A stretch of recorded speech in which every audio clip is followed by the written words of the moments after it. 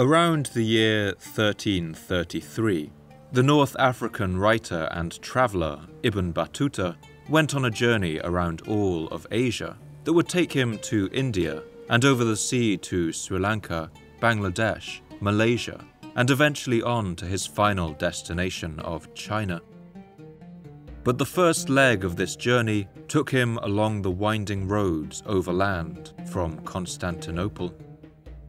He travelled past the shores of the Black and Caspian Seas, over vast grasslands, and on southwards through the deserts of Central Asia, in what is now Kazakhstan, Turkmenistan, and Uzbekistan.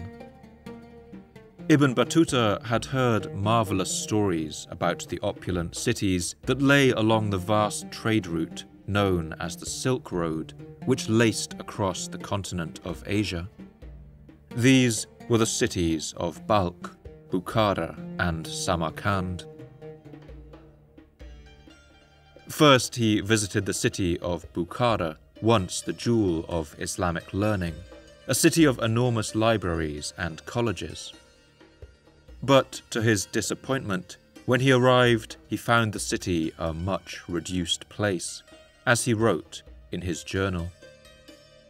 ثم سرنا في بساتين متصلة وأنهار وأشجار وعمارات يوما كاملا. We travelled for a whole day through contiguous orchards with streams, trees, and habitations, and arrived at the city of Bukhara. This city was formerly the capital of the lands beyond the river Jain, but was laid in ruins, so at the present time its mosques, colleges, and bazaars are in ruins, all but a few, and its inhabitants are looked down upon. There is not one person in it today who possesses any religious learning, or who shows any concern for acquiring it.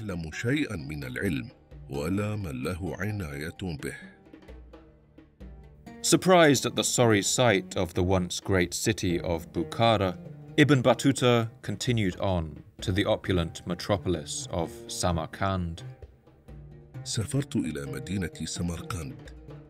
I journeyed to the city of Samarkand, once one of the greatest and finest of cities, and most perfect of them in beauty. It is built on the bank of the river called the Wad al-Wasarin, along which there are water wheels to supply water to the orchards. But when he arrived at the oasis of Samarkand, he found it too was in a much diminished state. The city was sparsely inhabited, its legendary walls torn down long ago, and its grand buildings standing in ruins. وكانت على شاطئه قصور عظيمة وعمارة تنبئ عن. There were formerly great palaces on the riverbank, and constructions which bear witness to the lofty aspirations of the townsfolk. But most of this is obliterated, and most of the city itself has also fallen into ruin. It has no city wall, and no gates, and there is vegetation growing inside it. وفي داخلها البساتين. Ibn Battuta soon left that melancholy place and continued on his journey. Finally, he passed through the city of Balkh, now in northern Afghanistan. This had once been another wealthy trade hub and a centre for the Zoroastrian religion. From a distance, he could see its tall buildings rising out of the river plains. But as he got closer, he saw no smoke of cooking fires, no animals in the fields, no traffic of people in its streets. An eerie feeling must have crept up on him. ثم جزنا نهر جيحون إلى بلاد خراسان. Next, we crossed the river Jain into the land of Khorasan and marched for a day and a half, crossing the river through uninhabited desert and sands to the city of Balkh. It is completely dilapidated and uninhabited, but anyone seeing it would think it to still be inhabited because of the solidity of its construction, for it was a vast and important city. Its mosques and colleges preserve their outward appearance even now, with the inscriptions on their buildings incised with lapis blue paints.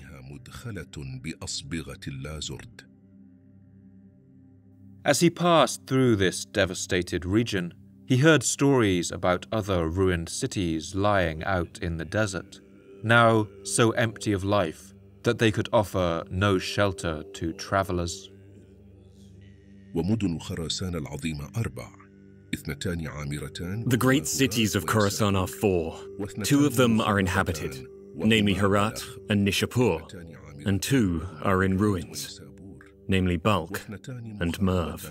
وهما بلخ ومرو.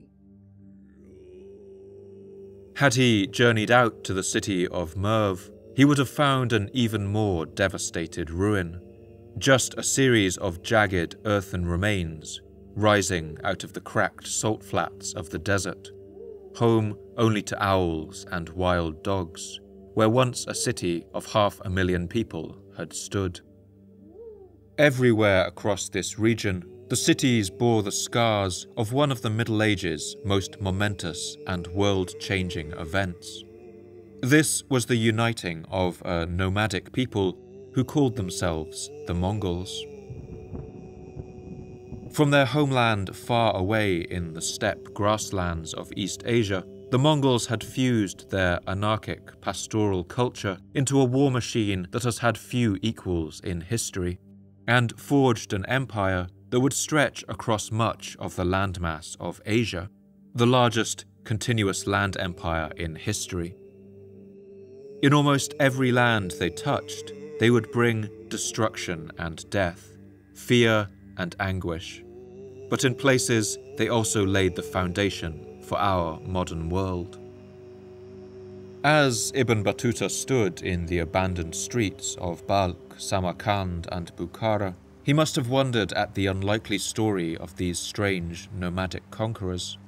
He must have wondered those ruined palaces and crumbled places of worship, those empty markets and dilapidated houses, and asked himself, where had these mysterious conquerors come from? What did they want? And why had no one been able to stop them?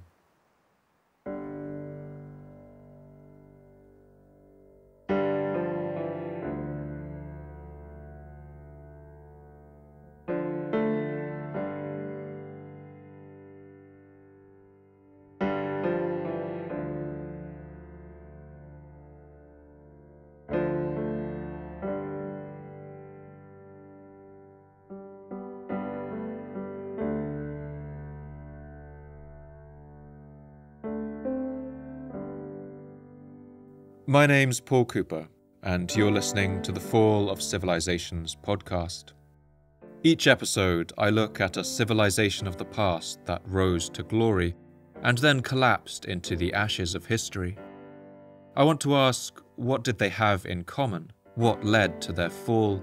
And what did it feel like to be a person alive at the time who witnessed the end of their world?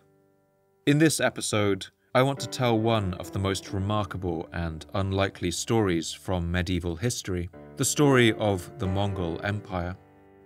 I want to show how this group of nomadic horse riders united the peoples of the Mongolian steppe and forged them into a truly unique kind of state. I want to describe how they conquered much of the lands of Eurasia and brought the distant cultures of China, Persia, the Middle East and Europe into contact. And I want to tell the story of how the world's largest land empire finally came apart and left the world as we know it in its wake.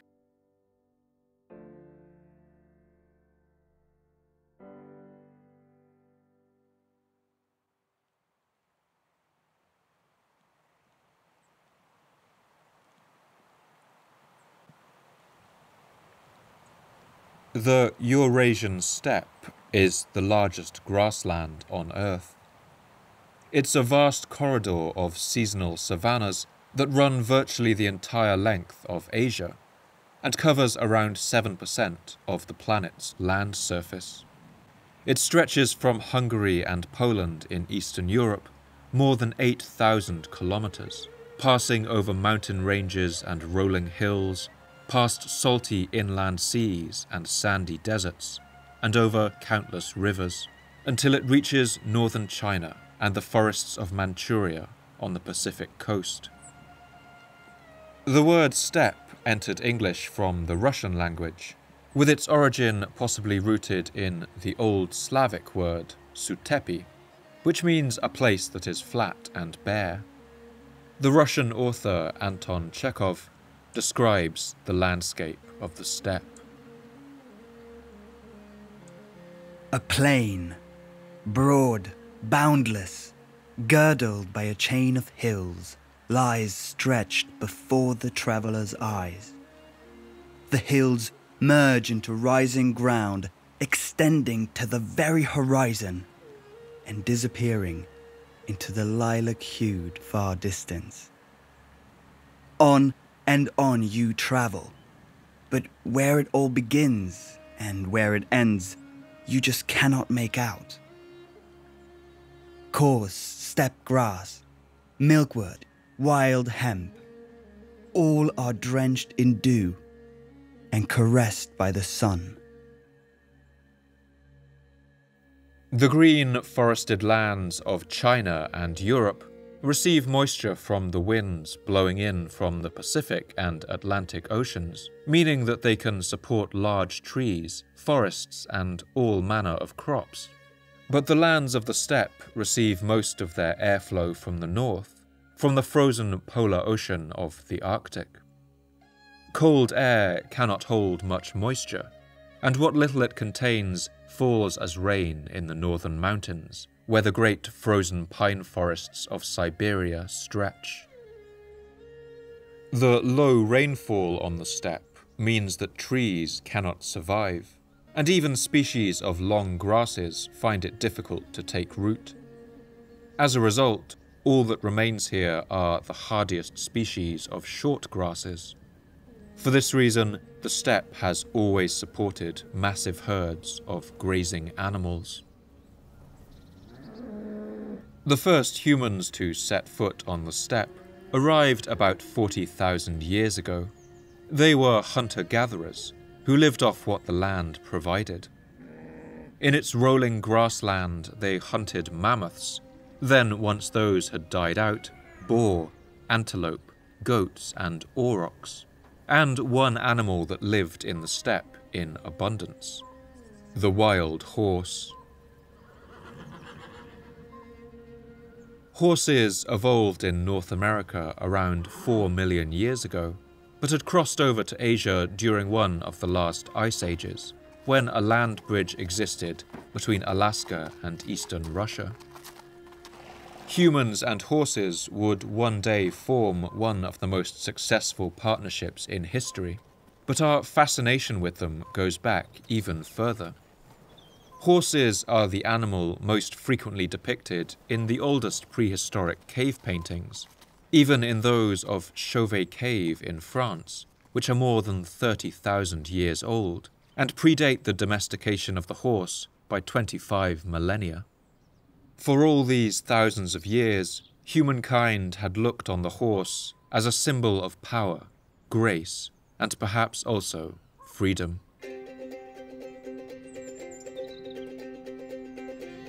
When people arrived on the Eurasian steppe, they initially hunted horses for food like any other animal, with horse bones showing up in slaughter sites from at least 10,000 years ago. But sometime around 6,000 years ago, they began to be kept as livestock. Humans first used horses for milk and meat, alongside their cattle, sheep, and goats. But over the following 1,000 years or so, humans learned that if a horse was sufficiently tamed, it would allow a human to ride on its back.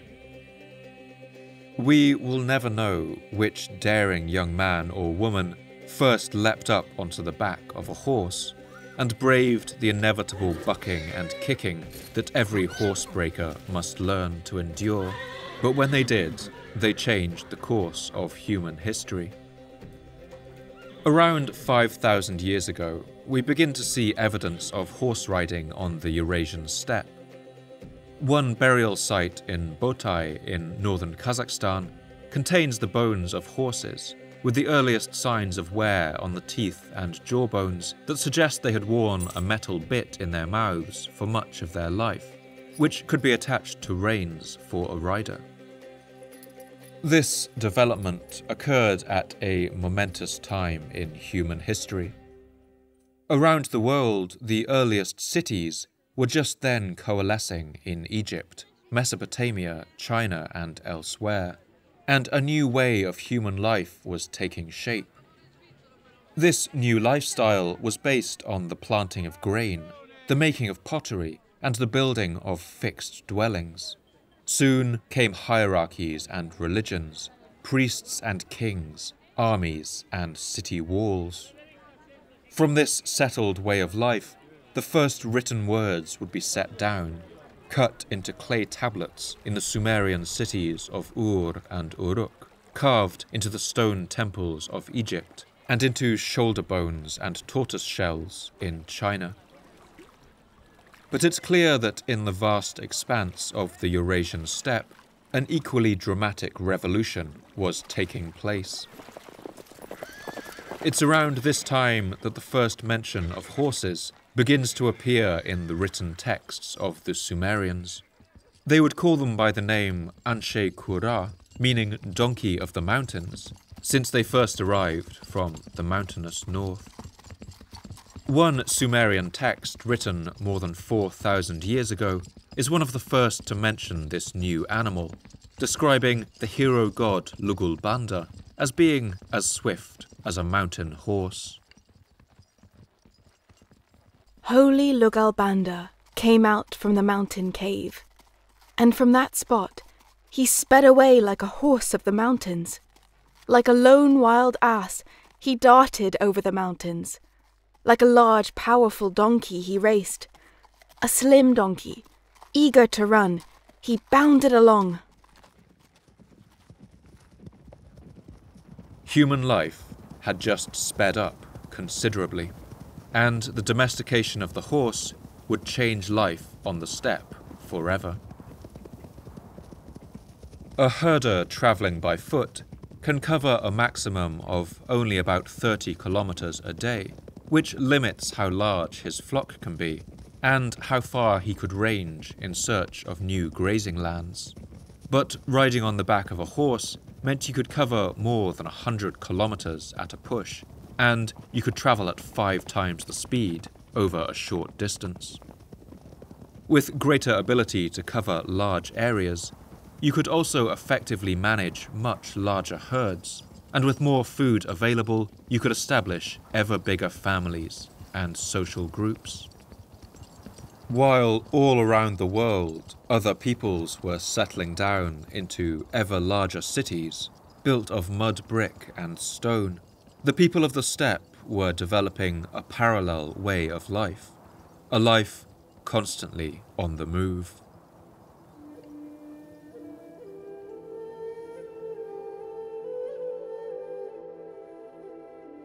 After the horse, people in the western steppe also likely invented the wheel, allowing them to transport bigger loads, as well as their families, the elderly, and children too young to ride. Whole communities could now become completely mobile, living their lives from birth to death without ever settling in one place. This alternative way of life would meet with remarkable success. One legacy of that success is the language that many of us speak today. Beginning perhaps around 4000 BC, an enigmatic population known only as the Proto-Indo-Europeans rode out of the western portion of the steppe in all directions. They brought their horses, their wagons and chariots with them. Wherever they went, from India to Persia, Greece and northern Europe, they conquered or settled, and left their language behind. Their lost dialect is the ancestor of 445 languages that survive to this day, from Hindi, Sinhala, Punjabi and Farsi to Russian, Spanish, French, German, and English. And in all of these languages, they left traces of their way of life. Many languages in the Indo-European family use similar words derived from Proto-Indo-European for objects like wheel, axle, wagon, chariot, and of course, horse. It's believed the Proto-Indo-Europeans had two words for horses, which have been reconstructed to something like equos and marcos, possibly to differentiate between a wild horse and a tamed horse. Equos entered Latin as equus, from which we get equestrian, and it entered ancient Greek as hippos, from which we get hippodrome and hippopotamus. And the word marcos has survived in English as the word for a female horse, a mare. This English word can be found echoing on the other side of the world in Mongolia, where a single horse is called mor, and even in the non-Indo-European language of Mandarin Chinese, where a horse is called ma. Today, these words connect people on every side of the globe, and nearly half of the world's population speaks a language descended from the Indo-European family.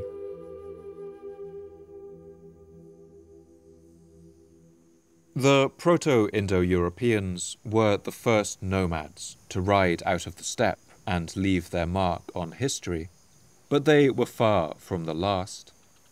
Still, there were drawbacks to the nomadic lifestyle. While the settled peoples of the world developed alphabets and writing systems that allowed them to keep records and recount their histories, the peoples of the steppe did not develop their own system of writing.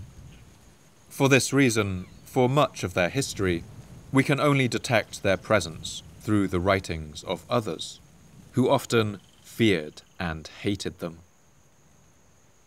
In the 5th century BC, the Greek historian Herodotus would write one account of the horse-riding nomads who lived in the steppe around the Black Sea and increasingly made armed raids into Central Europe, a people the Greeks called the Scythians. Rather than build cities or walls, they all carry their homes around with them on wagons, practice their archery from horseback, and depend for their living on cattle, rather than the fruits of the plough. How, then, could they fail to defy every effort made to conquer them, or to pin them down? Already the settled peoples of the world were encountering a paradox, that despite all the technological advancement that agricultural society had brought, these steppe peoples were still exceptionally difficult to fight.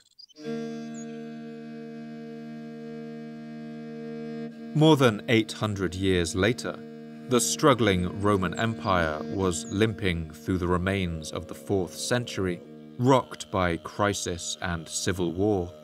It was at this point that they were menaced by a new threat, a nomadic people who rode out of the steppe and sent waves of refugees fleeing in their wake. They would be known as the Huns. The Roman writer Ammianus Marcellinus wrote with distaste about these frighteningly rootless nomads. The Huns are a race savage beyond all parallel. They grow up without beards, with closely knit and strong limbs. They are all without fixed abode or settled mode of life.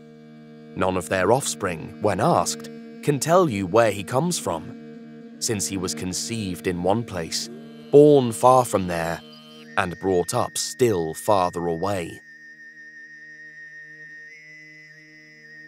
The arrival of the Huns was a major factor that contributed to the collapse of the Western Roman Empire. In the decades that followed, under the rule of their leader Attila, the Huns would remake the balance of power in Europe. They fleetingly captured large areas up to the banks of the Rhine and left fire and destruction in their wake. Part of the reason for the Huns' success was their innovative use of the technological development of the composite bow. Bows made of a single piece of wood had a natural limit to their power, but on the steppe, a good bow could mean the difference between life and death, and so people had poured immense energy into developing them. By the time of the Huns, these were already intricate constructions, combining multiple materials, a core of maple wood, bone and antelope horn, knotted with sinew, deer gut and leather, all held together with a fish-based glue. The combination of these materials created a bow with immense elasticity, capable of hurtling an arrow at tremendous speeds and over great distances, reportedly as far as 300 meters. If these accounts are accurate, then these bows could shoot further than an English longbow, which stood taller than a man, but crucially was compact enough to be drawn from horseback. The combination of horse and composite bow would make the steppe horse archer the deadliest single entity on the planet, and in Europe these weapons would come to be known with fear and reverence as Hun bows.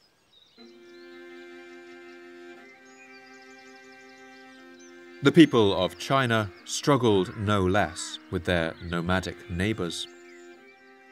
During the period of the Han dynasty, a people they knew as the Xiongnu constantly menaced their borders for much of the first millennium, and may even have been the same people as the European Huns. One Han period Chinese writer, Sima Qian, describes their way of life. The Xiongnu are mountain barbarians. They move in search of water and pasture, and have no walled cities or fixed dwellings. Nor do they engage in any kind of agriculture. They wear clothes of hide or wraps made of fur or felt. They have no writing, and even their promises and agreements are only verbal. The little boys start out by learning to ride sheep and shoot birds and rats with a bow. Thus, all the young men are able to act as armed cavalry in time of war. Around the 4th century, these peoples also introduced the stirrup, straps for the rider's feet that help them stay in the saddle and allow them even greater control of their horses. One medieval Chinese writer describes the sight of a steppe horse warrior in action. When they ride at a gallop, they always stand in the stirrups rather than sit in the saddle. They are swift as the onrush of a gale and strong as the weight of a mountain. Wheeling left and cutting right like wings in flight, they shoot with power enough to pierce armor. For the civilizations that lived on the borders of the steppe, in China, India, Persia, the Middle East and Eastern Europe, these nomadic peoples could be alien, frightening and primitive. While they were divided, they could be contained, controlled, and violently put down. But every few hundred years, they would unite into a force large enough to flood out of the steppe. They would come to conquer and settle, to wreak havoc and sow destruction, but every time to change the course of history. The most dramatic of these stories would take place as the 12th century came to a close, and the memory of Attila's Huns had faded to just another ghost story from classical history. It would come in the form of a people who were perhaps the most unlikely of conquerors. When our story starts, they had many names, but soon they would become known as the Mongols.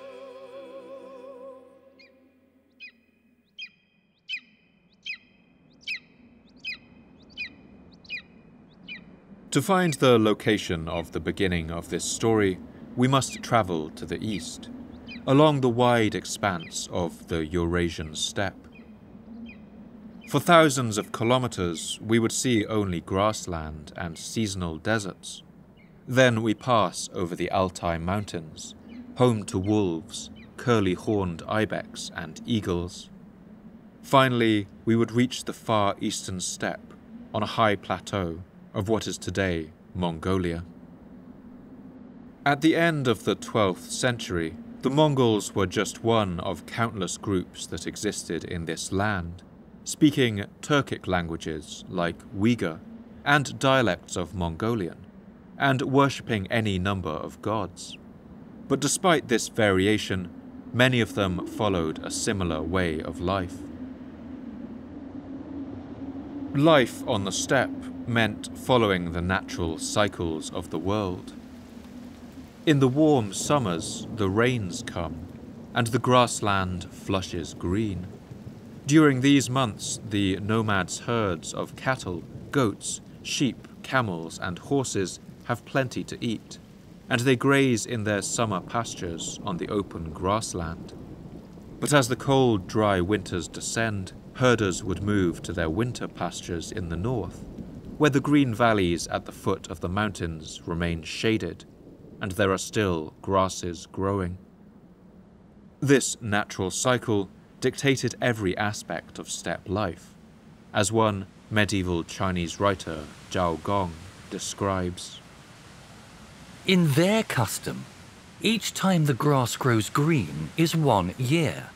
So if someone asks one of them his age, he says how many times the grass has greened. Also, once when I asked one of them what month and day he was born, he laughed and replied, "I can't remember, nor did I ever know it in the first place." Winter on the steppe is harsh. During these months, the wind blows straight from Siberia, and a layer of ice can often cover the grasslands completely. When the grass is frozen, steppe peoples would allow their horses to graze ahead of the other animals. They would use their hooves to crack the ice, and then other livestock like sheep could follow.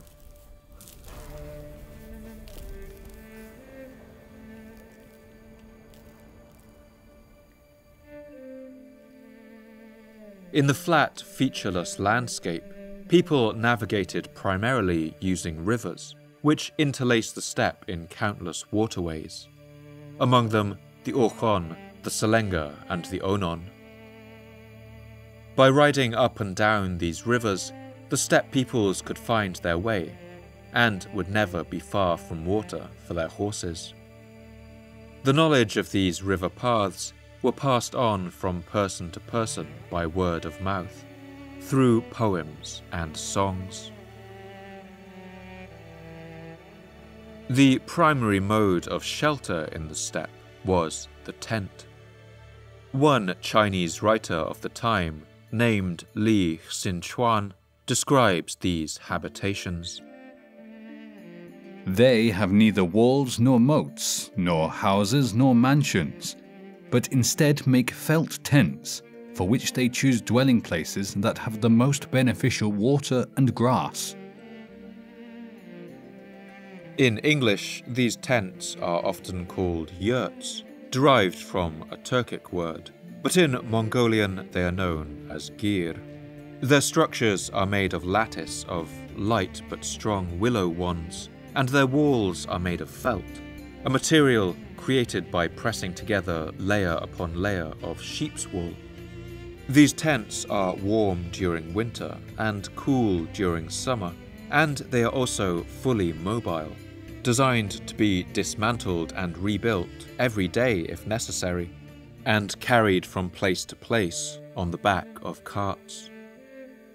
The Chinese observer Peng Daya wrote the following description of seeing steppe people moving across the landscape.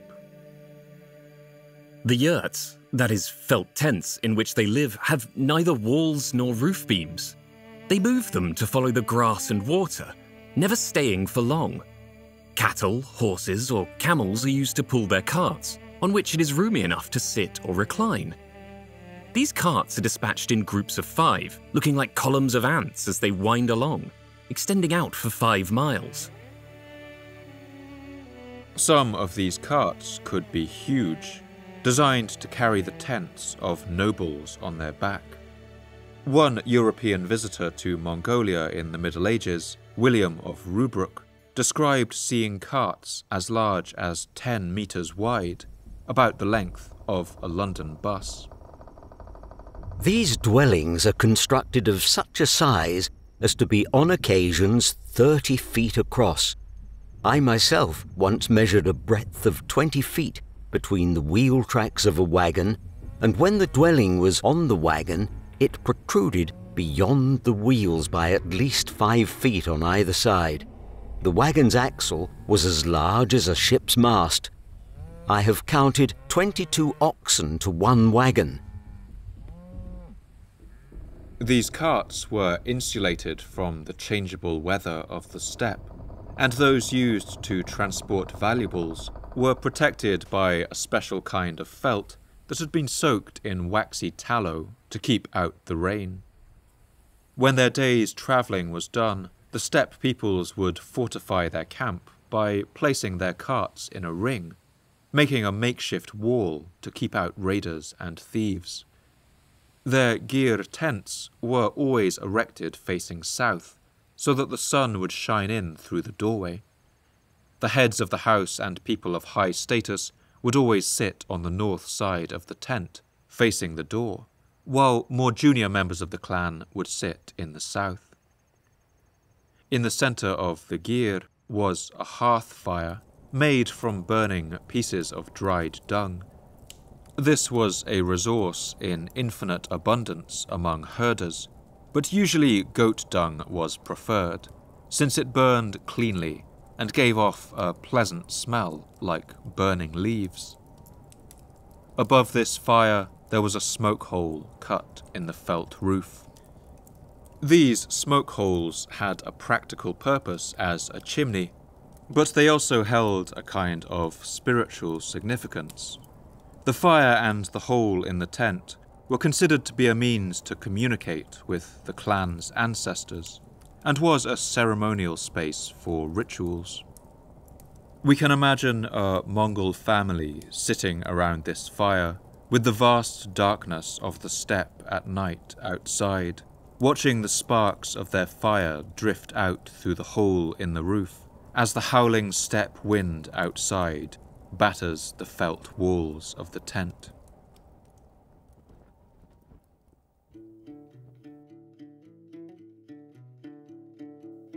For those nomads who lived on the open grasslands of the steppe, life was good. Their vast herds turned the virtually infinite supply of grass into ample meat and milk, from which they could make a variety of cheese, yogurts, and other dairy products, and into dung that could be burned in their fires. The steppe gave them everything they needed to survive, and for everything else, they could trade with the lands of China to the south. Nomadic peoples would buy silk, fine silver items and carved furniture, along with all the comforts of sophisticated society. And in return, they would trade northern goods, like furs, of which the most valued was the delicate dark pelt of the sable, a kind of small pine marten, along with leather, bone and antler for carving, herd animals like cattle and sheep, and majestic tame hunting birds like the golden eagle, taken from the forest as fledglings and trained to hunt small game. But above all, they traded the thing that settled societies needed most, and nomads had in enormous supply: horses. As a result, these clans in the south of the Mongolian steppe, like the Tatars and the Kerait, were richer and lived more comfortable lives, and they defended their enviable positions with extreme ferocity. In contrast, for much of their history, the Mongols were among the losers of the steppe world. While other nomads thrived on the southern grasslands, the Mongols subsisted in the harsh north, on the edge of the mountains and the endless Siberian forests, home to wolves, bears, and wild forest peoples like the Murkit. Here, the grasses were meager and couldn't support large herds. As a result, the Mongols supplemented their diets by hunting deer and small mammals like marmots, gathering pine nuts in the forests, and fishing in the rivers. The medieval Persian historian Atamalik Juvaini writes about the sorry state of this people. They had no chief or ruler. Each tribe lived separately. They were not united with one another, and there was constant fighting and hostility between them. Their clothing was of the skins of dogs and mice, and their food was the flesh of those animals and other dead things. Their wine was mare's milk, and their dessert the fruit of a tree shaped like a pine. The sign of a great king amongst them was that his stirrups were made of iron. From that, one can form a picture of their other luxuries. Part of the reason for their poor situation was that the Mongols were among the most divided peoples of the steppe, constantly fighting amongst themselves. Other steppe peoples had long ago formed large confederations and adapted to the cultures of more settled societies around them, even taking on their religions. Some, like the Khitan, had adopted Buddhism, while others had converted to Islam, which had arrived in the southern steppe some centuries before, usually with traders passing through. Others still, like the Kerait and the Naiman, had even converted to the cult of a powerful shaman from a faraway land who was rumoured to have risen from the dead, a man named Jesus Christ. Word of his teachings had been brought to Mongolia by Assyrian Nestorian missionaries around the 11th century, and had appealed to many people there, since the name Jesus reminded them of the word Yesu, which in Mongolian means the number 9, a number considered to be sacred and to bring good luck. But the Mongols on the edge of the Siberian forests had adopted no such beliefs. They maintained the ancient beliefs of their ancestors, worshipping the Earth Mother Goddess and their ancient god of the great blue sky, who they named Tengri. The 11th century Muslim scholar Mahmud al-Kashgari describes the worship of this god. Tengri means God. The infidel nomads call heaven Tengri, and likewise everything natural that impresses them, for example a high mountain or a large tree. They worship such things, and they call a wise man Tengri Khan.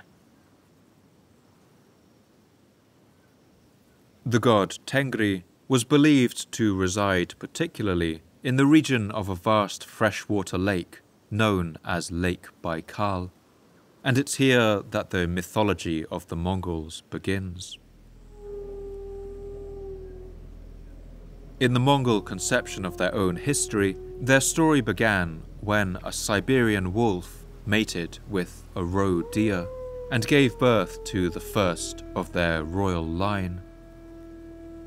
This founding myth is recounted in the enigmatic document known as the Secret History of the Mongols.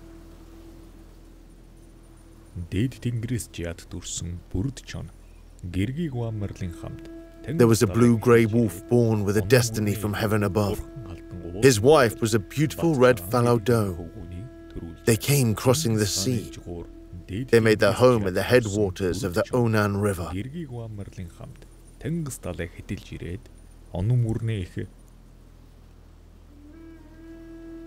With a surface area of more than 30,000 square kilometers, Lake Baikal is slightly larger than the country of Belgium and is the largest freshwater lake in Eurasia. And sitting as it does on a tectonic rift, it is also by far the deepest on the planet. plunging to a depth of more than 1,600 meters. As a result, it is also the world's largest lake in volume, containing more than all the American Great Lakes combined. In fact, this one lake is estimated to contain somewhere between a quarter to a fifth of all the surface fresh water on planet Earth. For most people of the steppe, this was the largest body of water they would ever see, and on account of this, the Mongols would often simply refer to it as the sea. When winter comes to the Siberian wastes, Lake Baikal freezes solid, with ice many meters thick, and the snows blow in chaotic patterns over its surface. According to the story, 11 generations after this unnatural coupling of wolf and deer on the shore of Lake Baikal, a woman known as Alan Gua, or Alan the Beautiful, would give birth to 5 sons. And from these 5 men were supposed to have descended the royal lineage of the Mongols. One day, the legend says, Alan the Beautiful found her 5 sons arguing with one another. She gathered them together and taught them a lesson that has passed into legend.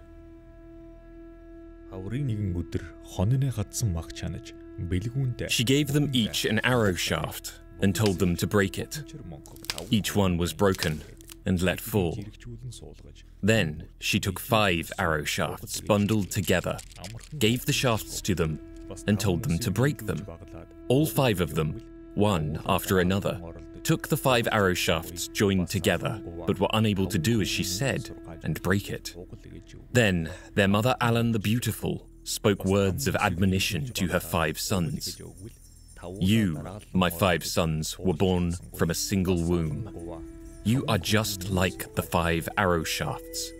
If you are alone, one by one, you will be easily broken by anyone.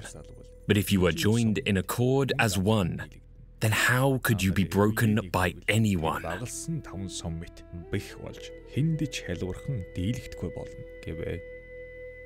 This story was told to generations of Mongol children, and it contained a powerful truth about life on the steppe.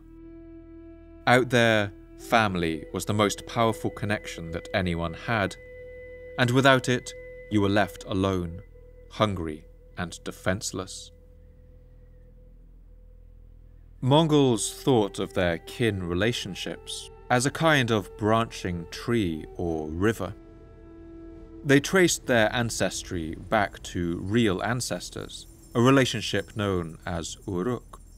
But the Mongol elite also held to a kind of mythical kinship, in which every person was descended from one or other semi-mythical character who lived in the vague and distant past, often one of the sons of Alan the Beautiful. In this way, Mongols considered themselves to belong to a wider clan group that often had little to do with their actual heritage. These they called their obok. Accompanied with these 2 systems of relationship was a third, one that people could freely choose to enter into. This was known as anda, a kind of blood brother.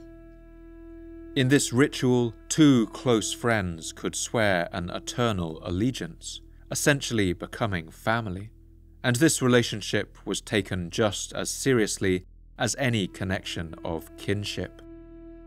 One Mongol text of the time records the depth of this bond. Ахс дээдсийн үгийг сонсвол альва хүн харилцан анд нөхөр бололчвол ам биедээ арч болж. If we listen to the words of the elders and the ancients, this is the way in which anda love each other. People who are anda are as if they have one life without any separation, and are lifelong saviors to each other.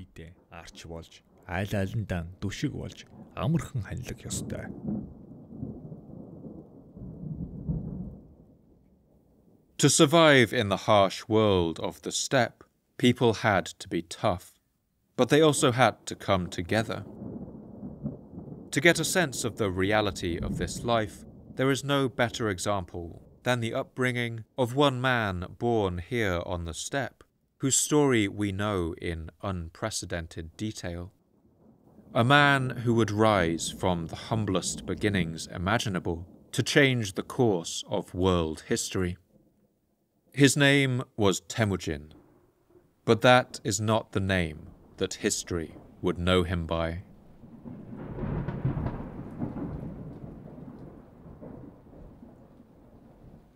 It's worth mentioning that all of the story you are about to hear was very nearly lost to history. But in 1866, a Russian monk working in the archives of China uncovered a remarkable manuscript. It was a Chinese copy of a copy of a copy of a lost Mongolian document, written by an unknown author sometime in the 13th century. This book used Chinese characters to recreate the phonetic sounds of the Mongolian language and was used as a kind of textbook to help Chinese scholars who were learning Mongolian. For this reason, its characters appeared to be nonsense in Chinese, and so it was lost among the archives. But once its contents were deciphered, it transformed our understanding of this period. It was a document written only for the eyes of the Mongolian royal family, telling in unprecedented detail the ups and downs of their story, and for this reason it came to be known as the secret history of the Mongols. It's the first and most important source ever written in the Mongolian language, and it blends narrative history with flourishes of vaulting epic poetry. The story of the man named Temujin begins in the second half of the 12th century with his mother, a young woman named Oğlun.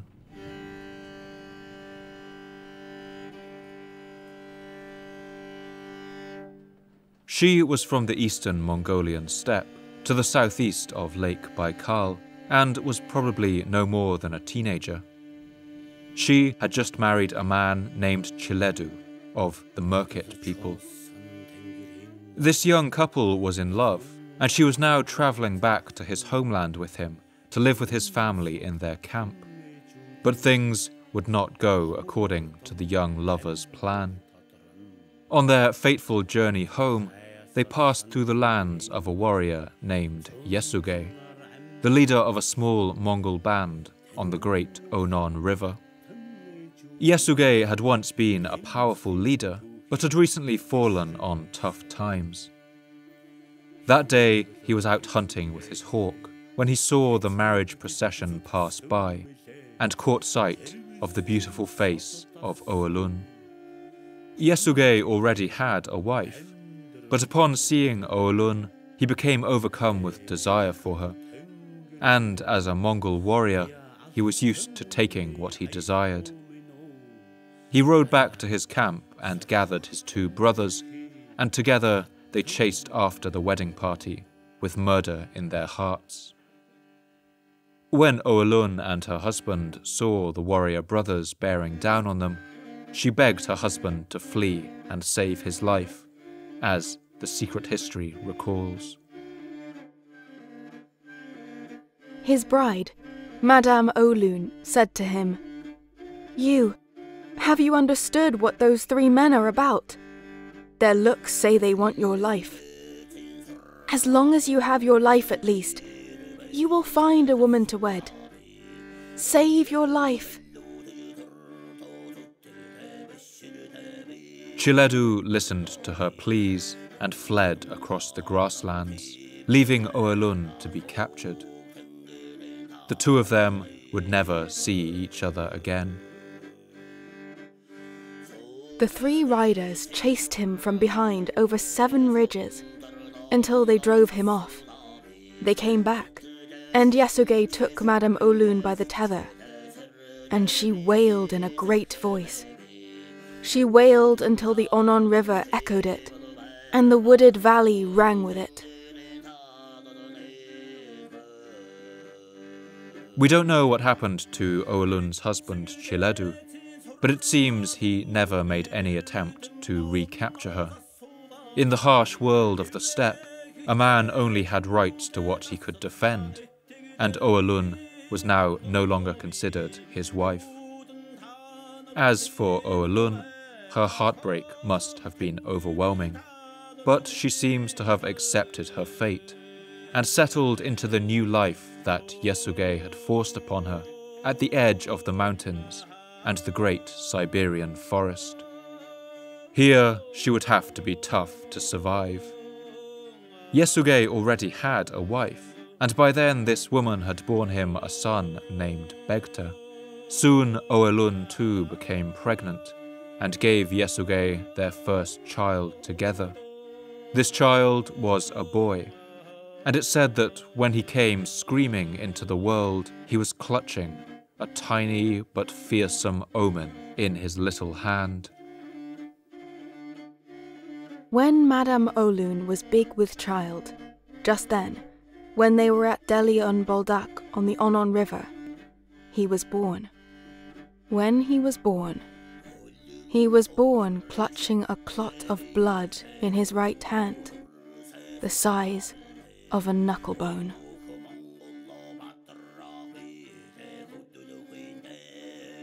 To the Mongols, this was an unmistakable sign that the boy would grow up to be a warrior. The year was around 1162, in the Chinese calendar, the year of the horse. At the time, the Mongols were at war with another much more powerful steppe people, the Tatars, who lived closer to the border with northern China. Yasuge had recently captured a Tatar warrior named Temujin Uga in battle, and in celebration of this feat, he decided to name the new baby boy after his captured enemy. The name Temujin likely meant blacksmith or iron worker, but in time it would come to gain a different association, the Iron One, or the Man of Iron. This captured man may even have been executed at the naming ceremony, and his strength ritually given to the new baby boy. From this bloody beginning, Temujin's childhood was a tough one, but it forged him into the man he would become. Living at Yasuge's camp on the banks of the Onon River, he would have learned to hunt and fish, and of course how to ride a horse from a young age. One Chinese writer describes the life of a steppe child. Even 3-year-old toddlers are secured to the saddle with rope and given something to grasp with their hands so they can follow along as the rest dash about on horseback. In their 4th and 5th years, they carry under one arm a small bow and short arrows, and when grown, they occupy themselves during all 4 seasons with hunting game. Hunting on the steppe was done using a system known as the nerge or noose, and these grand hunts would take place every year and involve large numbers of different families and kin groups. Every Mongol learned from a young age how to work together with other riders across a vast distance, encircling a huge area of land and driving all the wild animals within it into the center of their ring. Then the noose tightened. They would drive the animals closer and closer together until there was nowhere left to run. Then they would begin to fire hundreds of arrows into the mass of terrified prey. Yasuge would have taught his young sons this skill from a young age. But Temujin's relationship with his kidnapper of a father may have been a strained one. Yasuge already had an oldest son by another woman, the boy named Begta, and Begta seems to have enjoyed reminding Temujin of his place. When Temujin was 9 years old, his father clearly worried about the divisions in his family. He decided to take the young boy to find a wife of his own. They travelled out together and met with the ruler of a nearby clan, who was also something of a shaman. He told Yasuge that the boy who rode beside him was destined for great things. This boy of yours is a boy with flame in his eyes and fire in his face. Last night I dreamt a dream. A white falcon flew towards me, clutching the sun and the moon, and alighted on my hand. This dream of mine was showing me that you would come leading this boy of yours.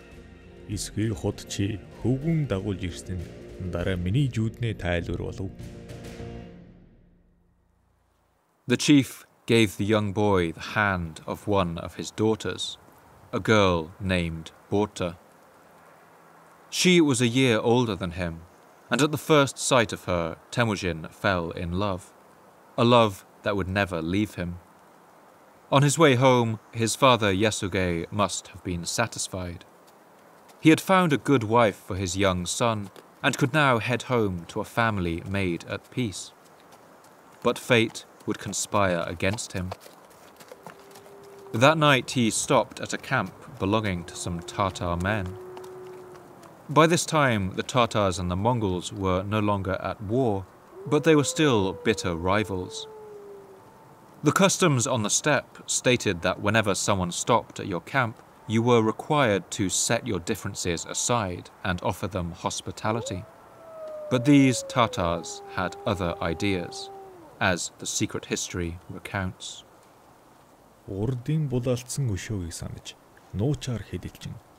Remembering their early grudge, they plotted murder and mixed in poison for him. Feeling sick on the way, he went for 3 days and arrived at his ger and felt worse. Yasuge said, "My insides feel sick. I fell victim to a plot and now I feel sick inside." Having spoken, he died.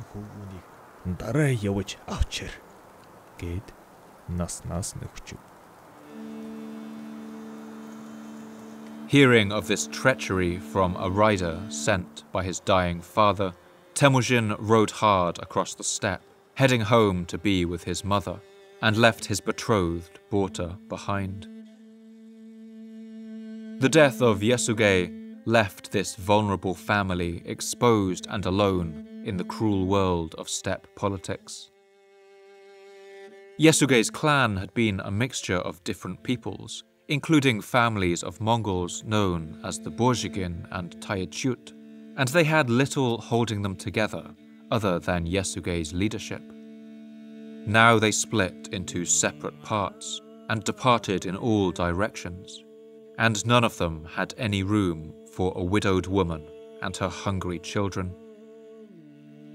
They left Oulun and her children behind, alone, destitute, and starving on the banks of the Onon River, as the secret history records.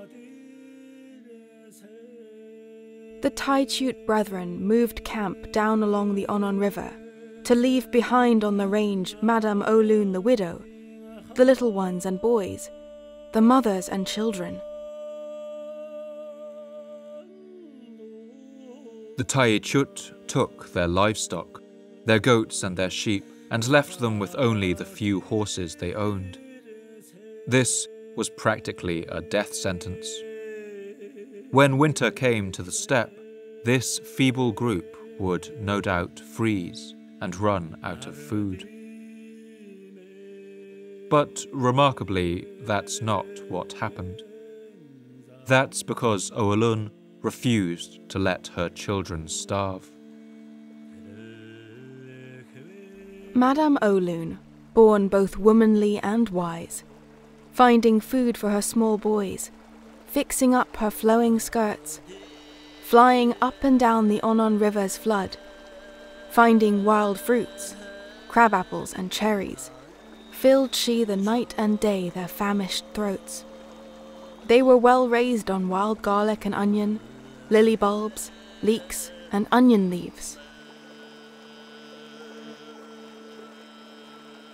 At night, while they ate these meagre foods, she told them the stories of her ancestors, the the stories that had been passed down to her from her parents, the stories of Alan the Beautiful and her 5 unruly sons, and the parable of the 5 arrows that could not be broken so long as they stayed together.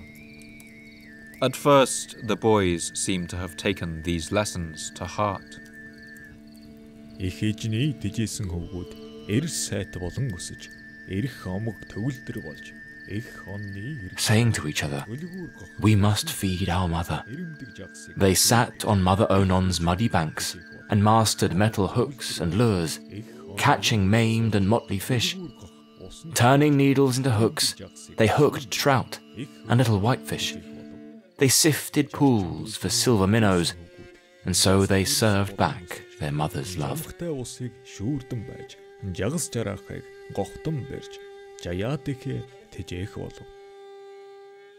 It was around this time that Temujin met another boy of the same age, whose family would often camp near to their own settlement. This boy's name was Jamuka.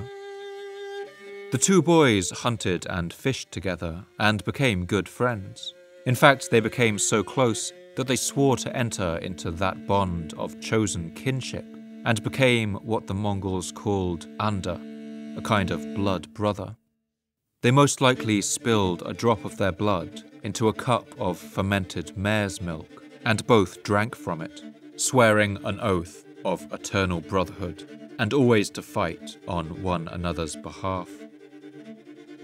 It must have been hard to imagine at the time, watching these 2 skinny boys playing in the hills or at games of knucklebones beside the great river. But one day they would fight one another in a bitter civil war over who would rule all the people of the Mongols.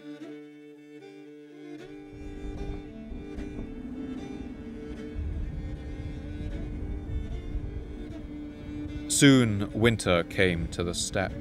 Snow fell and the Onon River froze solid. The now reduced family must have come close to death, but finally spring arrived on the steppe and the ice on the grasslands thawed. But by this time, all was not well among this lonely family. Despite their mother's stories warning them to stay united, a bitter rivalry had always existed between Temujin and Yesugei's oldest son, Begta, who had been born of another mother. This rivalry would only grow bitterer as their situation worsened and hunger set in. As the older and larger boy, Begta often took for himself the best of the fish and birds that they caught, until eventually Temujin had had enough. He and his younger brother Kasar soon plotted to kill their older brother. It wasn't just Begta's selfishness that motivated this decision. With their father dead, their mother Oalun was an unmarried woman. As a result, she was considered available for marriage, and though it might seem strange to us, the most likely candidate may have been her young stepson Begta. Travelling to Mongolia a century later, the Venetian explorer Marco Polo noted this peculiarity of Mongol marriage laws. The marriage customs of Tartars are as follows.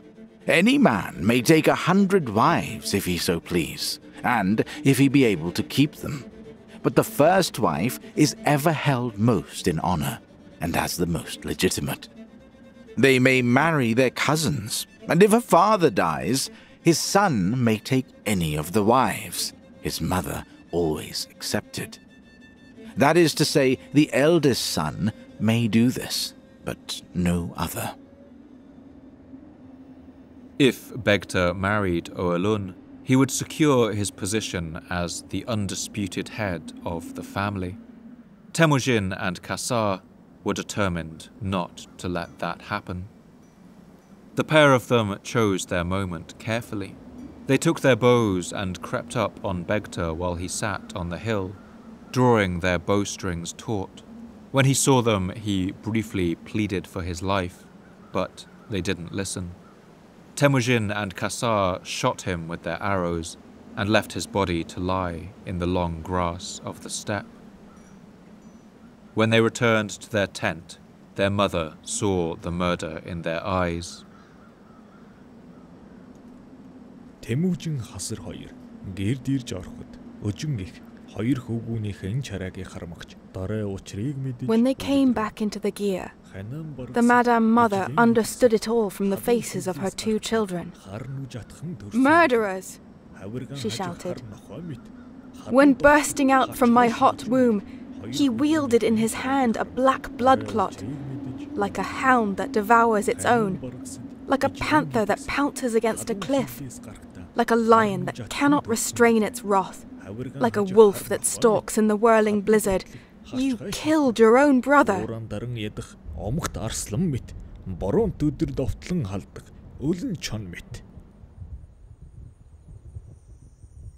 When summer came again that year, their old tribe, the Taichut, returned, following their seasonal route as always.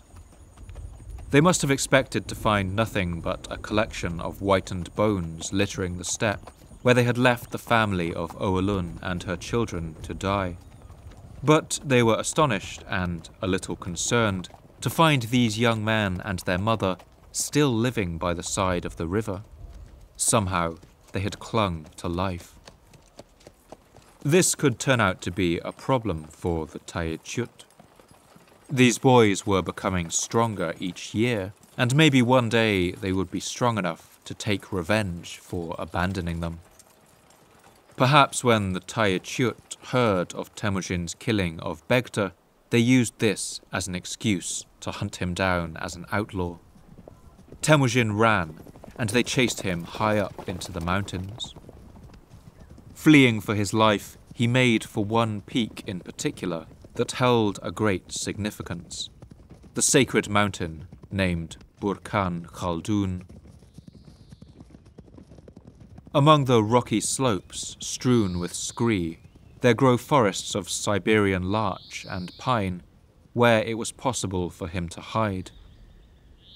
For a while he evaded them among the forest's shady depths, but the Taichut posted guards in a wide circle and slowly closed the net around him. Eventually they cornered him and dragged him back to their camp as a prisoner. At first the Taichut planned to execute Temujin, but they soon changed their minds. A young, strong boy like him would make a good worker, and so they brought the young man back to live as a slave in their camp. To humiliate him, they forced him to wear a heavy wooden board around his neck. This prevented him from eating or sleeping comfortably, and made his status as a slave known to everyone. It's not known how long he was held captive here, but all that time Temujin must have been thinking of his bride, Borta, and dreaming that they would one day be reunited. Eventually, he saw his chance to escape. Жунай тэргүүн сарын 16-ны улаан тэргэл өдөр Тайчууд онны ирэг дээр хормолж. One night, the Taichut feasted on the Red Disk Day, the 16th of the first moon of summer, on the banks of the Onon, as the sun went down. A feeble youth brought to him to that feast. As the fellows at the feast were being sent away, he grabbed the wooden board away from the feeble boy, struck him on the head once with it, and ran. He lay down on his back on the river's edge, the moonlight bright as day.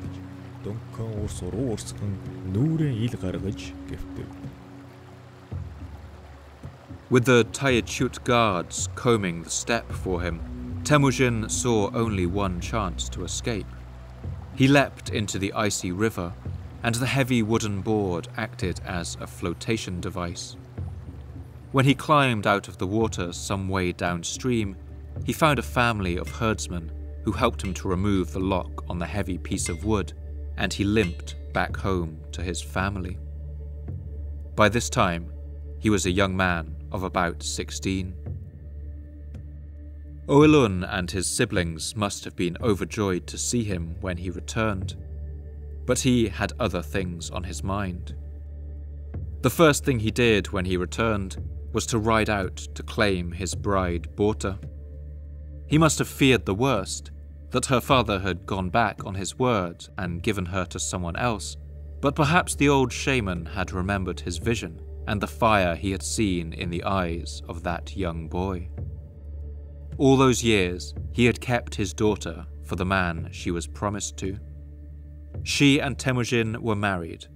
They had a daughter and lived together happily on the banks of the Onon River. And that is where the story of Temujin might have ended, with a happy family, with children and grandchildren, with a quiet death in a gir tent in the middle of the steppe, and we would never know his name. But history had other plans, and the steppe was no place for a quiet life. One day, a raiding party of the northern forest people known as the Merkit swept down on their camp while Temujin was out hunting. This raid was a perfect example of the tangled world of steppe rivalries and blood feuds. For in fact, these men were the brothers of Chiledu, the man that Temujin's mother Oilun had once married, and who had lost his wife to Yesuge. With Yesuge dead, these brothers of Chiledu were taking their revenge on the man's son instead. They burned his tents and took away his animals and what possessions he had, and just as Yesuge had once stolen Oilun, these Merkit raiders now stole his wife Borta away and retreated with her back to the cover of the Siberian forests. With his small band, Temujin had little hope of reclaiming her. But he did have one chance. That was to reach out to the man who had once been his childhood friend on the banks of the Onon River. A man who was now a rising warrior in the nearby clan of the Kerait, his Anda blood brother, Jamuka. When Jamuka saw his old friend after so many years, he was overjoyed, but he must have seen the pain in Temujin's face. And when Temujin told him what had happened, Jamuka flew into a rage. The secret history records him giving the following promise. Одоо би хараа ихэд тугаан дэхэж хар бухын арсаар бүрсэн A black leather war drum with its booming bellow I have beaten. A steed with swift steps have I saddled. A steel shirt have I worn. A solid spear have I seized. A stinging arrow on my string have I strung. To slaughter all the savage Merkit I set out. Хаад мэрэгдийг халтан довтолж хатгалтан байлдахаар мордов би. The lord that Jamuka served was a man named Toghril Khan, the Khan of the Kerait people, and he agreed to help Temujin get his wife back. They spent that year building an army and set out in the autumn with a host over 30,000 strong, riding north into the hostile forests where the Merkit lived. They waited until nightfall, and then, under cover of darkness, they swept down on the Merkit camp in a surprise attack. The secret history records what happened next. Мэрэгдийн улс дөрвж тэрсүн сэлэнгийг уруутан тутаахад манай чиргүүд дөрвсөн мэрэгдийг нэхэж довтлоо. They swarmed in to seize his girls in a sudden swoop. They plundered his kingdom mercilessly. As the Merkit folk fled down the Selenge River in the night, as our soldiers dogged the heels of the fugitive Merkit through the night, plundering and looting, and as Temujin called out, "Borta! Borta!" they met. Madame Borta was there among the fugitives. She recognized Temujin's voice, got down from the wagon and ran towards him, and they hugged each other in welcome.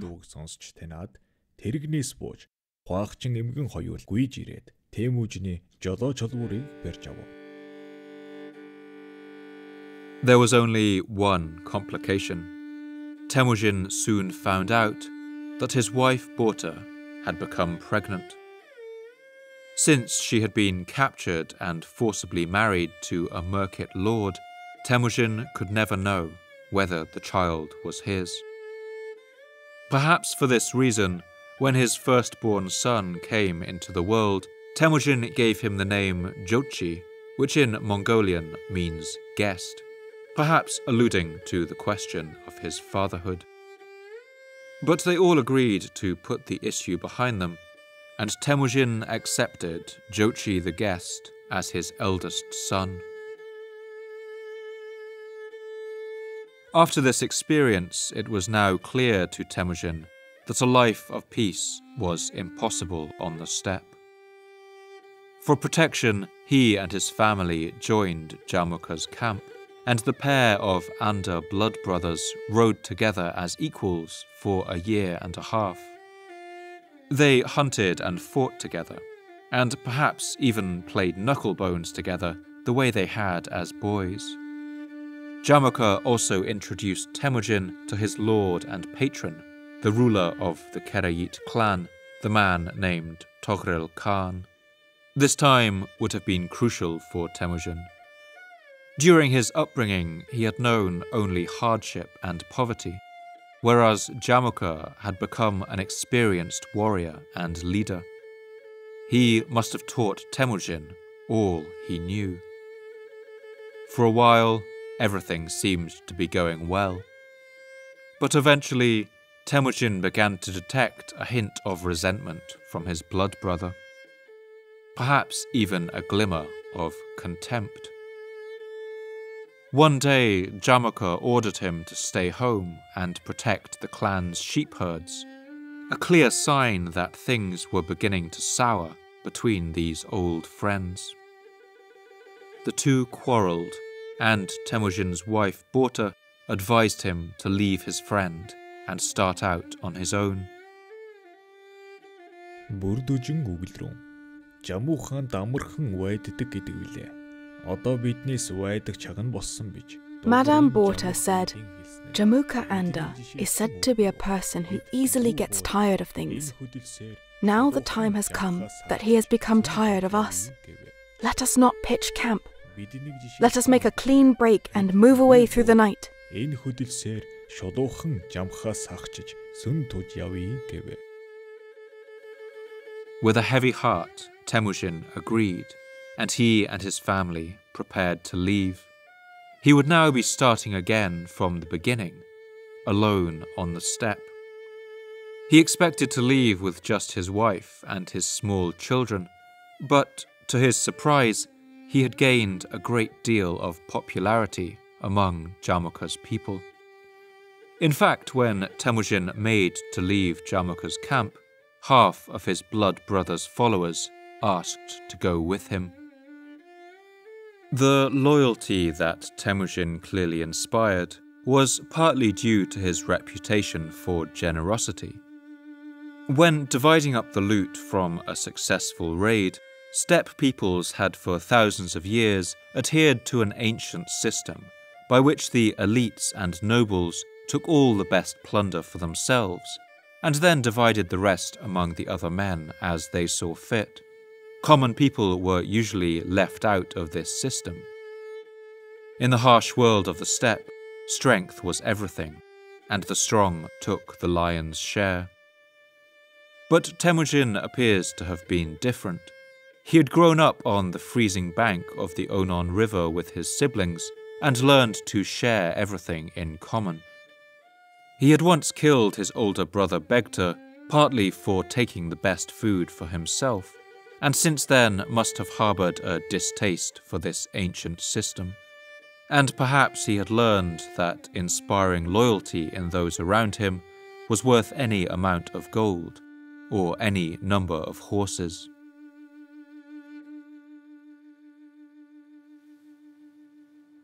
As a result, he pioneered a new and somewhat radical system in the world of the steppe.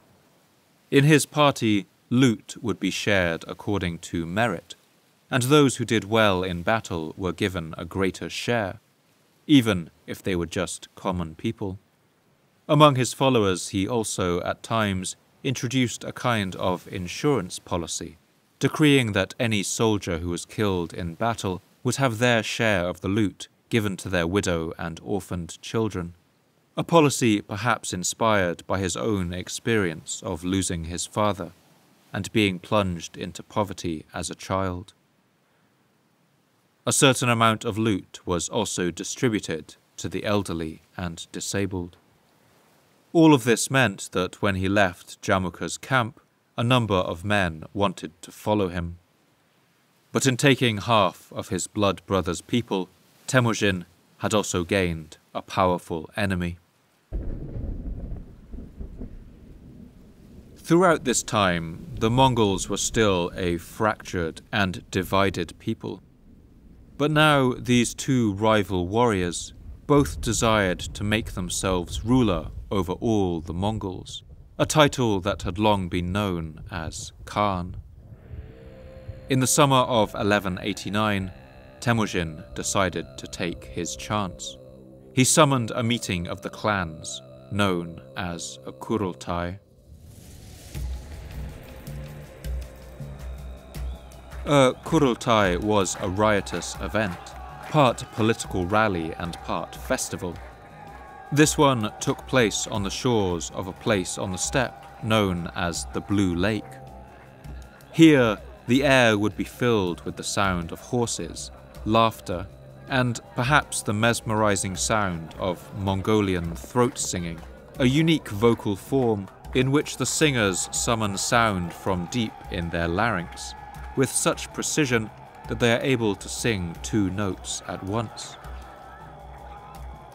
The Kurultai would have included games and feasts, the so-called three manly pursuits of horse races, wrestling, and archery tournaments, and of course, the consumption of vast quantities of alcohol. It's likely the attendants would have drunk airak or kumis, the alcoholic drink made from fermented mare's milk. One Chinese diplomat named Zhao Gong, who attended a Mongol feast in the early 1220s, even records a kind of Mongol drinking game. They do not end their banqueting until everyone is roaring drunk. Every time they drink wine, it is their custom that those who sit next to each other should, after tasting, exchange cups. If one's counterpart holds the cup with one hand, it means that I must taste a mouthful, and only then will he dare to drink. If he holds the cup in both hands, then he wishes to switch cups with me. Then I have to drink his wine to the bottom and pour wine to toast him. This made it very easy to get drunk. Whenever they see a foreign guest talk uproariously, make noise, and act rudely in a drunken state, or else vomit or fall asleep, then they are very happy and say the guest gets drunk, so his heart is one with ours. But despite the revelry, the Kurultai had a very serious purpose. By holding this gathering of the clans, Temujin was declaring his intention to become Khan of the Mongols. This was not a particularly prestigious title. The Mongols were a weak and divided people, and any Khan who led them would still pay tribute to the much more powerful Togrel Khan of the Karaits. But it was still a clear declaration of war against the more likely claimant to the title, and the man who commanded the support of most Mongol nobles, his own blood brother Jamuka. When Jamuka heard news about this Kurultai, he must have been enraged. Clashes between the two men's followers intensified, until one day one of Jamuka's relatives was killed in a cattle raid. This was the excuse he was looking for, to finally go to war and crush his blood brother Temujin. The two sides gathered their forces. Temujin would finally meet his blood brother in battle at a place called Dalan Baljut. The Mongol horsemen would have wheeled around each other in great thundering packs, hailing one another with arrows before closing in and clashing with their long lances. We can imagine the thundering of the hooves, the cries of the dying men and horses, the whoops and battle cries, and the angry buzzing of arrows through the air. But here, Jamuka's greater experience and years of warrior training easily overpowered the inexperienced Temujin. The Secret History reports this loss in few words. 13 хүрээнээсээ 3 түмэн чиргийг авч Жамхыг ухтан мордоод. They formed up into 3 units, rode against Jamuka. He was forced back then by Jamuka and escaped into the Jiran Gorge on the Onan River. Чингис хаан Жамхад шахагдж онон мөрнө Жээрэн гэдэх хавчэлд шургаж оров. With Temujin defeated, the wrath of Jamuka was terrible. In retribution for siding with the upstart, Jamuka ordered that 70 princes of the Chinoa clan be boiled alive in great iron cauldrons. One leader's head was cut off, and Jamuka tied it to his horse's tail and dragged it behind him as he rode. Temujin's situation was now worse than ever. He was now an outlaw and fled for his life with the riders of Jamuka hot on his heels. He would not return to the steppe for another 10 years, and those years are a gap in his biography. But some historians think it likely that he went south, to the lands that lay across the great expanse of the Gobi Desert, a domain of large, wealthy cities, artists, merchants, poets, and emperors, the lands of China.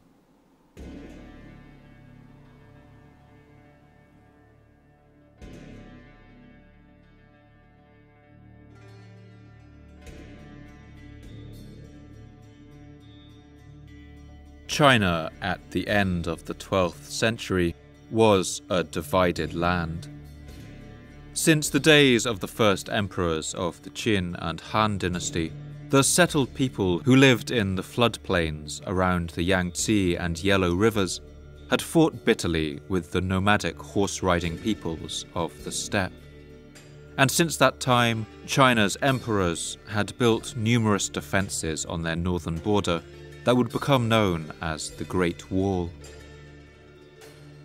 In the nearly 10 centuries since the time of the Han dynasty, the Tang were the first to unite the area of the central Chinese plains. But after the collapse of that dynasty, a period of chaos and dissolution followed, known as the 5 Dynasties and 10 Kingdoms period. Eventually, around the year 1000, the plains of China united once more under the Song dynasty. The Song were ethnically Han Chinese, the majority ethnic group of China, and under their reign the people of the Central Plains had flourished. Over the next 100 years, China's population would double, so that by the year 1100, more than 100 million people, or 1/3 of the planet's entire human population, could be found there. China at this time was the undisputed centre of the world, and technologically the most advanced civilization on Earth. But in the 1120s, disaster struck. The Jurchen were a people from the oak and pine forests of Manchuria, near the border with Korea, where Siberian tigers were known to roam. And to the Chinese in the south, these Jurchen were considered barbarians. They were mostly not nomadic and lived in villages, but they were a horse-rearing people, and they rode and fought as horse archers in much the same way as the Mongols. Once subservient to another Manchurian people known as the Khitan, they had overthrown their former masters and now swept across northern China in a tide of conquest. The Chinese Sung dynasty, weakened by internal divisions and taken by surprise, could do little to stop them.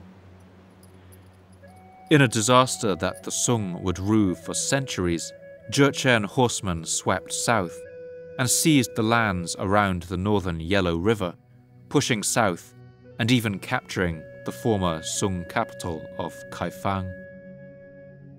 From this point onwards, the lands of northern China would be ruled by these Jurchen, and their new emperor would crown himself with a title that elevated him above the other peoples of the steppe. He was now the Golden Khan, and his empire would be known as the Jin, or Golden Empire. The Jurchen Jin dynasty of northern China was what has been called a conquest dynasty, that is, one founded by outside invaders. But throughout Chinese history, these kinds of conquerors had always learned that military might was not the only kind of power, that culture too had its own kind of force. Over time, the founders of these conquest dynasties often adopted the Chinese language, began to live by Confucian ideals and dress in Chinese clothes, intermarry with the locals, and gradually become every bit as Chinese as the Chinese.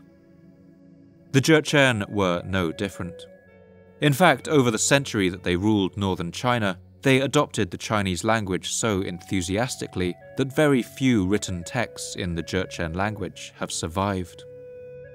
Just 30 years after their conquest, one Jin emperor known as the Prince of Hailing even began writing Chinese poetry and drinking Chinese tea, something that his hardy forebears would have mocked. But no matter how many Chinese manners or customs they adopted, the Jin would always be considered outside barbarians by the Sung Chinese in the south, who referred to them as slaves and dog sheep, and dreamed of one day retaking their lost lands and uniting China once more. For the next 2 centuries, China would be divided into these 2 halves, the Chinese Sung in the rugged and tropical south, and the Jurchen Jin in the dry and arid north, with their border along the Huai River, roughly halfway between the Yangtze and Yellow Rivers. There was almost constant warfare between them, as they seized forts and border towns from one another whenever the opportunity arose, but neither side was ever able to gain the upper hand. Since they themselves had once swept out of the wilderness and seized the cities of China, the Jurchen rulers of the Jin dynasty knew all too well how quickly a new threat could develop in those wild lands, and they were determined not to be caught by surprise, as the Sung had been. As a result, the Jin operated a policy of using nomads to fight nomads. On their frontier, the Jin dynasty employed what were called Juyin. These were their border guards, vassals and subject states, along with mercenaries who they paid handsomely to create a buffer zone between them and the other peoples of the north. These Juyin border guards would raid and plunder other steppe peoples whenever they became too powerful, and suppressed any chance of a united power emerging in the Mongolian steppe.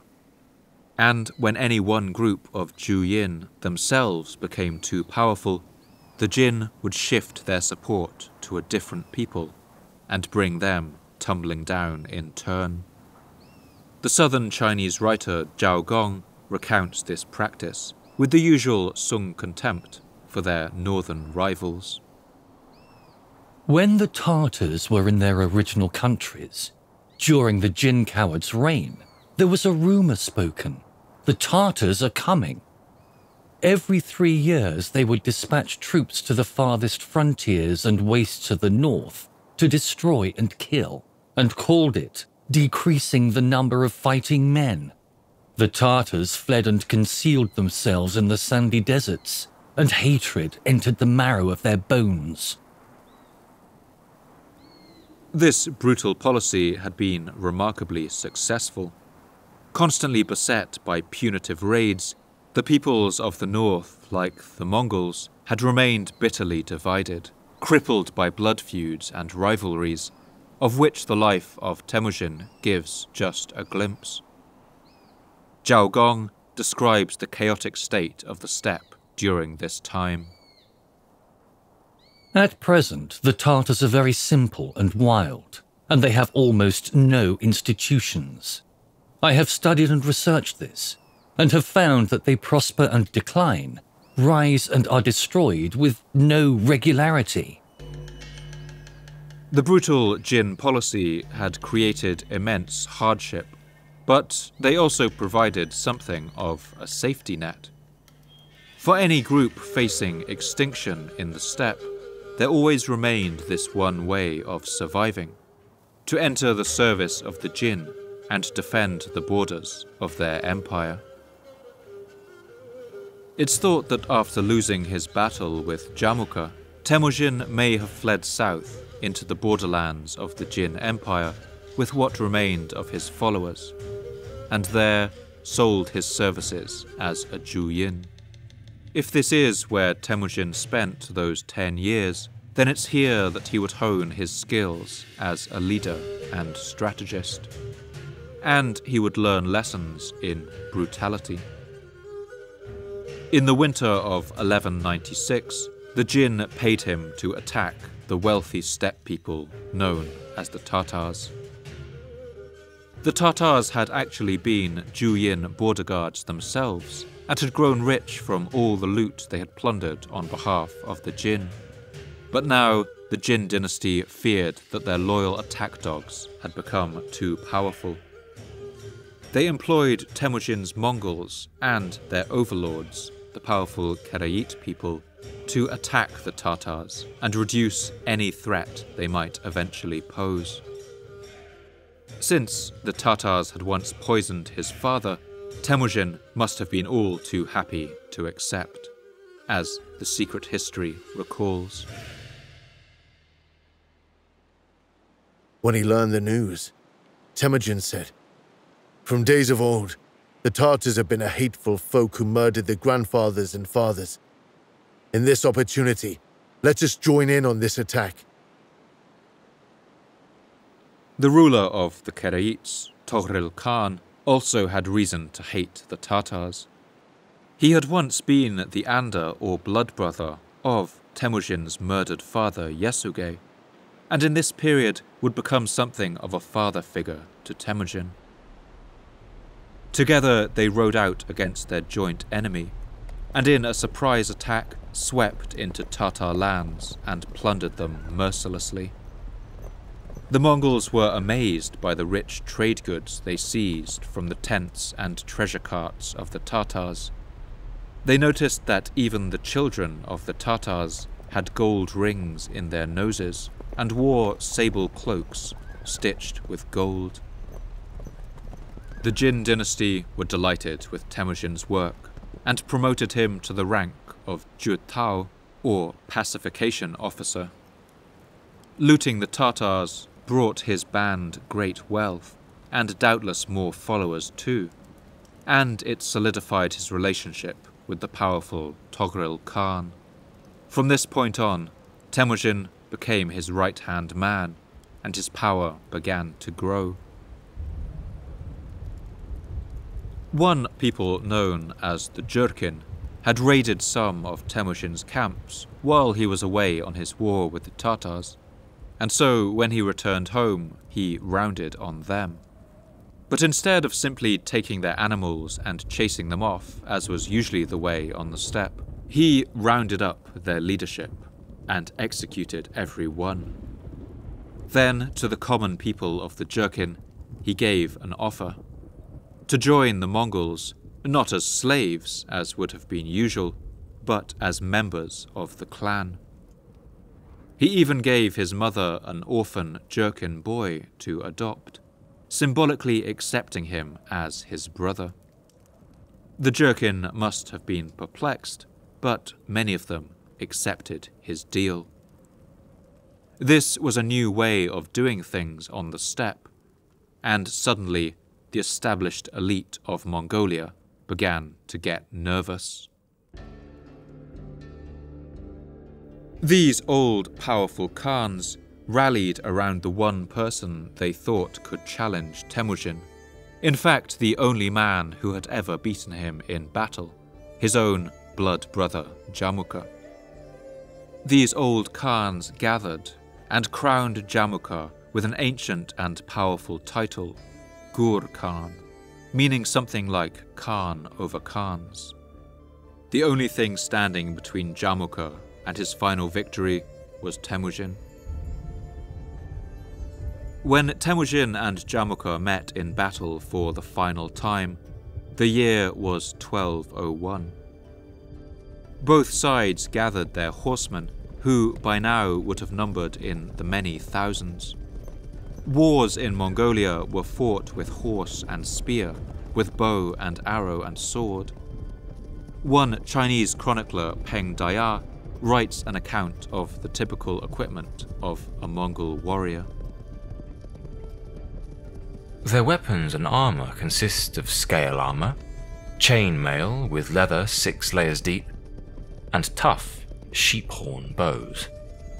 They whittle wood for the shafts and take down birds of prey for the feathers. Their scimitars follow the Westerners' style, light and sharp. They have long and short spears with tips like drills, so that what is speared does not slip off, and they can penetrate heavy armour. They have defensive shields of short-stemmed bamboo, or else of willow, tied with leather. But as well as these physical weapons, battles in Mongolia were also fought with magic.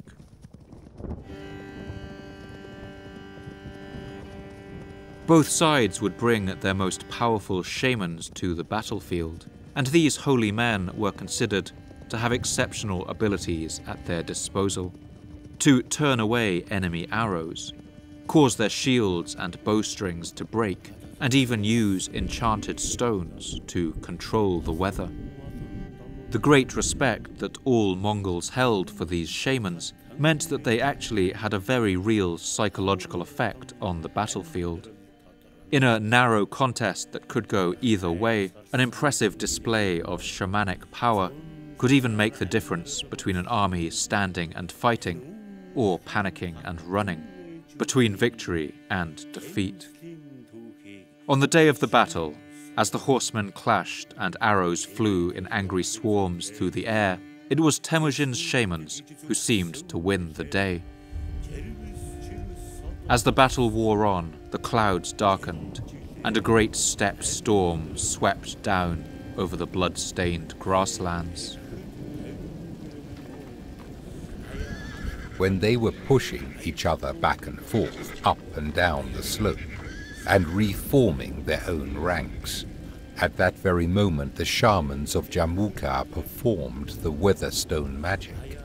But the weather magic reversed, and the magic fell on themselves. Then, saying to each other, "Heaven is not pleased with us," they scattered.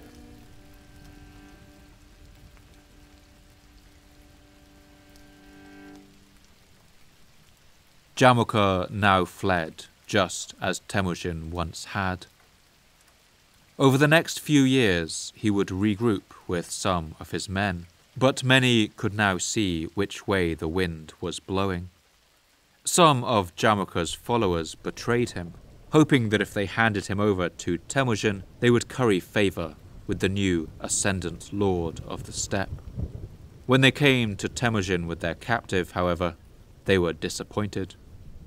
For their reward, Temujin had them all put to death, condemning them in the following terms.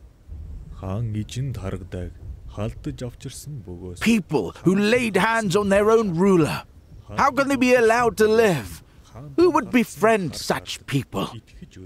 Execute them all, down to their offspring.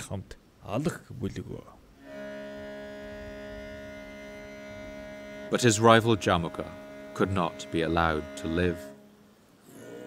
Despite their sworn bond, Temujin ordered that he be killed. Perhaps as a sign of the love they had once held for one another, the deed was done in the most noble manner according to Mongol tradition, that is, without shedding any of his blood. Jamukha was likely strangled or his back broken, and his body was buried. With the killing of Jamukha, Temujin's childhood died too, and a new man was born.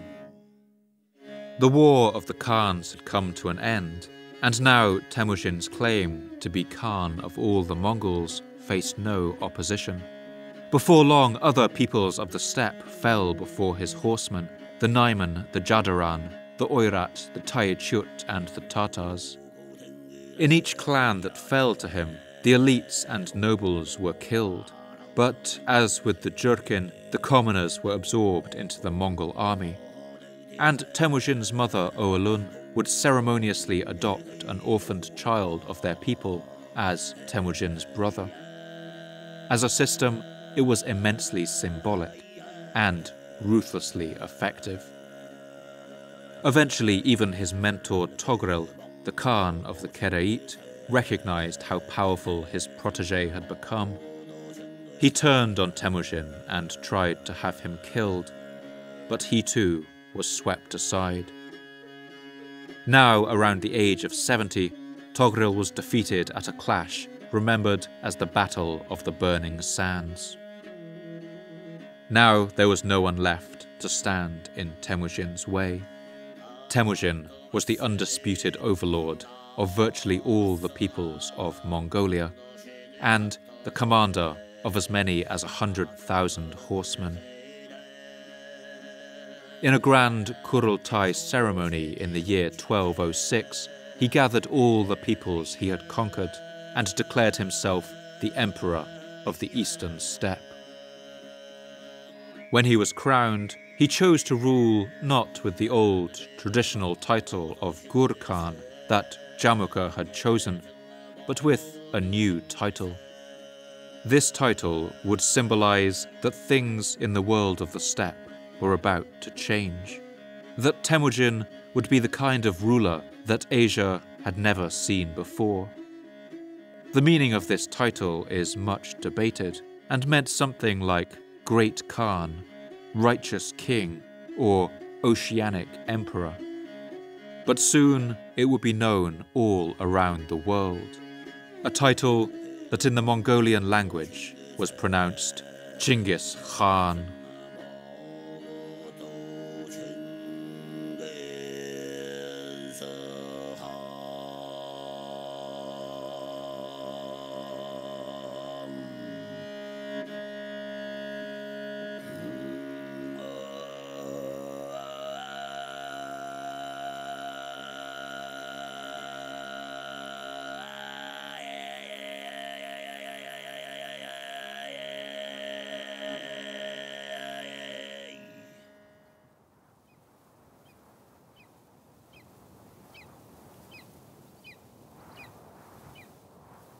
The title that Temujin chose to rule under has suffered much from translation through the ages. From Mongolian, it entered the Persian language relatively unscathed as Chengiz Khan, but when these sources were translated into Arabic, the confusion began.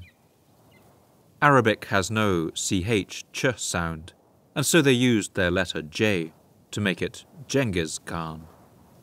European scholars would later translate these sources into Latin and eventually into English in the 19th century, at which time the translators used the letter G to denote a soft sound like in general or German. But due to the ambiguous pronunciation of the letter G in English, this soon led to an extremely common mispronunciation, Genghis Khan. The mispronunciation is so widespread today that Genghis Khan has arguably become the standard way that the name is pronounced in English. But for the sake of correctness, in this episode, I will pronounce the name Chinggis. as it is said in Mongolia today. Beyond the pronunciation of his name, much else is mysterious about the figure of Chinggis Khan, not least his appearance. No artistic representations were ever made of him during his life, or by anyone who met him. As a result, those imaginary depictions we do have are deeply influenced by the artist's cultural background. In one Chinese portrait of the great Khan, made after his death, he appears painted like a Chinese emperor, wearing a white Mongolian-style robe and with hooped earrings in his ears. Meanwhile, in the Persian miniature paintings, he is depicted wearing a great golden crown, or later as a Persian prince with a feathered turban, necklaces of pearls, or dressed in fine silk and brocades. In Europe too, he would be depicted with European features, with fine fur cloaks and a gown of flowing silk, sporting a handsome moustache. Written descriptions of him could be no less fragmentary. The Chinese writer Zhao Gong writes one rare account of his appearance. On the whole, the Tartars are not very tall, the tallest not exceeding 5 feet and 3 or 4 inches.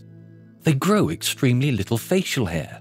The Tartar Lord Temujin differs in that he is of a large and noble bearing, with a broad forehead and long whiskers, and cuts a heroic, robust figure.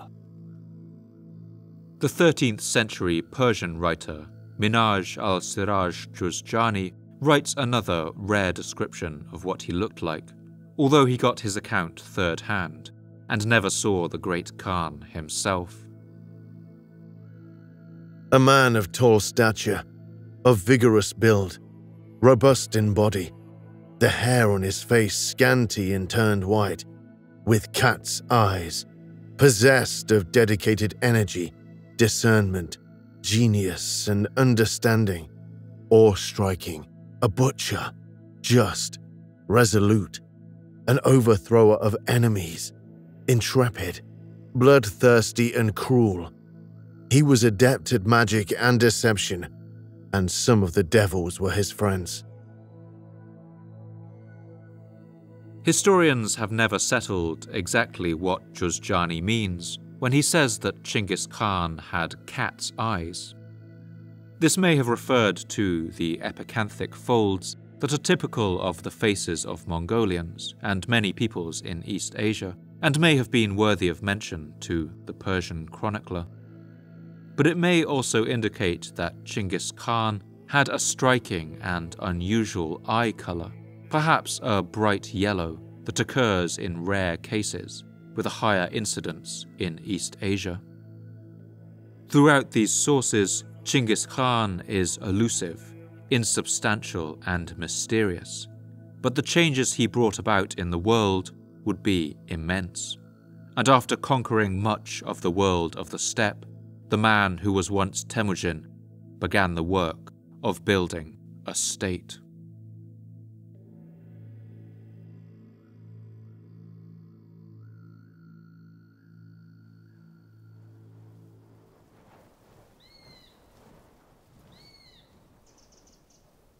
The empire that Chinggis Khan would forge, he would call the Yeke Mongol Ulus, or the Great Mongol State. But he also referred to it informally and affectionately as the people of the felt walls, referring to the felt tents that characterized the nomadic way of life. The empire was a vast confederation, covering a land area roughly the size of Western Europe, and comprising at least 1 million people, and probably 20 million herd animals. But it was an empire of grass, an empire without cities, without governors or administrators. To make sense of this organizational nightmare, Chinggis Khan embarked on a dramatic restructuring of Mongol society. He would tear out the old system of clan loyalties and replace it with one based around the military. He organized his warriors according to an old decimal system that had been used for centuries on the steppe, going back to the time of the Xiongnu. His soldiers were placed into squads of 10 men called an arban, who lived together and fought as brothers. These squads were typically led by the eldest man. 10 of these arban joined together to make a zagun, or 100 men, and these 100 voted to choose its leader. 10 zagun made a mingan, or 1,000 men, and 10 mingan made a tumen, an army of 10,000 Mongol horsemen. This was considered to be a practical size, large enough to be effective in battle, but not so large that it could not move quickly or ran into problems with supply. The leaders of these tumen were chosen by Temujin personally. In this way, the old messy clan system, which had fostered infighting and backstabbing, had been replaced by a regimented system that promoted coordination and cooperation. The Persian scholar Atamalik Juvaini, writing in the service of the Mongols in the 1250s, gushes about the great success of these reforms. God Almighty in wisdom and intelligence distinguished Genghis Khan in alertness of mind and absoluteness of power, and exalted him above all the kings of the world, so that all that had been recorded touching the ways of the pharaohs and Caesars was by Genghis Khan invented from the page of his own mind. He established a rule for every occasion and a regulation for every circumstance, while for every crime he fixed a penalty. Every Mongol of all ages and genders were now required to give 1 day a week of public service, either in the army or working on public projects. These could be herding animals and collecting milk, gathering dung for fuel, or making felt from wool. Sometimes their service could simply be to serve food at a feast, or to sing and entertain the troops. Genghis Khan worked to end the feuding that had for centuries defined the harsh reality of Mongol life. Previously, the only justice on the steppe was the vengeance you could exact on those who wronged you, which had the tendency to bring about cycles of reprisal and violence that echoed down the generations. But Temujin introduced a series of laws that he would call the Great Law, or Yasa. Since the Mongols had no written script, they adopted the writing system of the nearby Uyghur people and copied these laws down in a series of books with bright blue bindings, as the Persian scholar Juvaini recalls. These rolls are called the Great Book of the Yasa, and are kept in the treasury of the chief princes. Whenever a Khan ascends the throne, or a great army is mobilized, or the princes assemble and begin to consult together concerning affairs of state and the administration thereof, they produce these rolls and model their actions thereon. Each one of the new laws that Genghis Khan wrote seemed to be directly influenced by his own experiences in earlier life.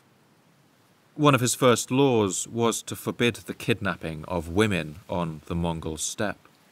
He had come close to losing his wife Bota in this way, and knew the pain of it firsthand, and his own mother Oalun had been kidnapped by his father. In this way, it must have been a deeply personal issue, but kidnapping was also one of the main causes of friction on the steppe, and had sparked countless bitter feuds. Outlawing it completely would bring peace where before there had been only conflict. He also outlawed the taking of other Mongols as slaves. After being kept as a slave by the Tayechut, this issue seems to have arisen from his own bitter memories, although there would be no law against taking slaves from other steppe peoples. He also outlawed the theft of animals and brought in regulations on when people could hunt, banning hunting throughout the breeding season so that stocks of game animals would not become depleted.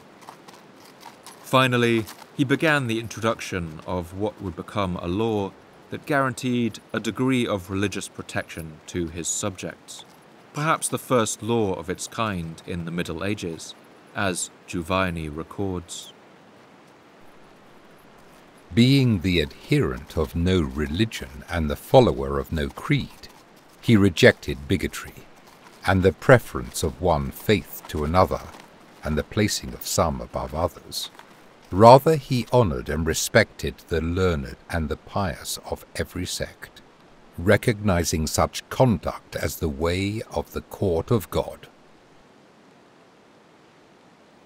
These laws may sound idealistic to us today, but they were also pragmatic. Religious conflicts could cause ruptures between different families and clans, and damage the cohesion of the empire. But now all the steppe peoples, whether Muslim, Christian, Buddhist, or like him a worshipper of Tengri and the great blue sky, would all share equal protection under the law. Certain religious practices, like the slaughter of halal meat, were outlawed, sometimes on penalty of death, so it has been contested how much we can really call this religious freedom, but it was still a radical new vision for what kind of state the Mongol Empire could be.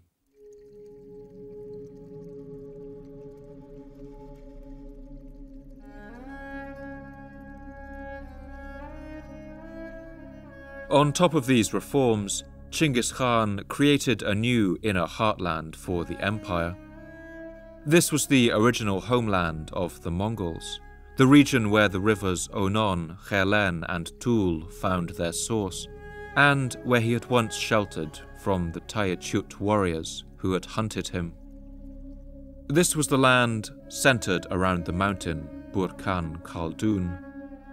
Only members of his close family and inner court were allowed to venture into this private land, and it was here that Mongol royalty would bury their dead for centuries to come.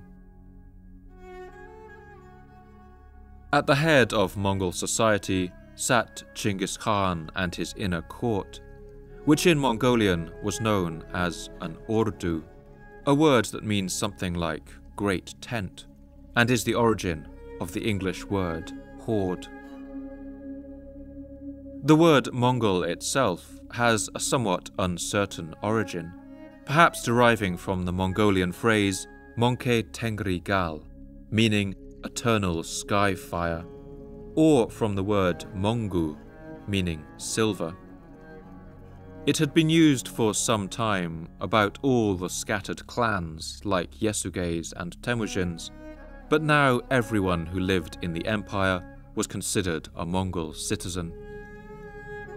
But much to the Mongols' frustration, they struggled to get anyone outside of the steppe to call them by that name. For much of their history, people in China, Persia, the Middle East and Europe all insisted on calling them by the name of what had been, up until then, the largest and most powerful of the steppe peoples, the Tatars. They did this sometimes out of calculated disrespect, and sometimes out of genuine confusion, and despite Mongol insistence that they were not Tatars, but Mongols, the name stuck.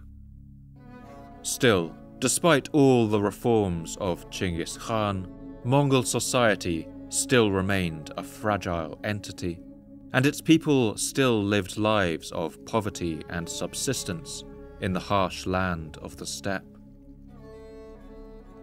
Chinggis Khan knew that his people would remain united only as long as they had an enemy to fight together, and if no such enemy arose, they would return to their old ways, fight one another, and tear his new empire apart.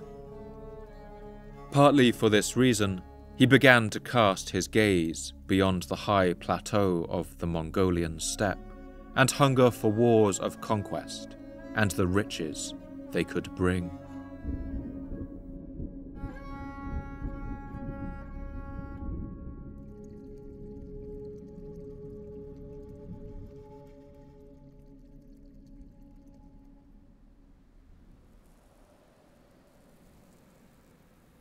While the Jin and Sung divided the river plains of China between them, there was a third smaller kingdom to their west, known as the Western Xia.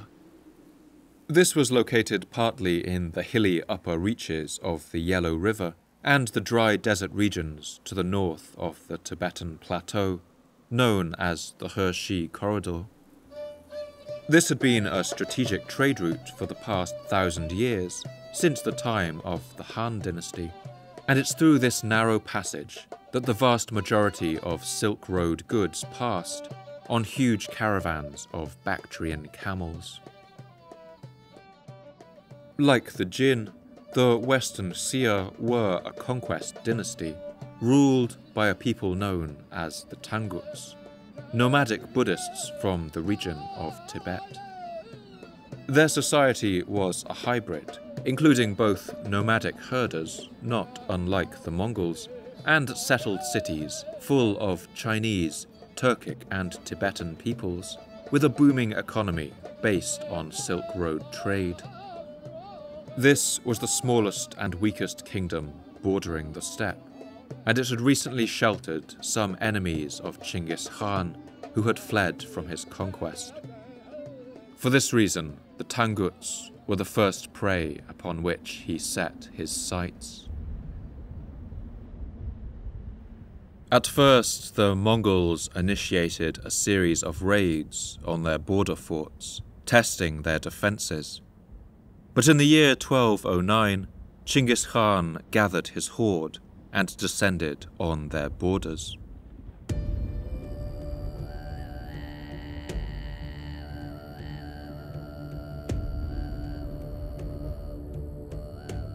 When they got news that the Khan was marching on their lands, the Tanguts sent out messengers, begging for help from their neighbours, the powerful Jin and Sung dynasties in the south. But neither the Jin nor the Sung sent any aid. The ruler of the Jin dynasty, known as Prince Shao of Wei, is even recorded to have sent the following dismissive reply. It is to our advantage when our enemies attack one another. Wherein lies the danger to us? As we will see, this pattern would repeat itself in almost all the lands that the Mongols arrived in. At various points, a coordinated and united response might have stopped their advance, but everywhere, local rivalries prevented anyone from uniting against them. In the desert regions, the Mongols easily overwhelmed the Tangut armies, but the walled cities of Western Xia proved to be a much greater obstacle. The Mongols had no siege equipment, no ladders or battering rams, no catapults or engineers, and so all they could do was surround the fortresses, gaze up at their towering walls, and try to starve the Tangut people into surrender. This was highly unpalatable for Mongol warriors, who delighted in moving quickly, striking fast, and always finding new grasslands for their horses. The Mongols encircled the Tanguts in their capital of Yinchuan, but it was a powerful fortress, guarded by an army of 150,000 soldiers. At the sight of the Mongol army, the Tanguts simply disappeared behind their walls and refused to be baited out for battle. In an act of desperation, at one point the Mongols even attempted to dam the Yellow River in the hope of redirecting it into the city, flooding it and undermining the foundations of its walls. But the river instead flooded the Mongols' camp. Still, the Tanguts had had enough of the destruction, and soon sued for peace. The secret history of the Mongols records their plea to the great Khan. Хаан Чингис соёорхвол хамаг тангууд улс өндөр дээрснээ нөмөрд өсөгсөн олон тэмээг. If Chinggis Khan shows us favor, Then we, the Tangut people, shall bring forth many camels reared in the shelter of the tall feather grass. We shall weave woolen material and make satin, and then we shall give them to you. Training falcons to fly loose at game, we shall gather them, and all the best ones we shall send to you. Арга жидлаар сургасан анж шонхор шуудын аль сайныг нь хүргэе. Sources in southern Sung China recorded the subjugation of the Tanguts with a mixture of contempt and amusement. From their perspective, a hated rival had been bested by mere barbarians. The Sung writer Li Xinchuan records this event with a sneer. The Black Tartars became increasingly powerful. Having gradually unified the clan lands, they then raised a great army and attacked Hershi. Within several years, all the districts and prefectures of Hershi had been sacked. They even forcibly carried off a false princess of the Xia kingdom in departing, and the Xia actually had to serve them as vassals. In the decades that followed, the situation would not seem so amusing to the Sung. The conquest of the Western Xia had proven the effectiveness of the Mongol war machine, but it had also exposed a number of glaring weaknesses. Walled cities had frustrated and slowed the Mongol advance, and it became clear that if they hoped to tackle even larger prey, something would have to change. One Chinese writer, Su Ting, records how the Mongol conquest of the Tanguts set the stage for ever greater expansion. The Tartars in the beginning were primitively ignorant and lacked even a single of the known crafts. Only later, when they conquered the Westerners, did they begin to have products, craftsmen, and mechanisms. The craftsmanship of the Westerners is extremely refined. Especially fine are their instruments of siege warfare. But the Tanguts simply ruled over the trade corridor that transported the goods from east to west.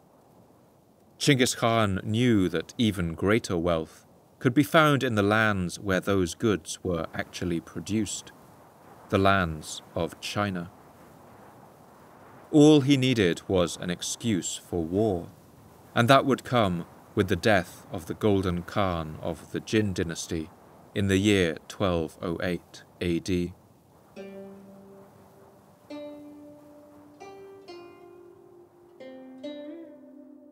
When the old Golden Khan of the Jin died, his young son, Prince Shao of Wei, took the throne. This young man had heard of the rise of Chinggis Khan to the north of the Gobi Desert, the mysterious character who had united the peoples of the steppe. But it had so far not particularly troubled him, other than the annoying fact that this new ruler had stopped paying him tribute. The new Golden Khan ruled a sprawling empire of more than 50 million people, perhaps the most populous and powerful in the world at the time.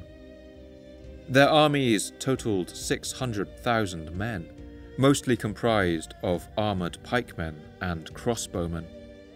They commanded perhaps the most technologically advanced forces on Earth, even experimenting with early gunpowder weaponry. And on top of that, their steppe roots in the region of Manchuria meant that they still fielded a mighty cavalry force of more than 150,000 horsemen, dispersed as cavalry divisions among their various armies. The Mongols looked weak in comparison.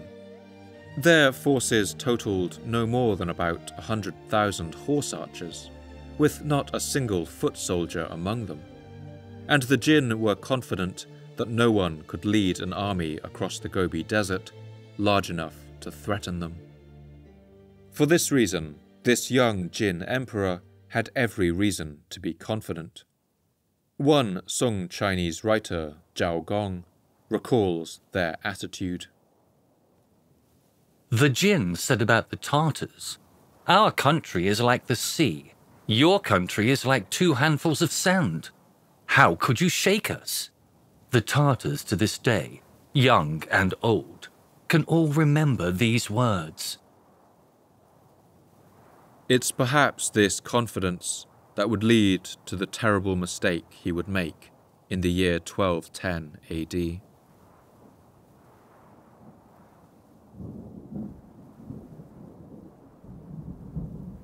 Every new emperor began his reign by sending out envoys to the empire's subjects, those kingdoms and peoples who had sworn allegiance to his father, to ask them to swear loyalty to him in turn, and recommit to whatever tribute they had previously been paying. As part of this process, he sent one envoy across the Gobi Desert to demand that their previous Juyin border guard, Genghis Khan, come south and make a gesture of loyalty and submission to the new Golden Khan of the Jin. When the envoys arrived, they would have met with Genghis Khan, who was now nearly 50 years old. If he had ever seen the value in bowing and scraping to the lords of the south, those days were now very much behind him. When the Chinese envoys met him, they asked him to send word of his submission to the Jin. The later Chinese source, the Yuan Shi, describes what happened next.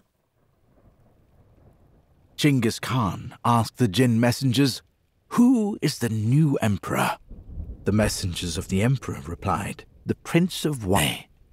Genghis Khan turned his face to the south, spat in that direction, and said, "I thought that the emperor of the Middle Kingdom should be a man blessed by heaven.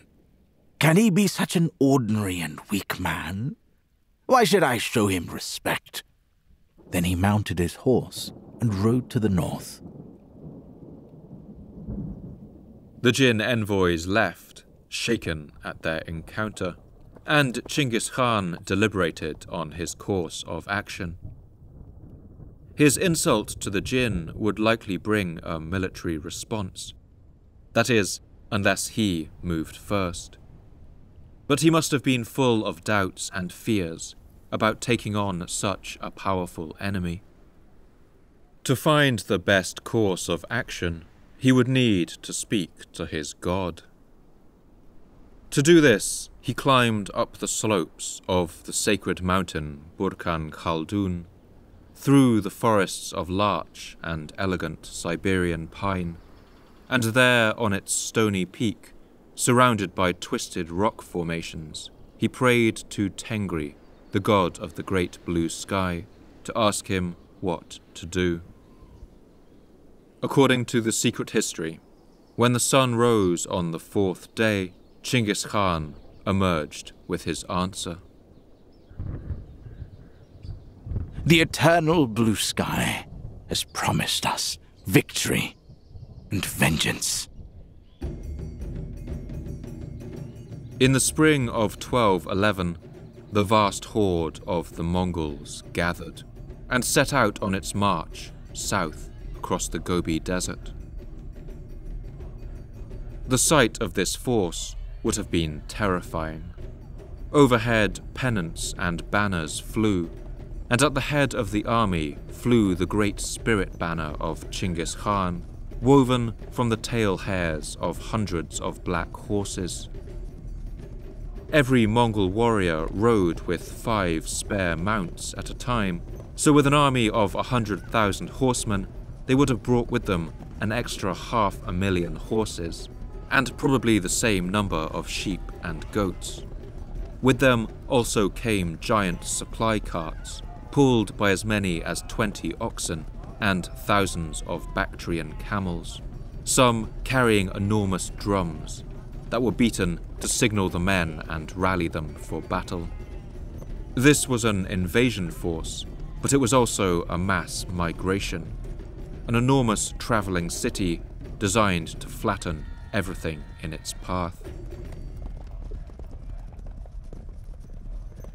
The people who would have stood and watched this pandemonium approaching across the desert in a great cloud of dust were known as the Ongut. They were a desert people that for years had been serving as Juyin border guards for the Jin, keeping their empire safe from steppe raiders.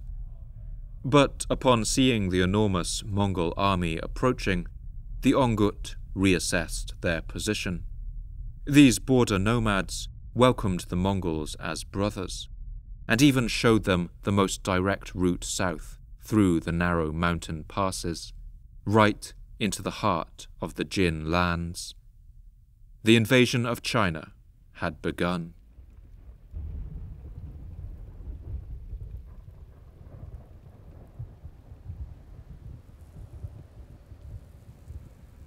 The Mongols' strategy was always to attack in multiple places at once, sowing maximum fear and confusion, and giving the appearance that their forces were much more numerous than they were. For this reason, while Chinggis Khan led his forces in the west, his general Jebe led an army into the east. The Sung Chinese writer Zhao Gong describes what happened next. Temujin, indignant over their bullying and insults, invaded the frontier. The frontier prefectures were all conquered, and their people killed. The Mongols took these border forts, and then crossed through the mountains. They first met Jin resistance at a place called Badger's Mouth Pass, and there they smashed the Jin army sent to face them.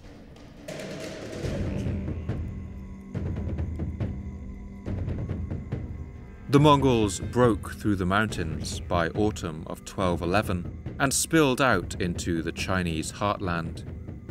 For the next 3 years, the Mongols pillaged the entire North China plain, and for much of this time, the Jin were powerless to stop them.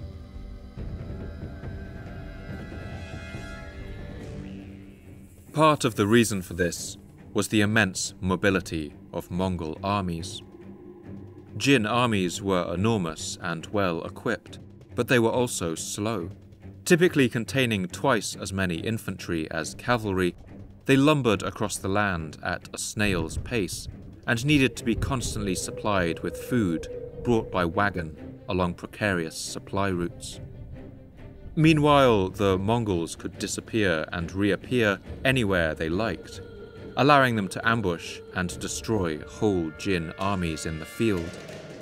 And everything the Mongols needed, they brought with them. Their horseback armies lived on milk and meat from their animals, and in times of difficulty would even open up a vein on their horses' necks and drink the blood directly from their mounts. They would place strips of raw meat under their saddles in the morning, so that the flesh was tenderized throughout the day of riding, so that it could be eaten raw in the evening. In this way, they could camp without lighting fires that would give away their position to enemy scouts. One Jin officer, Tu Shanyi, gave the following appraisal of the desperate situation. Since the Mongolian army is on horseback, it goes into the plain in only one body. But we defend ourselves divided. Our defeat is certain.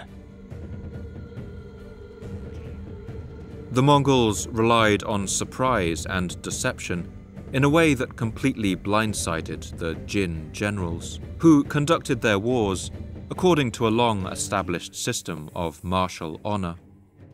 One Sung Chinese writer named Peng Daya describes their array of inventive and unscrupulous tactics. The Tartars do things that are not addressed in the ancient techniques. If the enemy puts up a strong defense, that all the Tartars' plans fail to penetrate, they drive cattle at them, or lash wild horses toward them, using animals to disturb the enemy's ranks. Seldom does it fail to defeat them. When their own troops are few, sometimes the Tartars will drag branches behind them, making dust rise to the heavens, and leading the enemy to suspect that their troops are many. When victorious, they dog the enemy's tail until the last man is killed, not permitting any to escape. But if they are the ones defeated, they scatter in all 4 directions, beyond pursuit. The Mongols had learned how to turn the Jin's great strengths against them. One of these strengths was their large population, and the other their powerful walled cities. But these could also be weaknesses. The Mongols exploited these by borrowing tactics that they had learned hunting animals on the steppe. They would devastate the countryside for miles around, which drove vast numbers of refugees towards the only safe places left, the walled cities. Soon they would be flooded with desperate and hungry people, and their storehouses ran out of food. These mighty fortresses now became tombs from which no one could escape. The Mongols also rounded up huge numbers of peasants from the countryside and forced them to work, filling in defensive ditches and moats, pushing siege engines, and dismantling the city's defenses. Each Mongol warrior was tasked with gathering up 10 peasants for this purpose. The defenders on the city walls were left with the brutal choice of allowing their defences to be destroyed by these unwilling labourers, or using up their arrows to slaughter their own people. The Chinese writer Li Xinchuan describes this ruthless tactic. In the cities, villagers were drafted as soldiers and sent up onto the walls to defend them.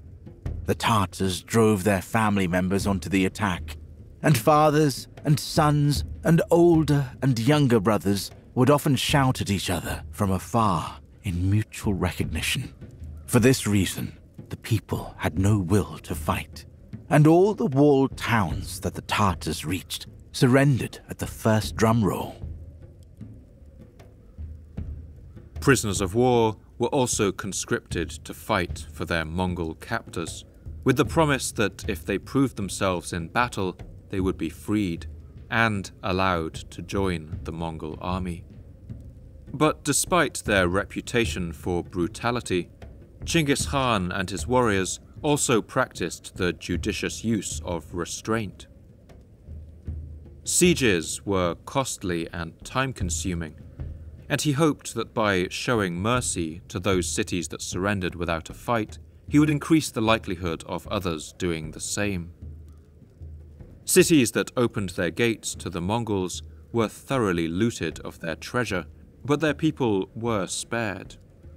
Still, those cities that resisted were slaughtered mercilessly, and in the countryside, the death and destruction was rampant, as Li Xinchuan describes.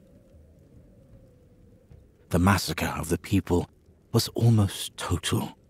Gold, silk, boys, girls, cattle, sheep, horses, and other livestock, all were rolled up like a mat and carried off. Houses and cottages were burned down. The walls and ramparts became deserted ruins.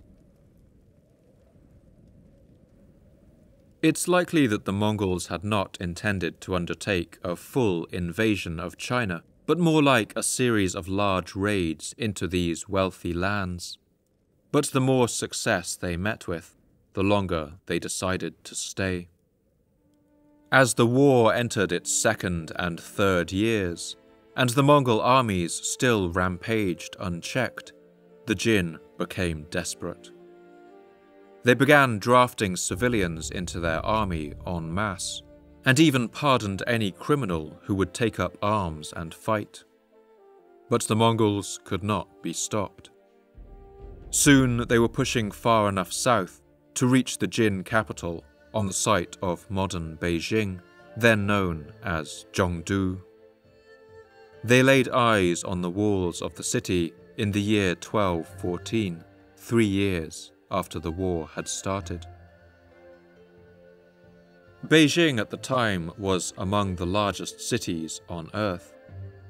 Records show that it had a population of nearly 1 million people and was defended by an 18-kilometer rectangle of rammed earth walls, rising up to 12 meters high, broken by 12 gates and 900 guard towers, ringed by a triple moat.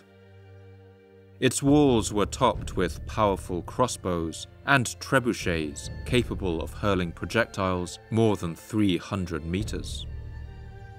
The Mongols laid siege of the city, but had little success in breaking through its defenses. Even for them, this final prize must have seemed like a step too far. They were now dangerously overstretched, a long way from home, and facing some of the world's most formidable fortifications. On top of that, the climate didn't suit them. Summer in this part of the world was hot, and plague was beginning to spread among their army. Their men and horses were exhausted, and they increasingly longed to return to the cool lands of Mongolia. Chinggis Khan sent word to the Jin Emperor that he was willing to accept terms for peace with the following demands for tribute. God has made you so weak that should I further molest you, I fear how heaven would judge me. I am willing to withdraw my army. What provision will you make to still the demands of my officers? Many in the Jin court urged the emperor to keep fighting. They argued that the shame of surrendering to these barbarians would be too great for the dynasty to bear, and the city of Beijing could never be taken while a determined force defended it. But luckily for the Mongols, the political situation in the Jin Empire was rapidly disintegrating. Having lost the confidence of his court after 2 years of failure, the young Golden Khan of the Jin, the Prince of Wei, had been assassinated the year earlier, and his nephew was placed on the throne by a military coup.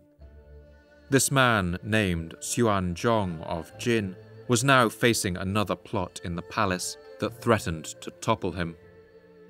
Rather than deal with both the Mongols and his own treacherous courtiers, he decided to finally sue for peace.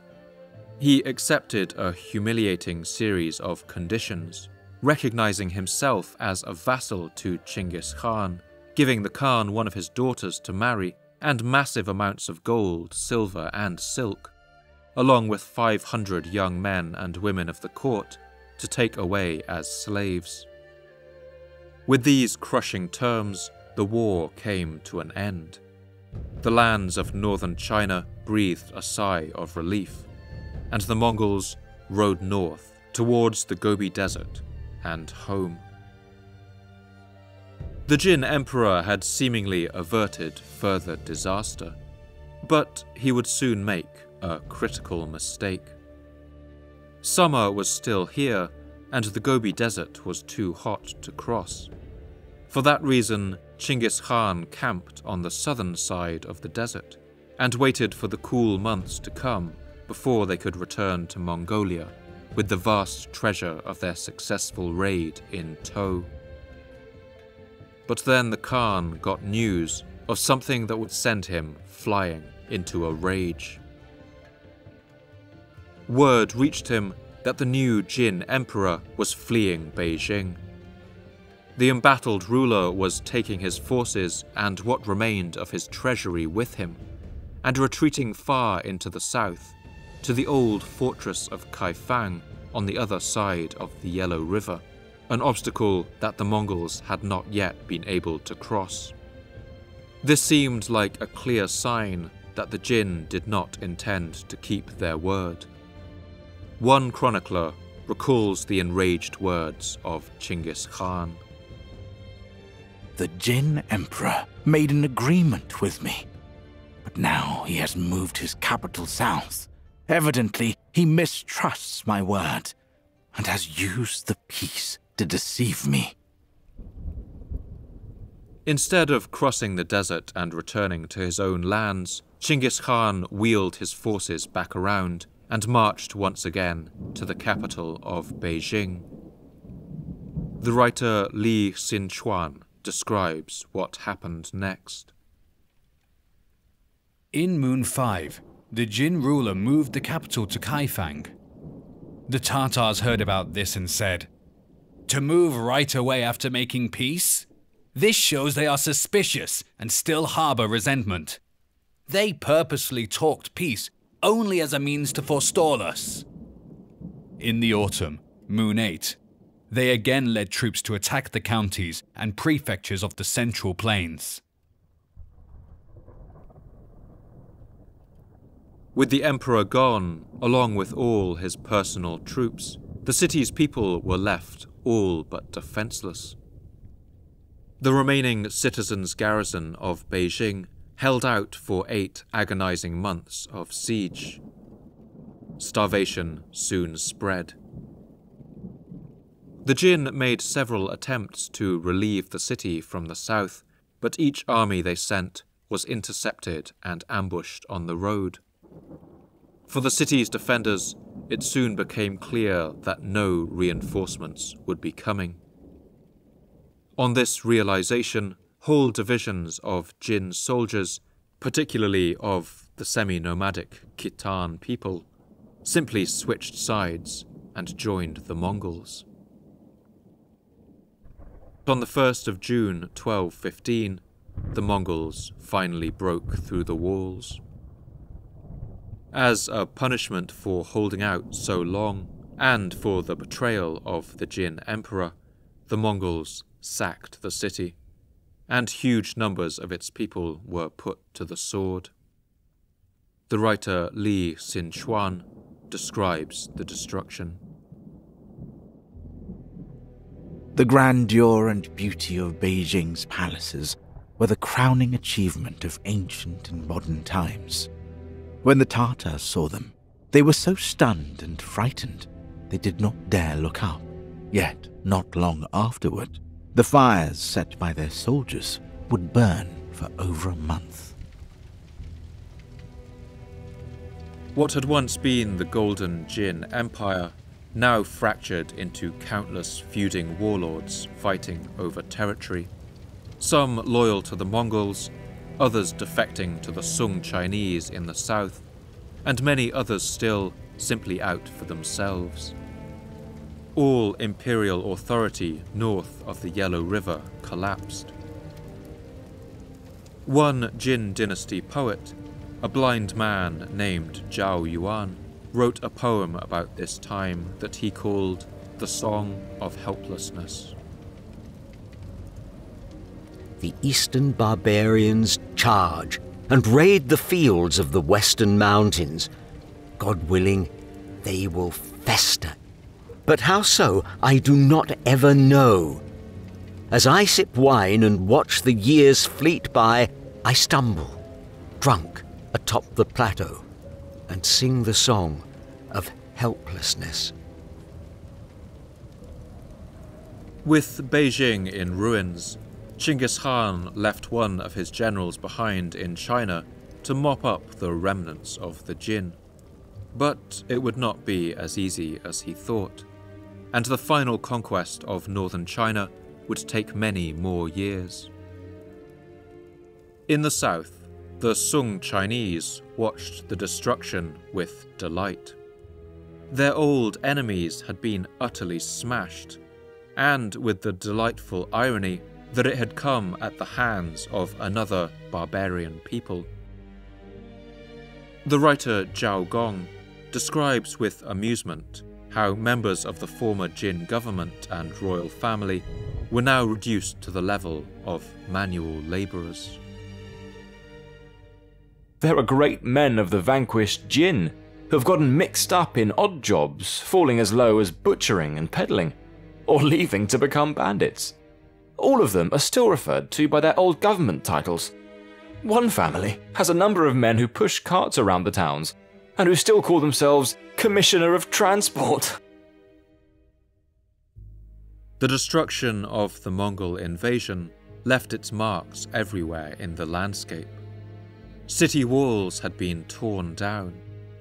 In places, crops had been destroyed, since the Mongols deliberately rode their horses over the fields so that the land could return to pastures for their animals. And the event sent reverberations around the world. Sometime afterwards, a delegation of diplomats travelled to China from the region of Central Asia to investigate what had happened. They arrived at the ruins of Beijing, and the scenes of carnage that they witnessed they later related to the Persian scholar Juzjani, who recounts them like something out of a nightmare. When we arrived near to the seat of the government of the Golden Khan, from a considerable distance a high white mound appeared in sight. We supposed that that white eminence was perhaps a hill of snow, and we made inquiries of the guides and the people of that part about it. They replied, "The whole of it is the bones of men slain." When we had proceeded onwards another stage, the ground had become so greasy and dark from human fat that it was necessary for us to advance another 3 stages on that same road until we came to dry ground again. Through the infections arising from that ground, some of our party became ill, and some perished. When they reached the city walls, they found similar scenes of slaughter. On reaching the gate of the city, we perceived, in a place under a bastion of the citadel, an immense quantity of human bones collected. Inquiry was made, and people replied that, on the day the city was captured, 60,000 young girls threw themselves from this bastion of the fortress and destroyed themselves, in order that they might not fall captive into the hands of the Mongol forces, and that all these were their bones.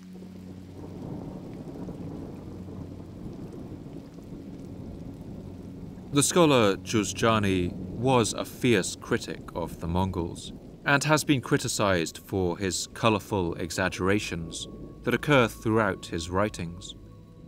He didn't witness these scenes himself and may have exaggerated stories told to him, but either way, it's clear that the destruction of the Jin dynasty left a terrible human toll. When summer ended, Chinggis Khan rode back across the Gobi Desert with all the gold and assorted riches of northern China packed on the backs of his camels, leaving untold suffering behind him. The bounty of silk alone was so great that Mongol soldiers ran out of uses for it.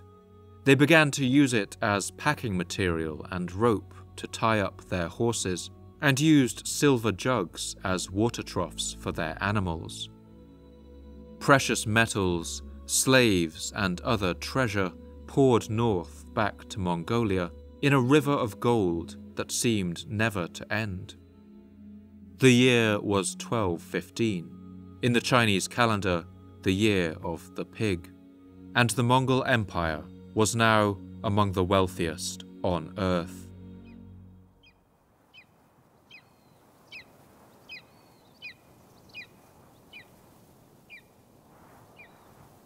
History has remembered Chinggis Khan as a bloodthirsty conqueror, a man hell-bent on subjugating the known world. But in fact, most sources suggest that when he left China, conquest was not the first thing on his mind. In fact, he seemed satisfied. He had made his people wealthier than they had ever dreamed, and destroyed all nearby rivals. He now controlled a vast swathe of territory that covered almost the entire length of the Mongolian steppe, and the Silk Road trade that flowed across it. The Persian scholar Atta Malik Juvayni elogizes this time of relative peace.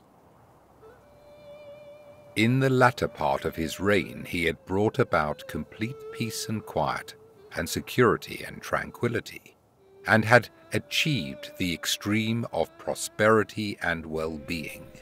The roads were secure and disturbances allayed, so that whatever profit or gain was displayed in the uppermost west or the furthermost east, there merchants would bend their steps. Chinggis Khan's empire now connected the wealthy production areas of Sung China with the rich markets of Persia, Central Asia and the Near East, and he wanted to make the most of this profitable route. When it came to the settled societies that bordered him, he seems to have treated his neighbours not as enemies to be conquered, but as potential future customers. For years now, he had been exchanging diplomatic missions with his neighbours to the west, and in the year 1218, this culminated in the sending of a great trade delegation. This was a caravan of hundreds of Bactrian camels, along with 450 merchants, led by an Indian man named Jafar, who were ordered to head into the west and contact the wealthy empires that existed there in what is today Iran, Turkmenistan and Uzbekistan. With them, they brought an enormous wealth of goods to trade, as Juzjani recounts, with perhaps some of his characteristic exaggeration. Among the rarities and presents that the Chinggis Khan sent was a nugget of pure gold as big as a camel's neck. Also, he dispatched 500 camels laden with gold, silver and silks, beaver furs, sable and elegant and ingenious things of China and the desert regions. This trade delegation was a clear statement of the new empire's power and wealth, all of it looted from the coffers of northern China. It's likely that a large portion of the Mongol elite had invested their treasure in this expedition and had bet heavily on its success. For this reason, Chinggis Khan's reputation among the Mongol lords was also at stake. During the cooler autumn months, this trade caravan travelled for several weeks through Mongolia, across the Altai Mountains, and over the grasslands and deserts of what is today Kazakhstan. Finally, in November, they arrived at the border of what was then the largest Muslim kingdom in the world, the Empire of Khwarezm.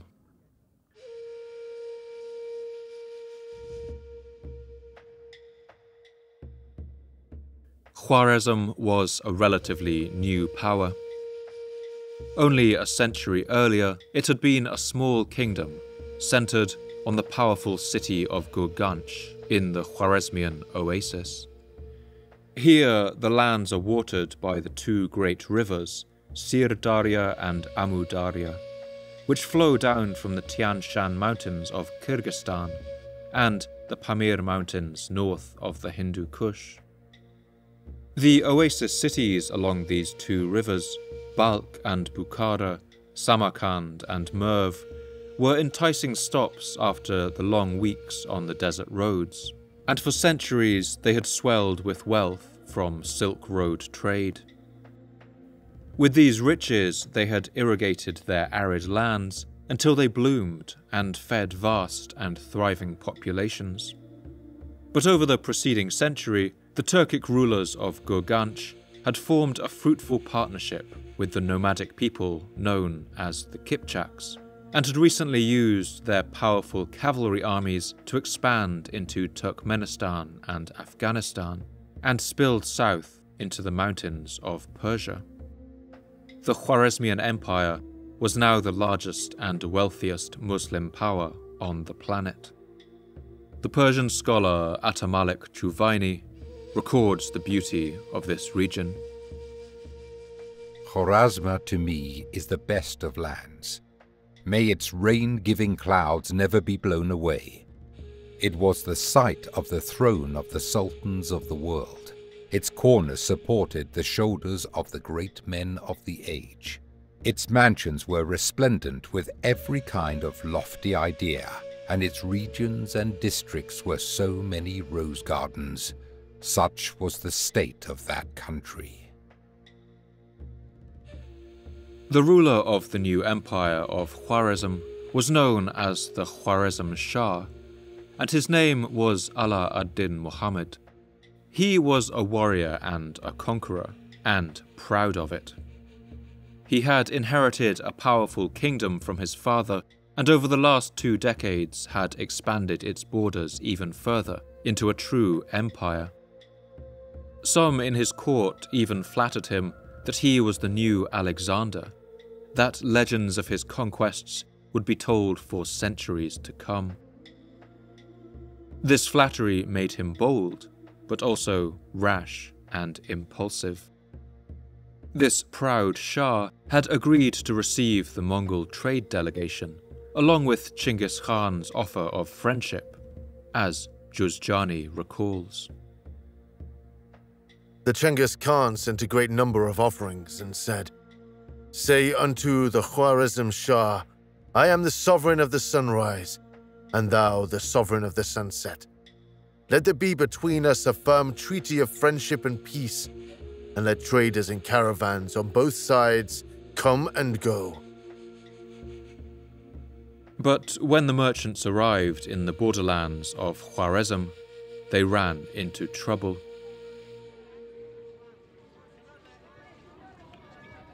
The first Khwarezmian town they arrived in was named Otrar. It sat in the middle of an oasis on the Sir Darya River, and as a crucial junction of several major roads, it was a quintessential Silk Road trading town.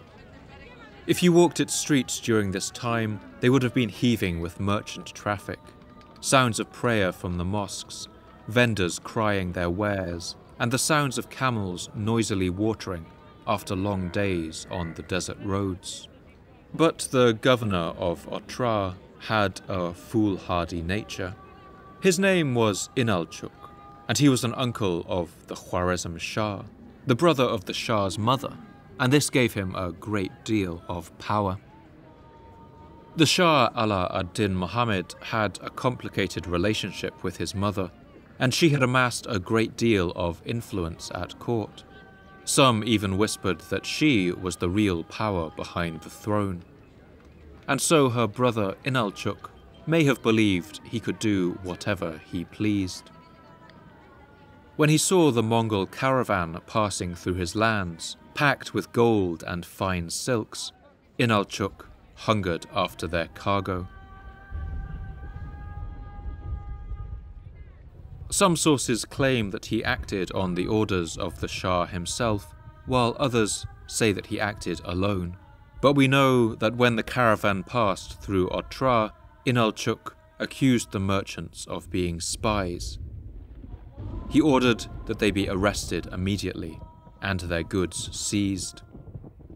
In the struggle, the merchants were killed, and their gold and silks and other goods were taken to the great market town of Bukhara, where they were sold. And the governor, Inalchuk of Otrar, took his cut. He had just become a great deal richer, he might have thought, and what were a bunch of barbarian horsemen 3,000 kilometers away going to do about it? Atamalik Juvaini describes the magnitude of this man's mistake. In executing his command, he deprived these men of their lives and possessions. Nay, rather he desolated and laid waste a whole world. For every drop of their blood there would flow a whole river. In retribution for every hair on their heads, 100,000 heads would roll in the dust at every crossroad. In exchange for every dinar, 1,000 were exacted.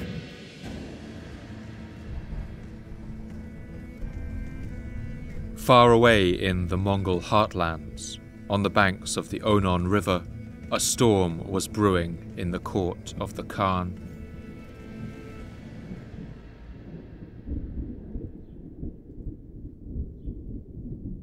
Chinggis Khan was naturally offended when he got word of the attack on his merchants, but he assumed there must have been some mistake. He sent an envoy of 3 ambassadors to seek an audience with the Khwarezm Shah and to ask for his uncle Inalchuk to be handed over for punishment. But the Khwarezm Shah, perhaps feeling his mother breathing down his neck, refused the Khan's demands. And to make matters worse, he attempted what he must have hoped would look like a show of strength. When the Khan's ambassadors came before him, he had one of them killed on the spot. Then he rounded on the other 2. He ordered that their beards be shaved and that they be sent back to Mongolia with their humiliation as an answer to the Khan. When these ambassadors returned to Mongolia with their faces shorn and the Shah's words on their lips, Chinggis Khan's rage was seismic.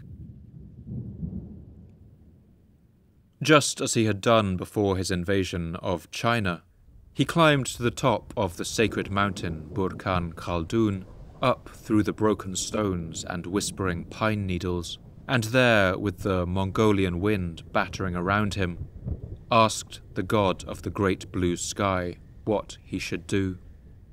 The secret history records what answer he received. These tidings had such an effect upon the Khan's mind that the whirlwind of anger flared up with such a flame that it could be quenched only by the shedding of blood.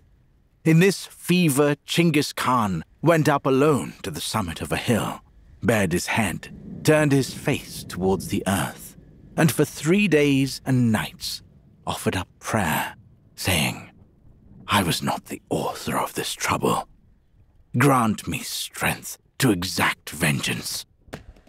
Thereupon he descended from the hill, meditating action and making ready for war.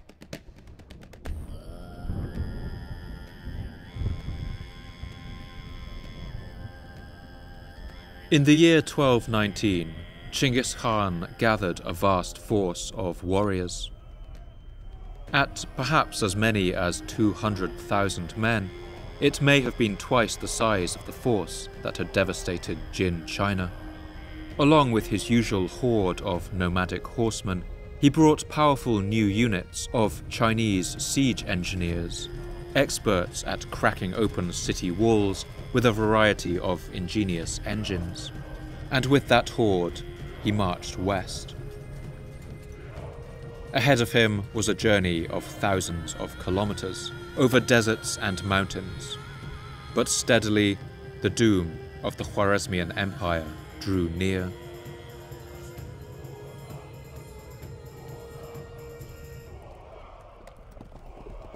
Juvayni describes the sight that the governor of Otrar saw, arriving one day in December in a thunderous cataclysm outside his city walls.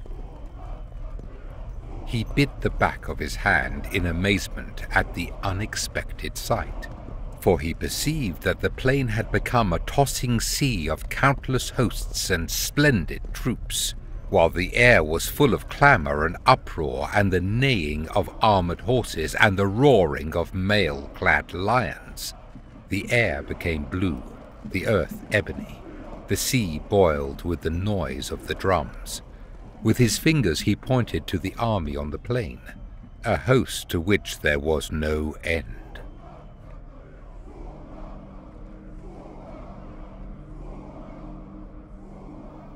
The Khwarezm Shah had expected the arrival of the Mongol forces, but he had dramatically miscalculated the kind of response that Chinggis Khan would give him. He himself commanded a force of perhaps 400,000 men, twice the size of the Mongol armies, and his cities were among the most fortified in the world. He was sure that if he shut up his armies in his great walled fortresses, the Mongols would soon run out of farms to burn and sheep herders to rob, and would eventually go home. But this would not turn out to be the case. The moment the Mongols arrived, their Chinese siege engineers began to build their engines. Otra's defences were formidable, but even these didn't hold out for long.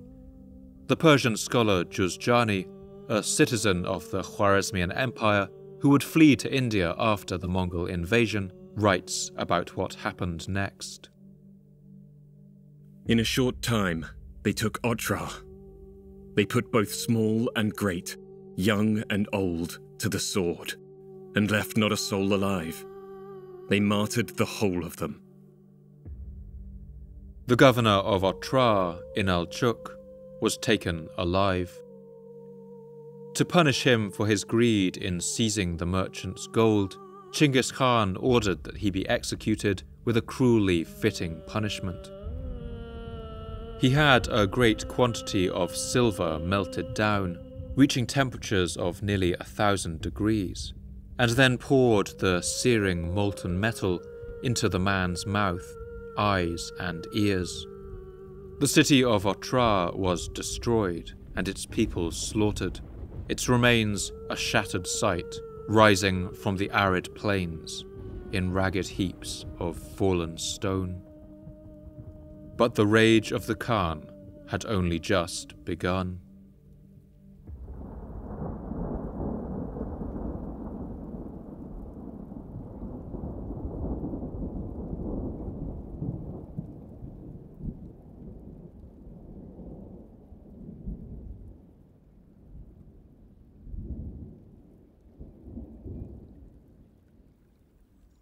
Otra sat on the Sir-Daria River, which formed the northernmost border of the Khwarezmian Empire.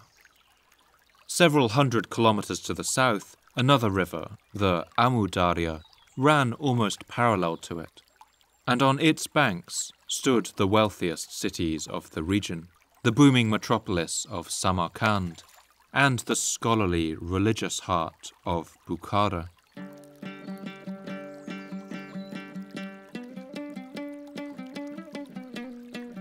The 10th century Iranian author Istakhri, who travelled in the region, provides a vivid description of its pleasant landscape.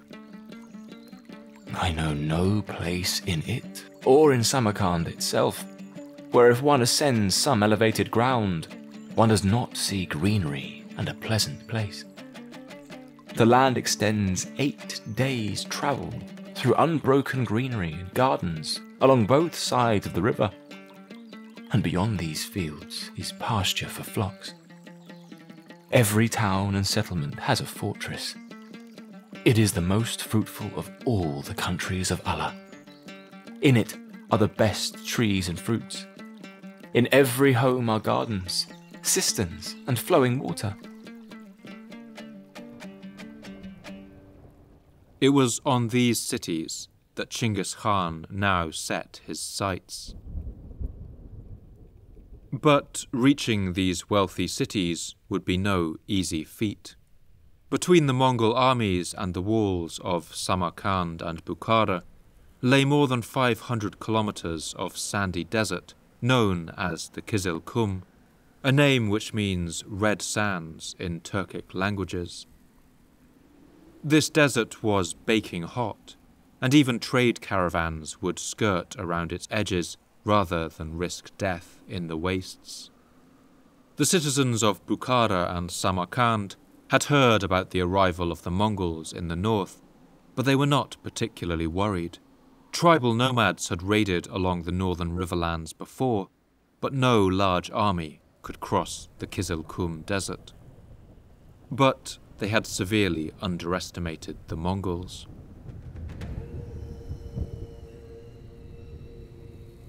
Chinggis Khan left his 2 middle sons, Chagatai and Ogadei, to finish up the siege of Otra, with his eldest son Jochi taking an army north towards the Aral Sea. Meanwhile, he sent 2 small armies southward into the Fergana Valley, with instructions to hunt down and kill the Shah Muhammad. But Chinggis Khan himself, accompanied by his youngest son Tolui, was determined to do what others had considered impossible, to cross the Kizilkum Desert with 30,000 horses and strike right at the heart of the empire, the religious center of Bukhara. The crossing would have been hard. Chinggis Khan employed local men who knew the hidden paths through the wastes and the best time of year to make the journey. In the colder winter months, dew would sometimes form on the ground in certain places, and small plants could grow. With this help, the army successfully made the crossing and arrived on the other side on the 7th of February, 1220. Atamalik Juvaini describes the sight that the citizens of Bukhara saw outside their city walls. In the morning, Chinggis Khan arrived unexpectedly before the town. When the inhabitants, unaware, beheld the surrounding countryside choked with horsemen and the air black as night with the dust of cavalry, fright and panic overcame them, and fear and dread prevailed. His troops were more numerous than ants or locusts, being in their multitude beyond estimation or computation. Detachment after detachment arrived, each like a billowing sea, and encamped round about the town. At the sight of this force, the 20,000 or so soldiers stationed at Bukhara lost all hope of defending their city. When night fell, they attempted to flee under cover of darkness, but the Mongols spotted them and simply chased them down on the plains. By the light of the moon, the Mongol horsemen hunted and killed every single soldier, as though chasing deer on the steppe. The city of Bukhara surrendered within 3 days and opened its gates, with only a determined corps of soldiers holed up in its inner citadel. Intriguingly, it's in this moment that we have the only purported instance of Chinggis Khan ever setting foot inside a city. Usually when it became clear that a settlement was about to fall to his soldiers, the Khan would leave one of his generals to loot the place, while he would return to his camp and his felt-walled tent, his job done. It's clear he had a powerful distaste for cities and for anyone who would voluntarily imprison themselves within their walls and foul-smelling streets. But when Bukhara opened its great gate, the Persian sources describe him riding into its streets. Bukhara was one of the religious centers of the Muslim world at the time, and its reputation was known far and wide. But the Khan likely hated what he saw. We can imagine him wrinkling his nose at the pungent aromas of the medieval city, the rats scuttling through the sewers and fish markets and tanneries, the clouds of flies circling over rotting midden heaps and dunghills, all of it so different to the fresh, open grasslands that he knew and loved. He went straight to the largest and grandest building, the great mosque of the city, which was famed across the Muslim world for its size and opulence. This, he assumed, must be the house of the king, as Atamalik Juvaini recounts. Chinggis Khan asked those present whether this was the place of the Sultan. They replied that it was the house of God. Then he too got down from the horse and, mounting 2 or 3 steps of the pulpit, he exclaimed, "The countryside is empty of food. Fill our horses' bellies." And the Mongols brought the cases in which the Qurans were kept out into the courtyard of the mosque, where they cast the Qurans right and left and turned the cases into mangers for their horses.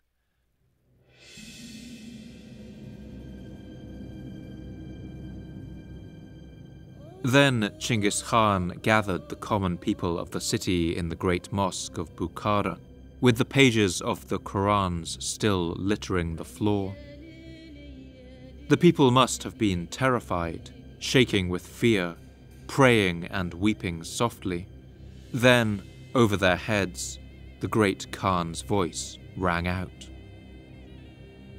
He mounted the pulpit in the festival prayer space and said, "O people, know that you are great sinners, and your leaders are at the head of the pack in sin. You ask me why I say this. I say it because I am the scourge of God. If great sins had not been committed by you, the great God would not have sent you one like me as a torment." We don't know if this event truly took place as Giovanni describes. He was not old enough to witness it himself, but may have heard it second-hand. Or perhaps this episode was an invention of the writer, designed to make sense of what happened and explain the destruction of the Mongol invasion in terms that his Muslim readers could understand, as a judgment of God. But either way, we know what happened next.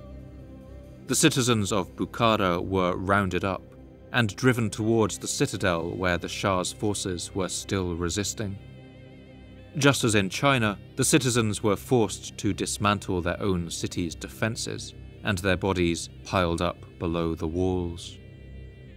Against this onslaught, the citadel of Bukhara didn't last long. Chinggis Khan now wielded an army that combined the strength and mobility of the steppe warrior with the technological ingenuity of the Chinese. The combination was terrifying, as Giovanni describes. On the outside, catapults were erected, bows bent and stones and arrows discharged, and on the inside, ballistas and pots of naphtha were set in motion. It was like a red-hot furnace fed from without by hard sticks, while from the belly of the furnace sparks shoot into the air. For days they fought in this manner. When the citadel finally fell, Chinggis Khan ordered the city walls to be demolished utterly, and all the soldiers inside were slaughtered. But in return for their speedy surrender, the citizens of the wider city were spared. Giovanni recalls the simple proposition he offered to the Khwarezmian people. Let the emirs and great ones, and the numerous common people, know this, that all the face of the earth, from the going up of the sun to his going down, I have given unto the Khan. Whosoever shall submit, mercy shall be shown to him and to his wives and children and household. But whosoever shall not submit shall perish together with all his wives and children and kinsmen.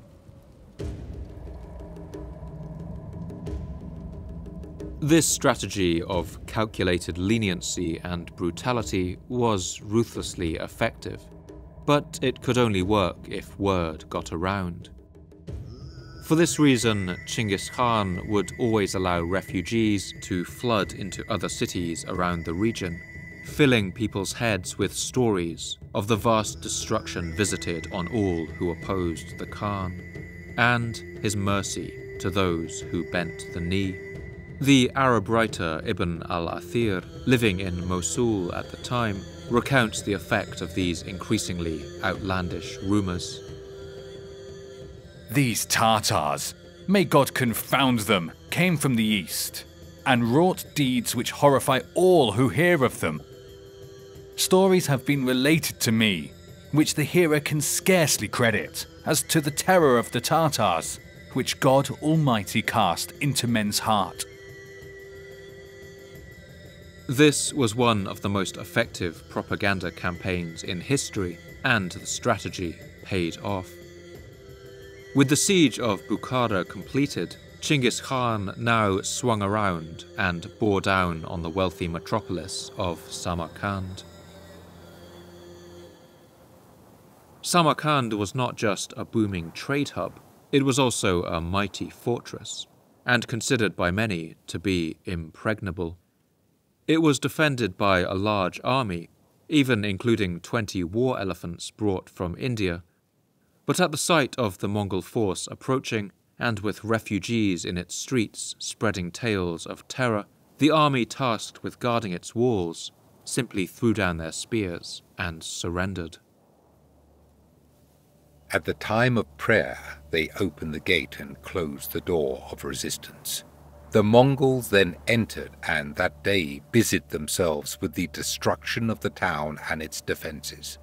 The inhabitants drew their feet beneath the skirt of security, and the Mongols in no way molested them.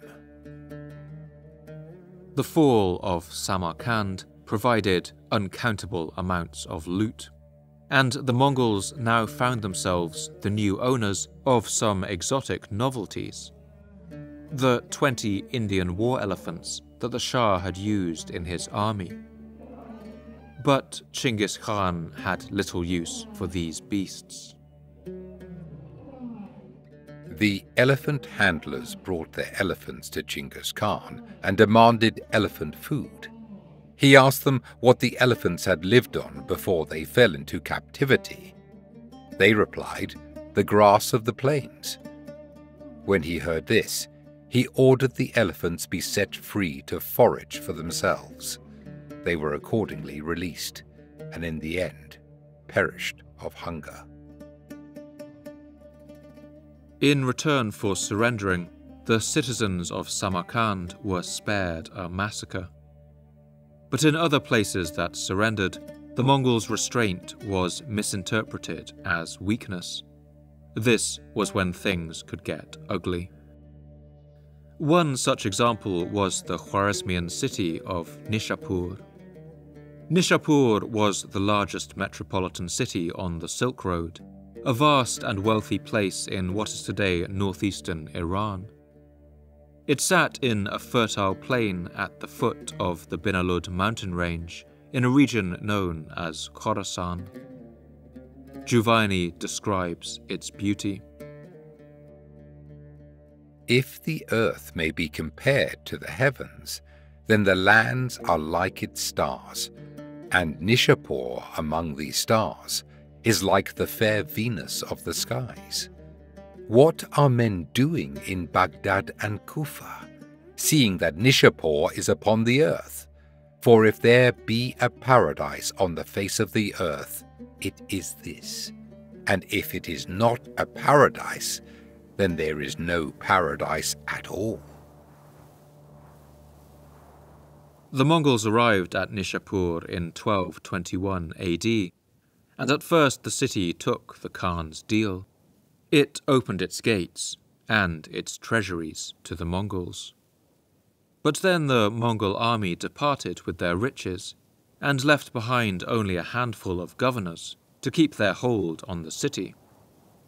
The citizens of Nishapur took this withdrawal as a sign that the Mongols didn't intend to hold it. They soon revolted, killed the small number of Mongol governors, and locked their gates. When they got word of this, the Khan's armies swung back around and laid siege to the city. Still, its fate was not entirely sealed. That was until a single arrow flew down from the city walls and struck one of the Mongol attackers, killing him. Unfortunately for the people of Nishapur, he was the husband of one of Chinggis Khan's daughters, the great Khan's son-in-law, a man named Tokachar. Until the third day they fought fiercely from the tower of Karakush and discharged quarrels and arrows from the walls and ramparts. By an evil chance which was to be the bane of all that people, an arrow was let fly whereby Tokachar fell lifeless, the townsmen having made an end of him without recognizing his person.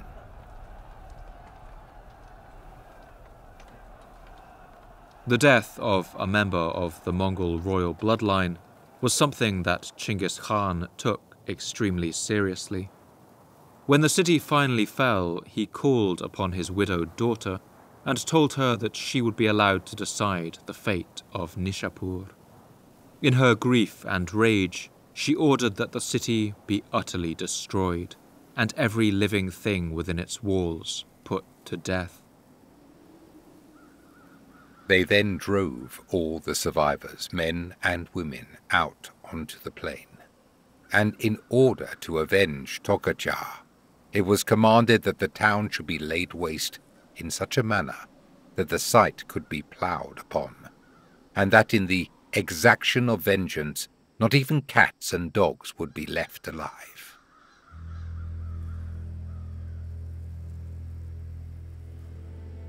The destruction of the city was total, and the vengeance of the Khan remorseless in its totality.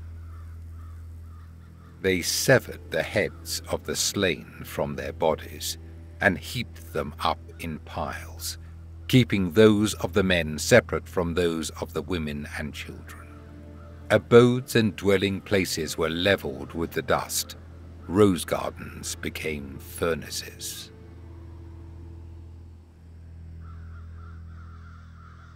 After the fall of the empire's most powerful fortress of Samarkand, the Khwarezmian Shah truly began to panic.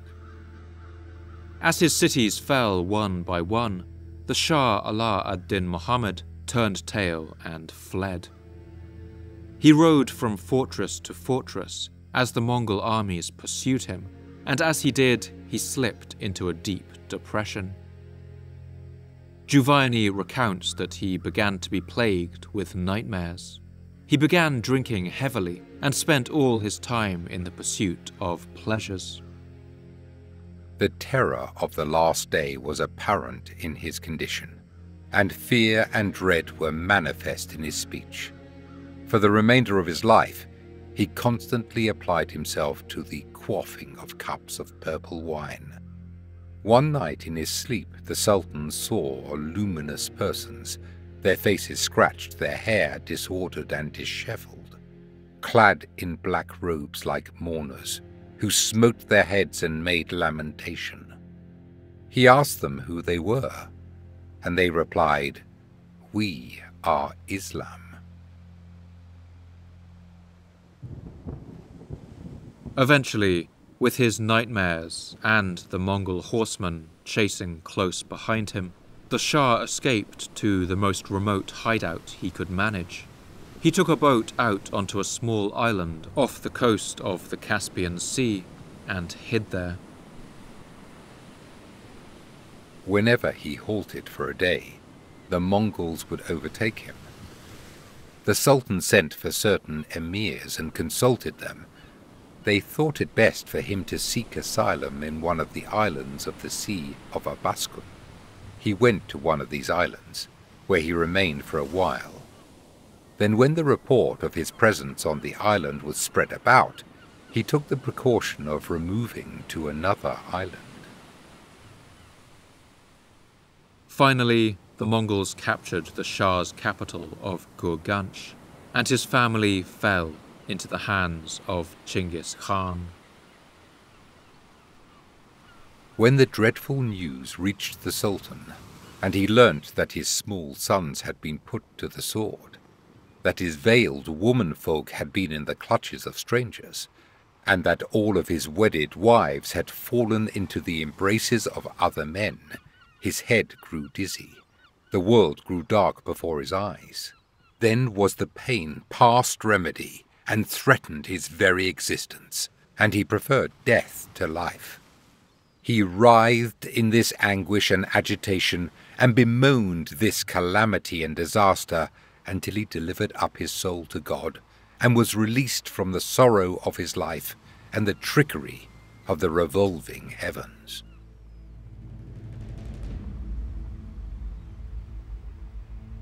Alone on his tiny island, the Shah of the Khwarezmian Empire, Ala ad-Din Muhammad, died, possibly of dysentery, in the year 1220. He was buried wrapped in a torn white shirt for a shroud. His empire, now utterly destroyed, passed into the hands of the Mongols. His eldest son, an accomplished warrior named Jalal ad-Din, evaded capture and led a sizable force south in the direction of India, where he intended to continue his resistance. But he was finally caught by the pursuing Mongol force in the autumn of 1221, and his army was utterly destroyed. Legend has it that Jalal ad-Din only escaped death by leaping his horse into the Indus River and swimming for safety across the rushing torrent of its waters.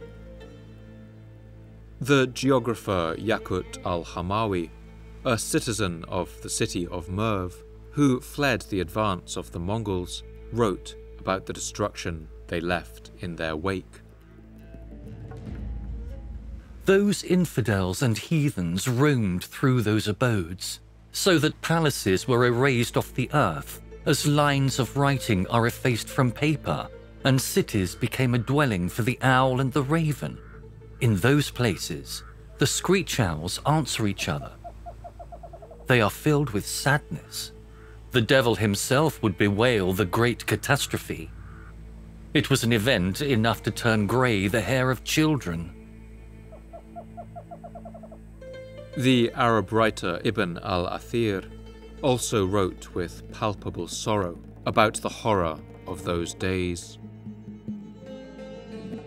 With one stroke, a world which billowed with fertility was laid desolate, and the regions thereof became a desert, and the greater part of the living, dead and their skin and bones, crumbling dust, and the mighty were humbled. For some years, I continued averse from mentioning this event, deeming it so horrible that I shrank from recording it. Oh, would that my mother had not borne me, or that I had died and become a forgotten thing before this bevel. Nay, it is unlikely that mankind will see the like of this calamity until the world comes to an end and perishes.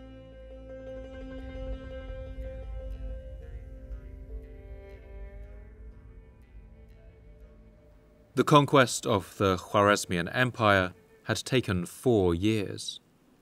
It had wiped some of the world's largest cities off the map and cost countless lives. And by the end of it, Chinggis Khan's empire was the largest that the world had ever seen.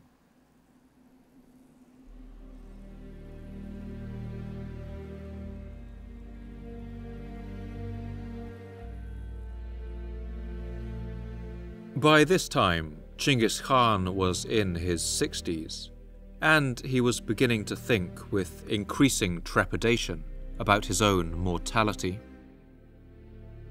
During his campaign in Persia, he invited a Chinese Taoist monk named Master Chang Chun to visit him, in the hopes that this wise man might have some answer about how a man could live forever.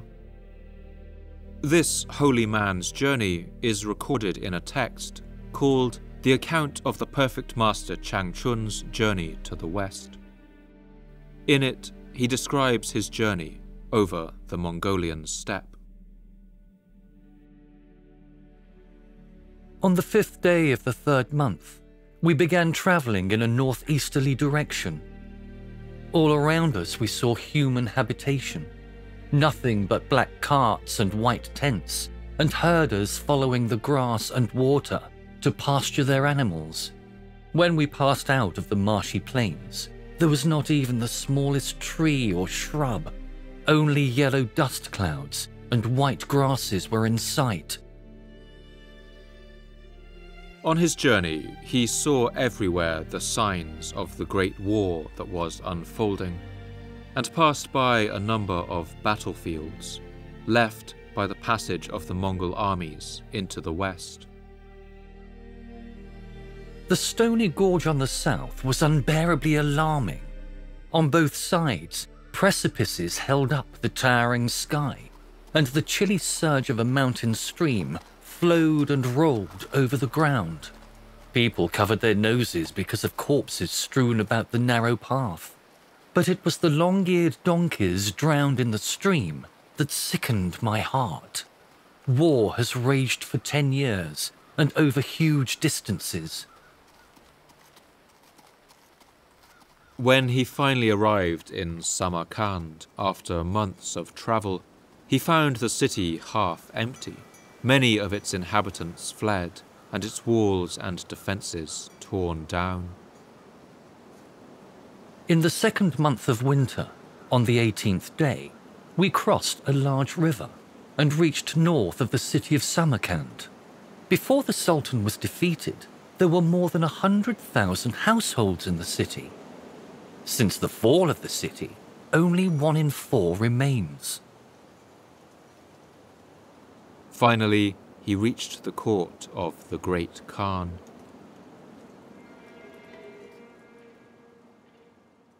When he arrived, Chinggis Khan had one question on his mind. Refreshments and drinks were served, and then the emperor asked, "Now that you have come all this way, what secret elixir for long life can you provide me?" But the Taoist master would disappoint him. The master replied, "There is the way of good health, but I can give you no elixir for long life." His Majesty appreciated the master's candour and ordered 2 tents to be erected to the east of his residence in which we would stay.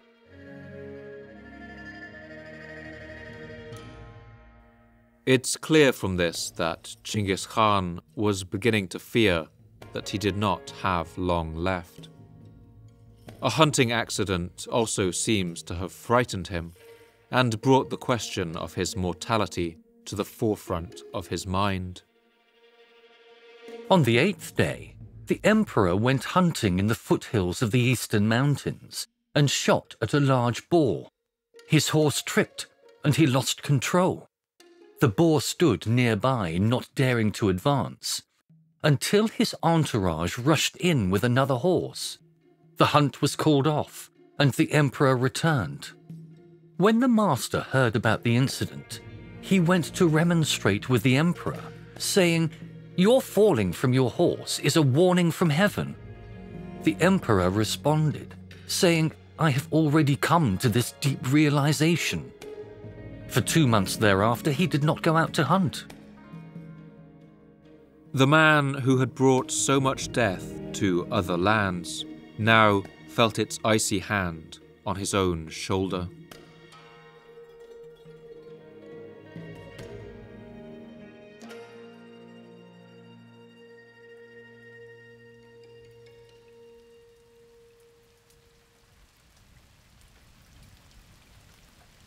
Chinggis Khan's concern wasn't just for his own life. Now, in his 60s, he began to realize too late that he had not sufficiently prepared for the inevitable question of his succession. He would pass on to his heirs the largest land empire that history would ever know.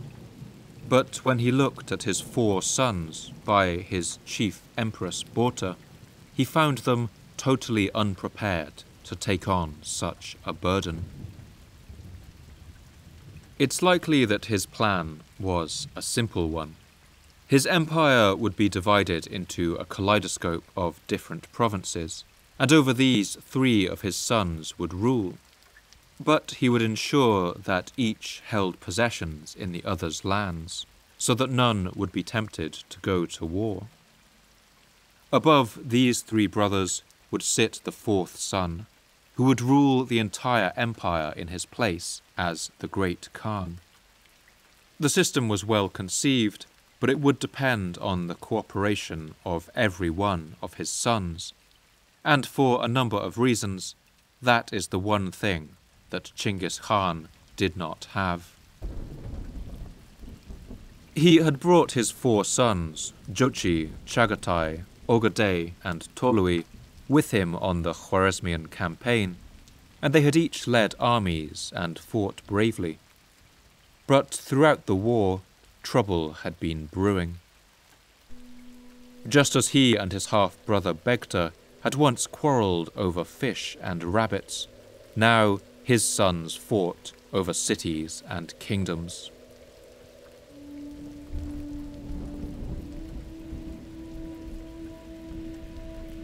First, let's take a look at the character of each of his sons. The eldest of Chinggis Khan's sons was Jochi, but his life had been lived under a cloud of suspicion. He was the son whose name meant guest, as though he was simply a visitor who was being shown courtesy by the rest of the family. He had been born shortly after Chinggis Khan's wife Borta was kidnapped by the Merkit forest people, and no one could know for sure whether Chinggis Khan was truly his father. Still, the Khan had all his life treated Jochi as one of his sons, and Jochi also had the strongest desire to prove himself. He was a courageous leader who always charged right into the heart of the fight. Whatever the truth of his fatherhood, he had spent his life living up to the reputation of his father. But while Chinggis Khan seems to have set the issue of his parenthood aside, his other sons couldn't forget it so readily. Next in line was Chinggis Khan's second son, Chagatai. Chagatai was hot-headed and proud, and all his life had resented his older brother Jochi. When Chinggis Khan looked at Jochi and Chagatai, it's hard to imagine that he didn't see the similarity between himself and his older brother Begta, and remember, perhaps now with a little sadness, how that story had ended, with Begta lying dead in the long grass of the steppe. All his life, Chagatai had felt sure that Jochi was not his father's son, and he treated his older brother with contempt. Silently, he feared that the throne of the great Khan would be given to his older brother, in his eyes a usurper, and the son of the Merkit who raped his mother. In hope of mending the relationship between these two brothers, Chinggis Khan had given them a joint mission in the last war, to capture the Khwarezm Shah's capital of Gurganch. But the plan had been a disaster. The defenders of the city put up a fearsome resistance that lasted 6 months, and the brothers were forced to burn it down in order to push them back. Since the city would belong to Jochi once it was captured, Chagatai cared little about how much damage was done to it, whereas Jochi wished to protect its buildings, even at the cost of Mongol lives. Chinggis Khan had hoped to capture the jewel of this empire intact, but now Gurganch was a ruin, and the city would never regain its former splendor. This episode seems to have been just another point of bitter contention between the two brothers, and a warning about the burning resentments smouldering between them. The third brother was named Ogedei. He was charismatic and larger than life, a barrel-chested man with an unusually large beard for a Mongol. He had a jovial personality and a love of feasting and drinking. He was a capable general, but he did have one overriding weakness.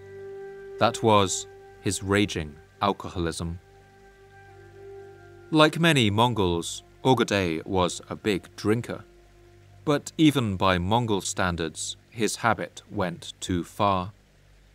At one point, his older brother Chagatai had appointed an official to monitor Ogedei's drinking, but it was no good. Ogedei evaded his watcher and drank himself silly regardless.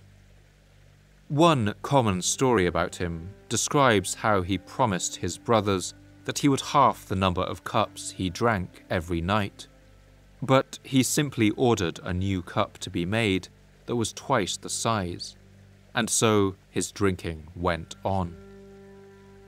Still, Ogedei was diplomatic and generous. and as a result was well liked by all.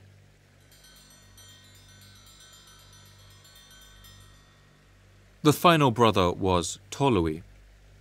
He was the youngest of the four, a calculating and formidable warrior, and he had a famed streak of cruelty.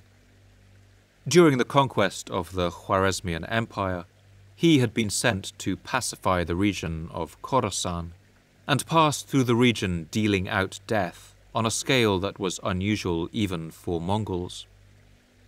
He had been leading the army responsible for the massacre at Nishapur, and he repeated the same genocidal violence at the great cities of Merv and Herat. At these settlements, he promised the inhabitants that he would spare them if they surrendered. But, unlike his father, he went back on his word. When they opened the gates, he ordered that every living person be put to the sword.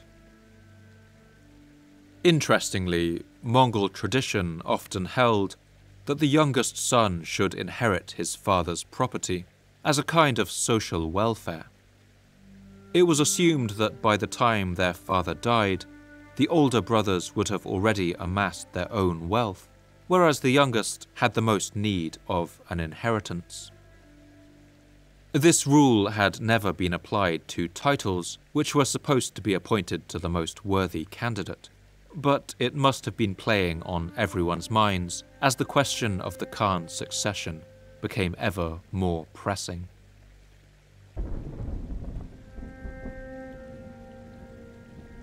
It was these four sons that Chinggis Khan summoned to a fateful Kurultai, a meeting of the clans in 1223 at a region called Kulanbashi in modern Kazakhstan.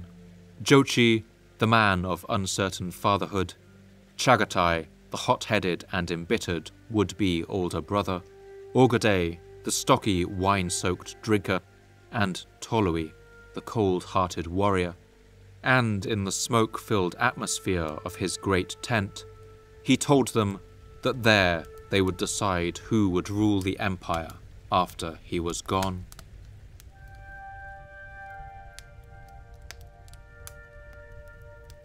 The secret history records that one of his wives, Yesui, urged him to choose his successor in the following words.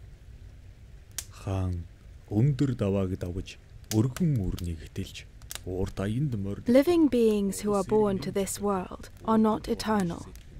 When your body, like a great old tree, will fall down, to whom will you give your people, which is like tangled hemp? When your body, like the stone base of a pillar, will collapse, to whom will you bequeath your people, which is like a flock of birds? Of your four sons, the heroes whom you have begotten, which one will you designate as your successor?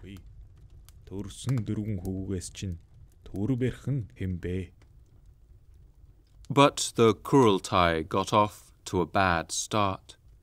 First, Chinggis Khan asked his oldest son Jochi to speak, and this sign of apparent favour enraged his hot-headed younger brother Chagatai. He said, "The eldest of my sons is Jochi. What do you, Jochi, say? Speak up!" But before Jochi could utter a sound, Chagatai said, "Do you mean that you will appoint Jochi as your successor? How can we let ourselves be ruled by this bastard son of a merchant?" The effect of this pronouncement was explosive. At these words, Jochi rose and, grabbing Chagatai by the collar, said, "I have never been told by my father the Khan that I was different from my brothers. How can you discriminate against me? In what skill are you better than I? Only in your pig-headedness could you possibly exceed me." Chinggis Khan watched his sons fighting in silence. Seeing the flames of the hearth fire dance in their eyes, perhaps he remembered the words of his mother Oelun on the day that he and Kasar had killed their brother Begta. Suddenly, his great voice boomed out, trembling with anger. Before you were born, the starry sky was turning upon itself. The many people of the felt tents were in turmoil. They fought against each other. At such time, your mother was abducted. It was not her wish. It happened at a time when one man slew another. She was not in love with someone else. You speak so as to harden the butter of your mother's affection, so as to sour the milk of that lady's heart. Were you too not born from the same belly?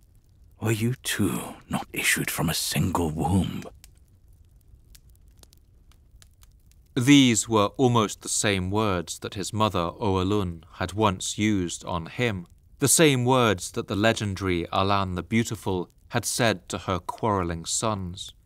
The brothers were chastened, and, perhaps realizing that they had harmed both of their own chances, Chagatai suggested another candidate that everyone could agree on. I shall not dispute Jochi's strength, nor shall I reply to his claims of skill. But it is Ogedei among us who is steady and reliable. Let us, therefore, agree on Ogedei. So he spoke, and at these words, Chinggis Khan said, "What do you say, Jochi? Speak up." Whereupon Jochi said, "Chagatai has just said it. Chagatai and I shall, in cooperation with each other, serve the Khan. Let us agree on Ogedei." From this moment on, the drunken but charismatic Ogedei would be the heir to the Mongol Empire.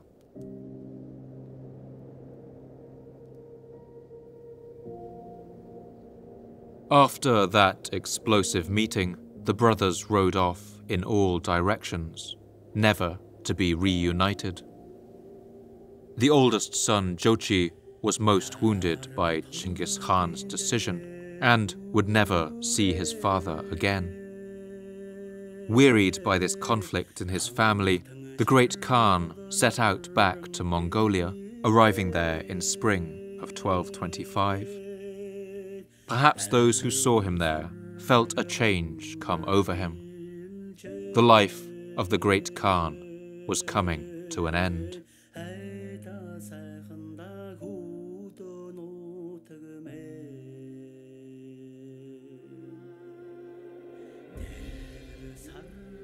In the year 1225, Chinggis Khan set out on what would be his final military campaign.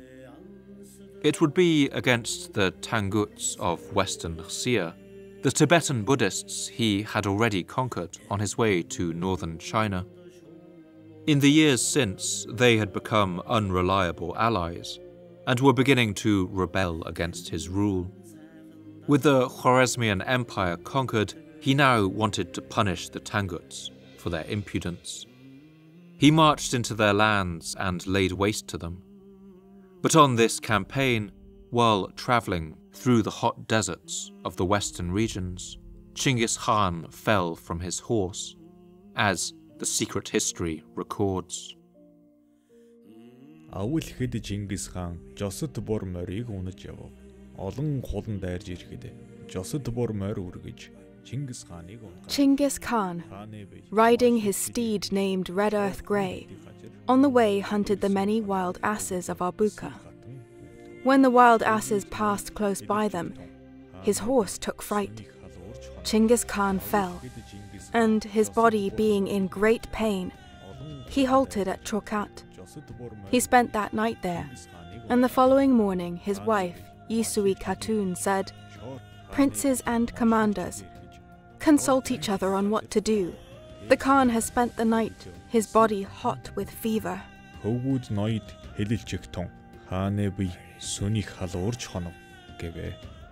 The summer heat made the Khan's condition worse, and so his men took him up into the nearby mountains of Liupan, densely forested with Chinese pine and dragon spruce, just beginning to turn to their autumn colours.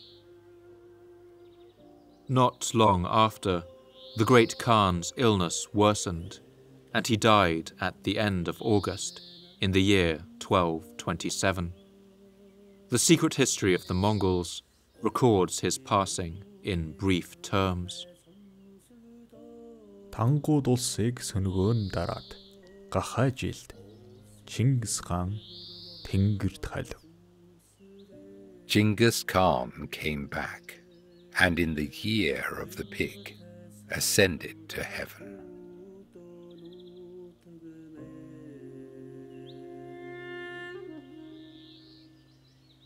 There is much debate over what exactly killed Chinggis Khan. There are several outlandish myths that circulate around the circumstances of his death.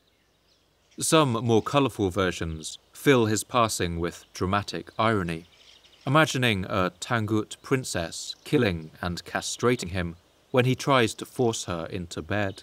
But most chronicles simply mention an illness that fell on him suddenly. Among them, the Persian historian Atamalik Juvaini. When Genghis Khan returned from the lands of the west to his old encampment in the east, he was overcome by an incurable disease arising from the unpleasantness of the climate. Some modern scholars have even suggested that he was an early casualty of the bubonic plague, which would soon spread westwards across Eurasia and cause death and destruction on an unprecedented scale. The Chinese language source, the History of Yuan, or Yuan Shi, records that on the 18th of August the Khan felt unwell with a fever, and 8 days later he died. Such a rapid pace of decline could point to the Black Death being the cause. Whatever the cause of his death, the Khan's body was soon prepared for burial. Mongols of this time held a great taboo around speaking about death, and so we actually know little about the deaths of many of the characters in this story. Some, like Chinggis Khan's wife, Borta, simply disappear from records altogether, and we have no information about when or how she died. As for the Khan, some believe that he was probably buried close to where his army was situated, somewhere in Ningxia, among the Liupan Mountains. But other sources record a more dramatic version of events. The Venetian explorer Marco Polo, who travelled to Mongolia nearly half a century later, wrote the following account that was told to him. All the Grand Khans and all the descendants of Chinggis, their first lord, are carried to a mountain to be interred. Wherever so the sovereign may die, he is carried to his burial in that mountain with his predecessors, no matter if the place of his death were 100 days' journey distant.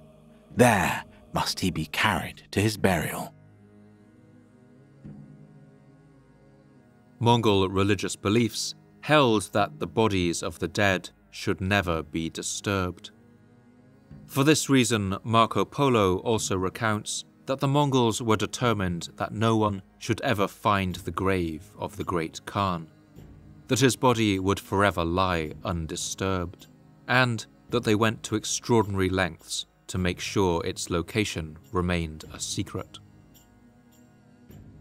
When they are carrying the body of any emperor to be buried with the others, the convoy that goes with the body puts to the sword all whom they fall in with on the road.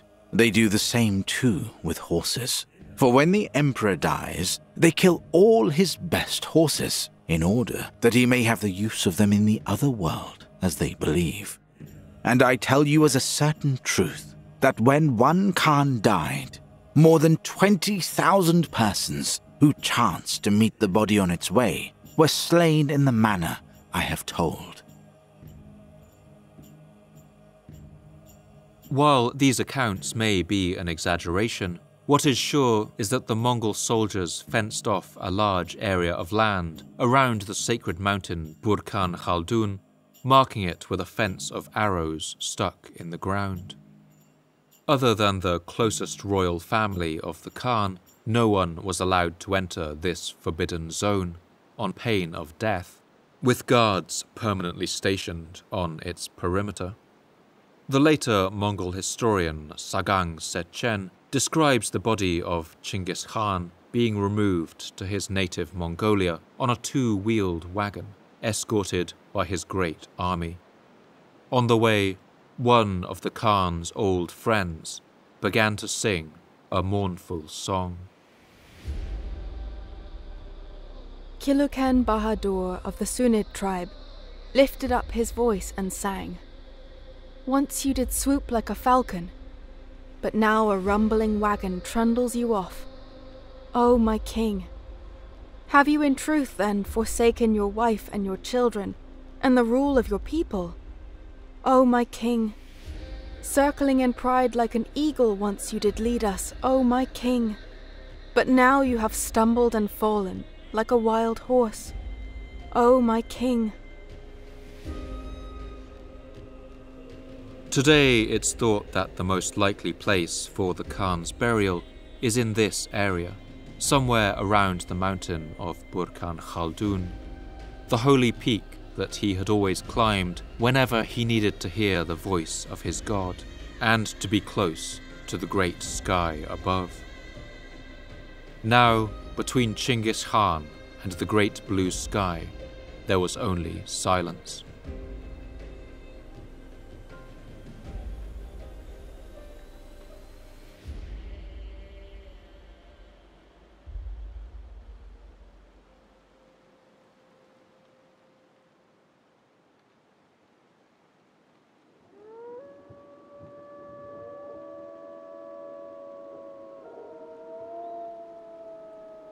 After the death of Chinggis Khan, the Mongol Empire went into a state of some shock, and its wars of conquest were largely put on hold.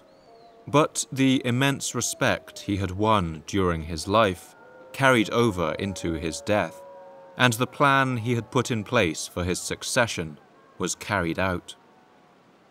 For the next 2 years, the empire was held in a kind of regency by his youngest son Tolui, and at the end of that period, once the time of mourning had passed, Ogedei took his position as Great Khan on the 13th of September 1229, as the secret history records.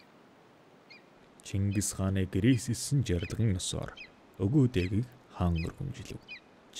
In accordance with the decree of Chinggis Khan, they installed Ogedei as Khan. The night guards, the quiver bearers, and the 8,000 day guards who had been protecting the precious life of their father, Chinggis Khan, the personal slaves, and the 10,000 guards who had been in close attendance on the person of his father, the Khan, were all handed over.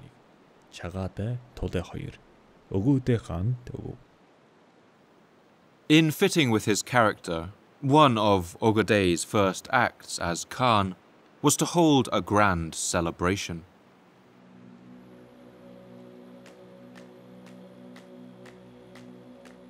At this festival, feasts were held, songs were sung and games played, wrestling and hunting, archery and riding, and of course, enormous quantities of alcohol would have been consumed. The Iraq and black kumis, the Chinese rice wines and fine Persian grape wines would have flowed from silver goblets, and the revelry would have lasted for days. Ogedei loved to be liked, and he had always had a generous streak. To celebrate his coming to power, he opened his father's treasuries and distributed gifts and wealth to all the influential families of the Mongol steppe. This generosity gained him many friends, but the Persian scholar Atta Malik Juvaini recounts his profligate behavior with a note of disapproval.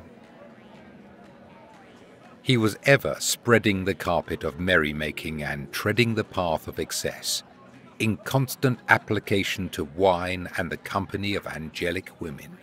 Being by nature extravagantly bountiful, he gave away everything that came in from the farthest and nearest parts of the empire without its being registered by accountant or inspector. No mortal returned from his presence without his lot or share, and no petitioner heard from his tongue the word no.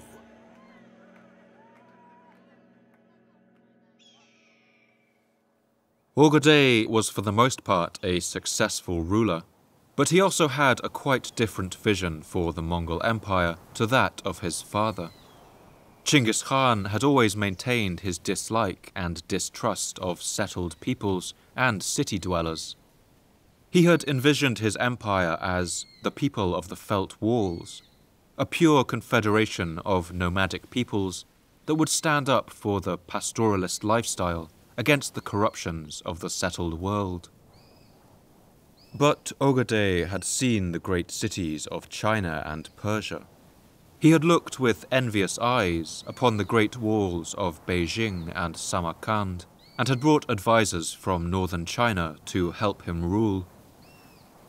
One of these, a Khitan man named Yalu Chukai, is said to have given Ogedei the following piece of advice. An empire won on horseback cannot be ruled on horseback. For this reason, Ogedei now dreamed of departing from his father's policy and building a proper capital for the empire he had inherited.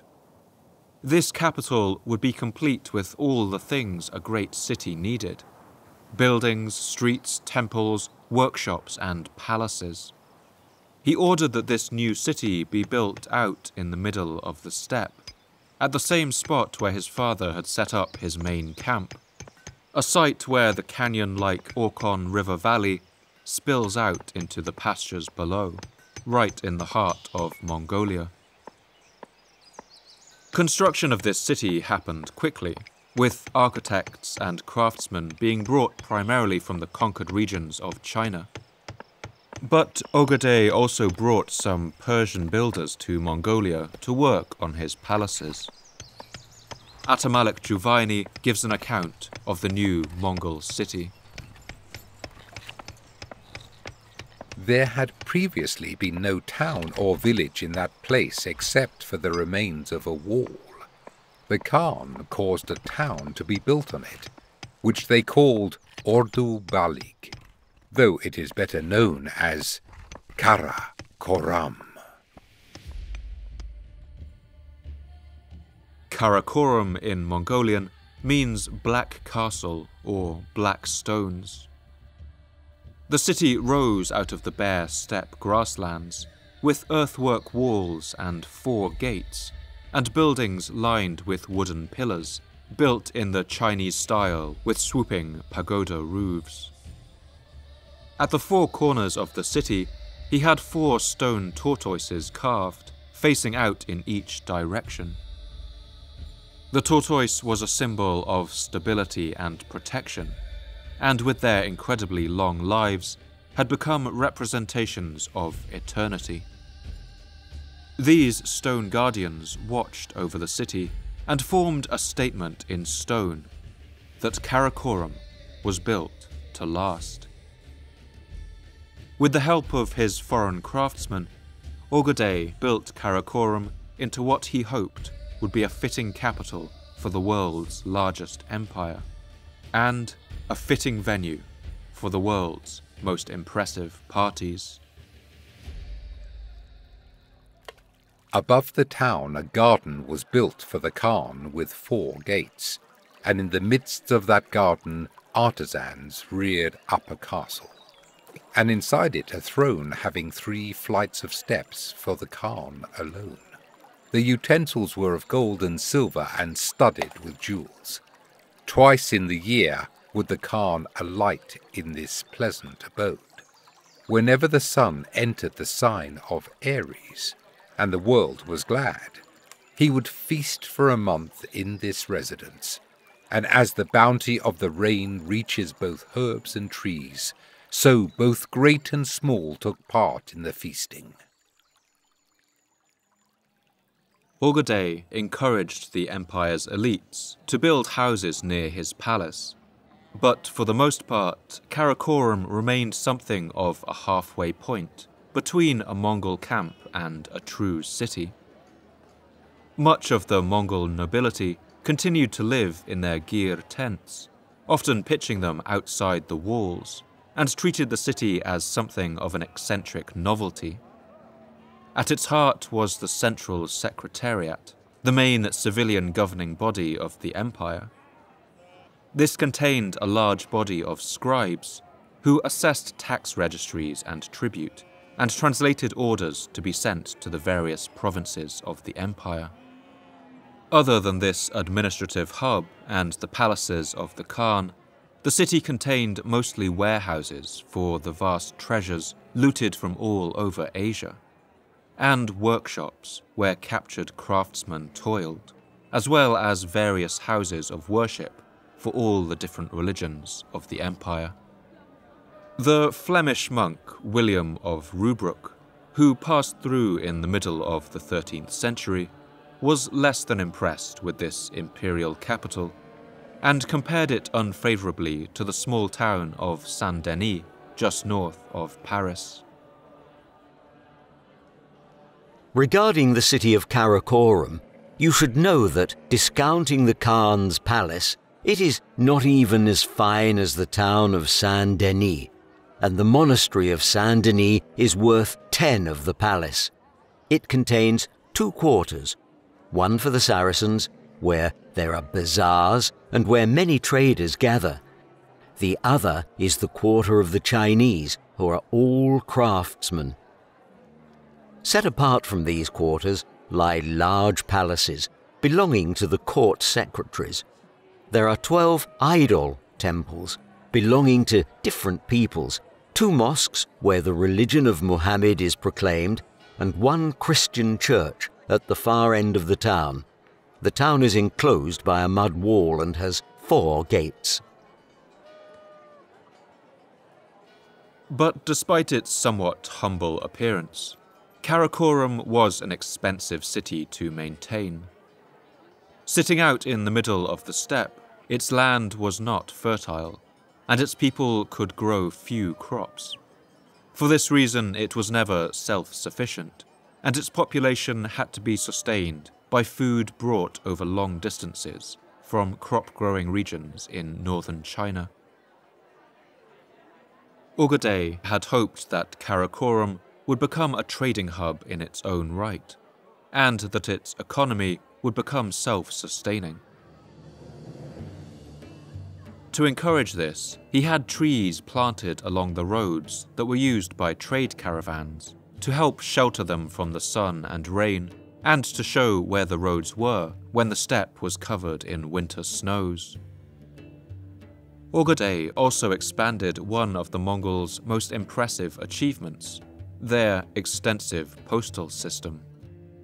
This system, which became known as the Jam in Mongolian and Yam in Turkic, connected every corner of the empire with a system of postal stations where fresh horses and supplies were always kept. The Venetian explorer Marco Polo describes the remarkable functioning of this enormous piece of public infrastructure. From each city proceed many roads and highways, leading to a variety of provinces, one to one province, another to another, and each road receives the name of the province to which it leads. The messengers of the emperor find at every 25 miles of the journey a station which they call Yam, in which they find all the rooms furnished with fine beds and all other necessary articles in rich silk. If even a king were to arrive at one of these, he would find himself well lodged. At each of these stations, a full complement of fresh horses would be kept. When a messenger approached one of these stations, he would bang a drum so that the people working there would know to get his horse ready, and he could continue his journey with the minimum amount of delay. At some of these stations, moreover, there shall be posted some 400 horses standing ready for the use of the messengers. At others, there shall be 200. On all these posts taken together, There are more than 300,000 horses kept up, especially for the use of the messengers. The thing is on a scale so wonderful and costly that it is hard to bring oneself to describe it. The Mongols issued passports to travelers in the form of tablets called paisa, made of wood, bronze, silver, or gold, depending on the rank of the person carrying it. These conferred status on the traveler and allowed them to access the services of the Jam postal stations. But despite these measures to bring the vast empire closer together, the capital of Karakorum was some way off the main arteries of the Silk Road, and traders saw little reason to make the long journey out into the steppe, unless it could be made worth their while.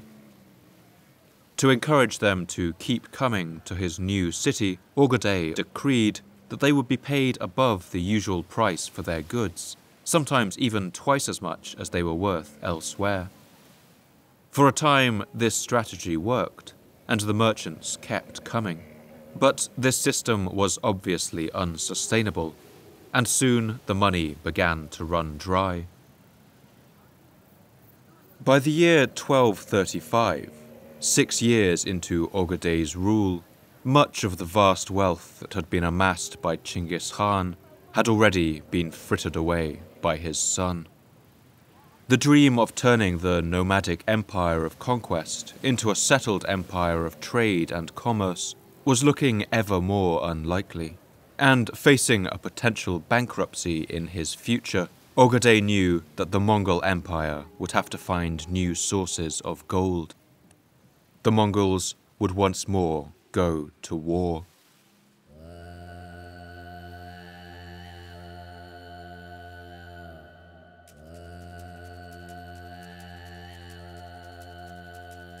It's during Ogedei's reign that the Mongol Empire's ambitions grew. From the conquest of its neighbors and subjugation of other steppe peoples to a much more expansive vision, a belief that the whole world had been destined to live under Mongol rule, and that there was nowhere on earth that would escape their conquests. To decide where the Mongol armies should next descend, Ogedei summoned another Kurultai, a gathering of the clans, bringing together the entire family of Chinggis Khan, their wives and vassals and key commanders, and here a number of different options were raised. Some argued that the Mongols should march south to the lands of India, others that it was the turn of southern China and the Sung dynasty, who had watched with such glee as the northern Jin were destroyed. Others wanted to march into the Muslim lands and seize the great cities of Baghdad, Aleppo, and Damascus. But there was one final option that was raised by the general named Subadai.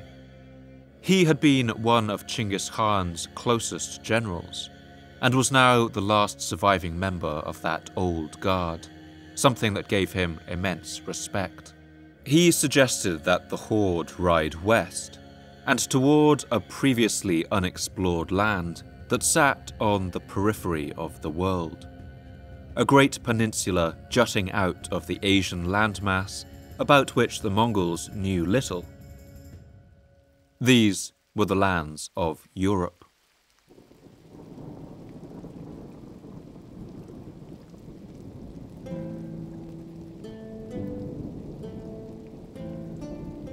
Europe, around the year 1200, was something of a backwater. It was home to about 70 million people, but although it produced textiles and fine metals, compared to other areas of the world, much of medieval Europe had low levels of urbanism. Other than the huge Byzantine capital of Constantinople, Europe had only a handful of cities that had even 50,000 inhabitants, and even fewer outside of Italy. Its position, somewhat removed from the Silk Road trading routes, meant that it was not a great beneficiary of the vast wealth that flowed along them. And as a result, Europeans were also among the last to hear news coming out of the East. For this reason, Europeans also had a somewhat confused idea of what the world beyond their borders looked like. It was widely believed in Europe at the time that a great Christian king ruled far in the east, a man that they called Prester John. It was supposed that this Christian emperor would one day ride west to help the Christians retake Jerusalem from the Saracens. When Mongol armies first arrived in Europe, there was at first some excitement. This was perhaps the coming of the great Prester John. But the reality would be quite different. The late 13th century Chronicle of Novgorod, one of the oldest Russian histories, describes the first arrival of these nomadic horsemen about 14 years earlier, in the year 1223. The same year, 4 Arsins unknown tribes came. No one exactly knows who they are, nor whence they came, nor what their language is, nor of what race they are, nor what their faith is. But they call them the Tartars. We have heard that they have captured many countries, slaughtered a quantity of the godless peoples, and scattered others. These perplexing foreigners were in fact a pair of Mongol armies, led by the generals of Chinggis Khan, Subadai and Jebe. They had been sent to destroy any remains of the Kipchak people, a large confederation of steppe nomads who occupied the area of the Volga River and who had fought on the side of the Khwarezmian Empire just a couple of years earlier. These were some of the last holdouts among the peoples of the steppe who had not yet bent the knee to the Mongols. Now, a large force of Kipchak Turks fled west to Russia and begged the help of the major power in that region, the settled kingdom of Kievan Rus.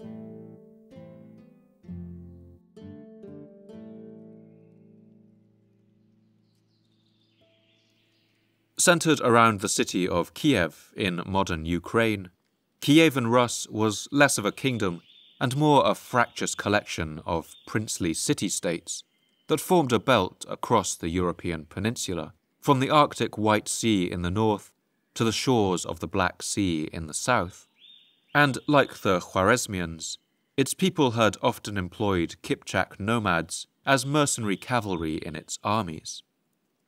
When the Kipchaks fled into Russia, they warned the Russians in no uncertain terms about what was coming, as the Novgorod Chronicle records. To all the Russians they brought many gifts, horses and camels, buffaloes and girls. And they came saying this: "Our land they have taken away today, and yours will be taken tomorrow." Frightened into action by this warning, the princes of Kievan Rus put together a grand coalition and massed a force of 80,000 men under the command of Grand Prince Mstislav III of Kiev. Together, they marched out to meet these barbarians. On the way, they encountered some Mongol envoys who told the Grand Prince that they meant him no harm, that they were only there to destroy the last remnants of the Kipchaks, who they contemptuously referred to as their slaves and horse herders. But the Kievan ruler would make exactly the same mistake as the Shah of Khwarezm, as the Chronicle of Novgorod recalls. The Tartars sent envoys to the Russians, saying, "Behold, we hear that you are coming against us, but we have not occupied your land, nor your towns, nor your villages, nor is it against you we have come. But we have come sent by God against our rebellious horse herders." But the Russians did not listen to this, but killed all the envoys. Still confident of victory, the Russians advanced to crush the Mongol invaders. At the sight of the European army, with its mass of peasant infantry, supported by colourful columns of heavily armed knights, their pennants flying and helmets gleaming, the Mongols appeared to retreat in panic. The Russians were encouraged, and so they gave chase. They pursued the Mongols for a whole day, and then another, and then another. But whenever they thought they were getting close, their quarry just managed to pull away. They became perturbed by the almost supernatural speed and endurance of these foreigners, how they never seemed to stop or slow down, never seemed to need supplies, never slept or lit campfires. Gradually, the Europeans ran out of steam. Their horses grew tired, and their foot soldiers too. It was at this point that the Mongol trap swung shut. On the 1st of April 1223, without warning, a second Mongol army swept out of the forests and began a massacre on the banks of the Kalka River, as the Novgorod Chronicle recalls. There was a terrible and savage slaughter, and Mstislav, Duke of Kiev, seeing this evil, set up a stockade of posts about him and fought with them for 3 days. And of the rest of the troops, only every 10th returned to his home. A countless number of people perished, and there was lamentation and weeping and grief throughout towns and villages.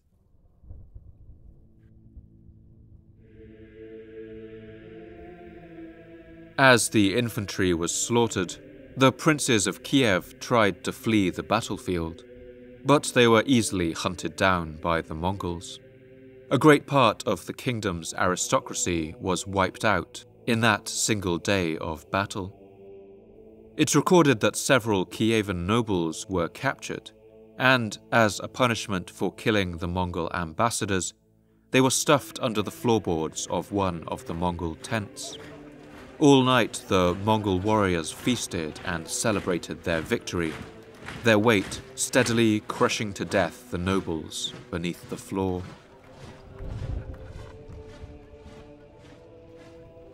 Then, with their mission complete, the Mongols vanished.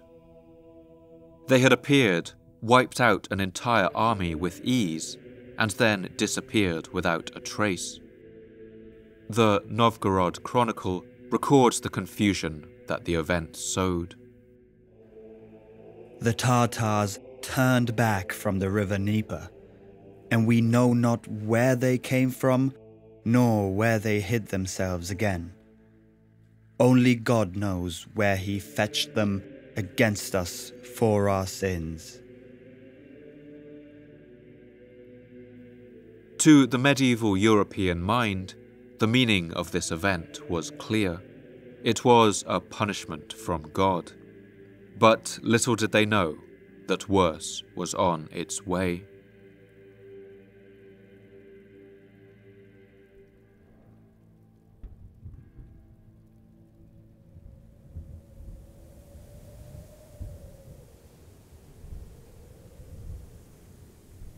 It was the winter of 1237, on the frozen expanse of the Russian steppe, when the first Mongol horsemen once more appeared on the edge of Europe.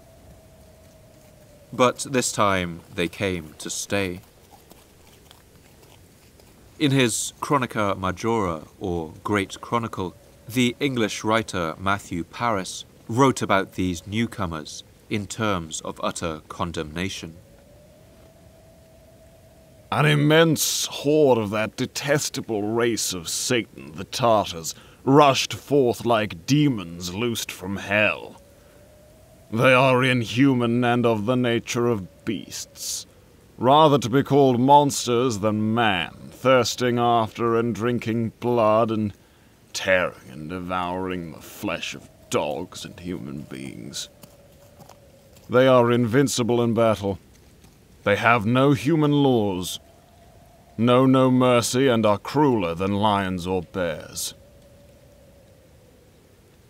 The Mongols had waited until the winter set in for their invasion so that the great rivers Volga and Dnieper would freeze over, turning them into a highway for their horses.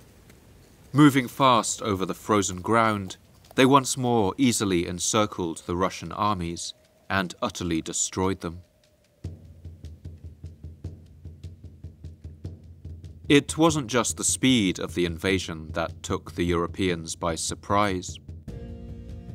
For people in Europe, the technologies that the Mongols brought with them were so advanced as to be indistinguishable from magic. In the city of Ryazan, the citizens were so terrified by the Mongols' incendiary weaponry, the Chinese fire lances and pots of flaming naphtha that they hurled from their catapults, that in the confusion they believed that the Mongols had brought with them trained dragons from the east. By 1240, virtually all the major cities of Russia had fallen to the Mongols. In December, they rounded on what was then the cultural, religious, and economic heart of the region, the great city on the Dnieper, the city of Kiev.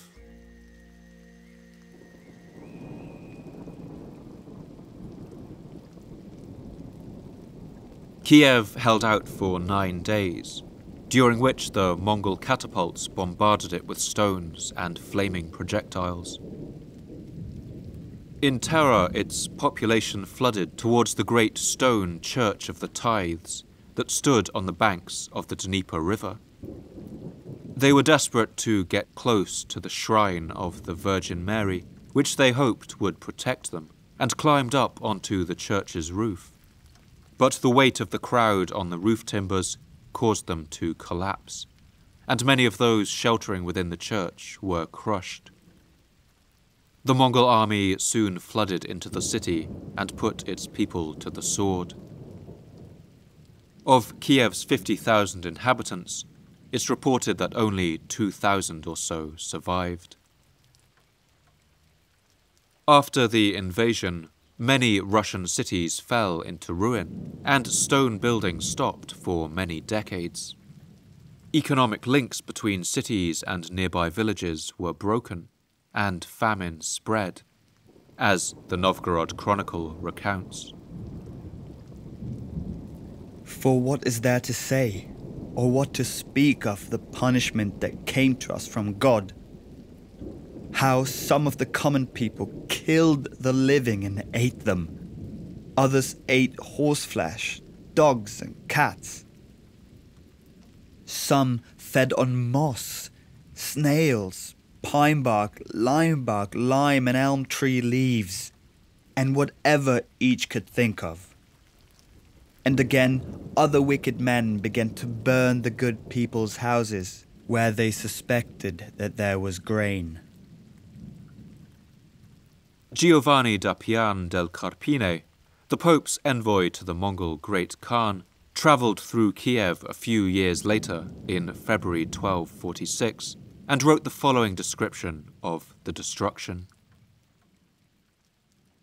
When we were journeying through the land, we came across countless skulls and bones of dead men lying about on the ground. Kiev had been a very large and thickly populated town, but now it has been reduced almost to nothing. For there are at the present time scarce 200 houses there, and the inhabitants are kept in complete slavery.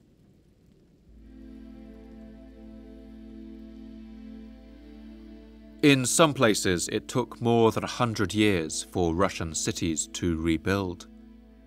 But after devastating Russia, Ogedei's forces were just getting started. One Mongol army, perhaps 50,000 strong, headed west through the duchies of Poland, riding in the direction of Germany and the Holy Roman Empire. And from there, all of Western Europe was in their path. In all the cities of Europe, rumours ran rampant, and all anyone had to work with was a name: the Tatars. Some believed that the name must mean that the Mongols had actually come from hell itself, since it reminded them of the name for the deepest region of the underworld in Greek mythology, Tartarus. Others thought that the name reminded them of the biblical king of Tarshish mentioned in the Bible. Others still thought that the Mongols may have been one of the lost tribes of Israel, now returned to wreak havoc on Christendom, perhaps enraged by the theft of relics from the Holy Land during the Crusades. The English monk Matthew of Paris was especially responsible for spreading this idea, and tried to work his way around the inconvenient fact that the Mongols didn't appear to speak Hebrew, or seem to be Jewish, as he wrote in his great chronicle. In the time of the government of Moses, their rebellious hearts were perverted to an evil way of thinking, so that they followed after strange gods and unknown customs. Their heart and language was confused, and their life changed to that of the cruel and irrational wild beast. Unable to beat the Mongols on the battlefield, people instead began to lash out against the defenseless Jewish communities in countless European cities, and a wave of deadly pogroms began. In 1239, a fiery comet passed by the earth, seeming to some to be a sign of God's judgment, and in 1241 the panic only increased as an eclipse blotted out the sun. People began to believe that the end of days might finally have arrived. But the northern Mongol force headed towards Germany was in fact just a distraction, a typical Mongol tactic to attack in multiple places at once. And in fact, their true goal was a land that was much more amenable to their lifestyle. That is, the rolling grasslands and river plains of Hungary, which sat on the edge of the Great Steppe, behind the wall of the Carpathian Mountains. Hungary, too, had given shelter to Kipchak Turks fleeing from the Mongols, who had begged for shelter from the Hungarian king, Bela IV. The Mongols sent King Bela the following message. I have learned that you keep the Kipchaks, my slaves, under your protection. I charge you that you do not make me your enemy on their account, for it is easier for them to escape than for you, since they, having no house and continually on the move with their tents, may possibly escape. But you, living in houses and possessing fortresses and cities, how can you flee from my grasp?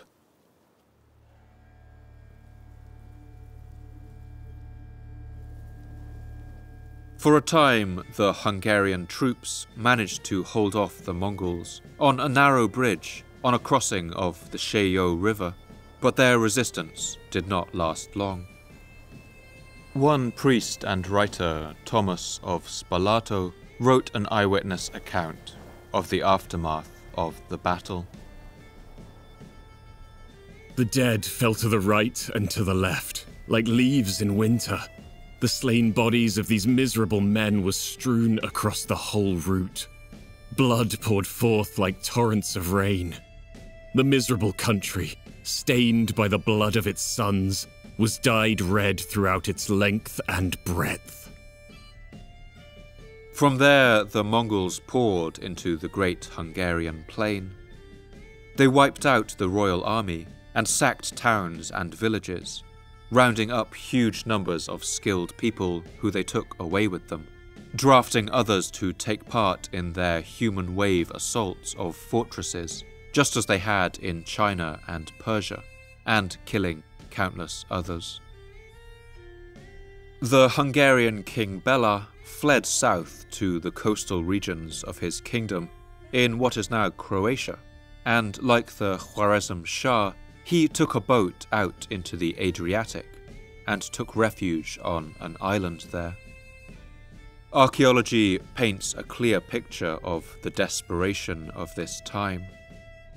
The remains of many medieval Hungarian churches can be found with concentric rings of earthwork defences, hurriedly constructed, and the earth around them is littered with arrowheads and the bones of the unfortunate defenders. A great number of buried coin hoards have also been uncovered from around this time, as the kingdom's wealthy rushed to hide their riches from the advancing Mongol tide. When the Mongols finally withdrew from Hungary in 1242, a year after they had arrived, they left behind a devastated land. One Italian bishop living in Hungary, named Roger of Torre Maggiore, wrote the following description of the desolation. We climbed a tall tree and surveyed the land destroyed by the Tartars. What pain!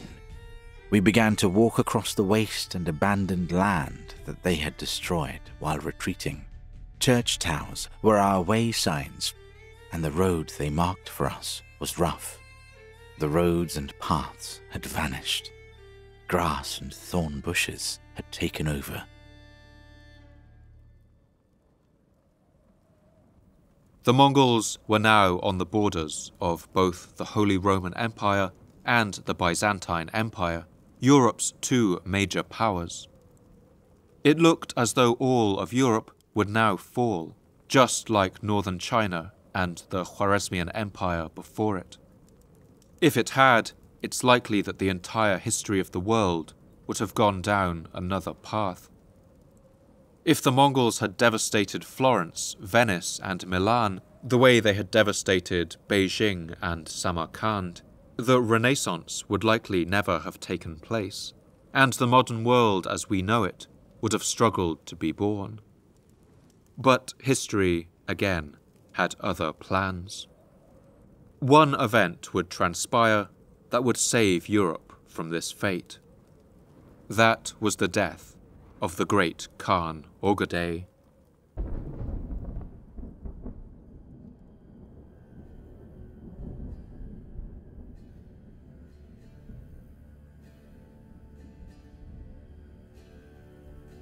Ogedei had always been a great drinker, but in recent years his alcoholism had truly got out of control, partly due to tragedy in his personal life. His beloved brother Tolui had died a few years earlier, with some even whispering that Ogedei had had him poisoned, and his favourite son and heir Kochu had also died fighting in China, a mission that Ogedei himself had sent him on. From that point, with grief and guilt seemingly warring inside him, Ogedei seems to have sunk into a depression.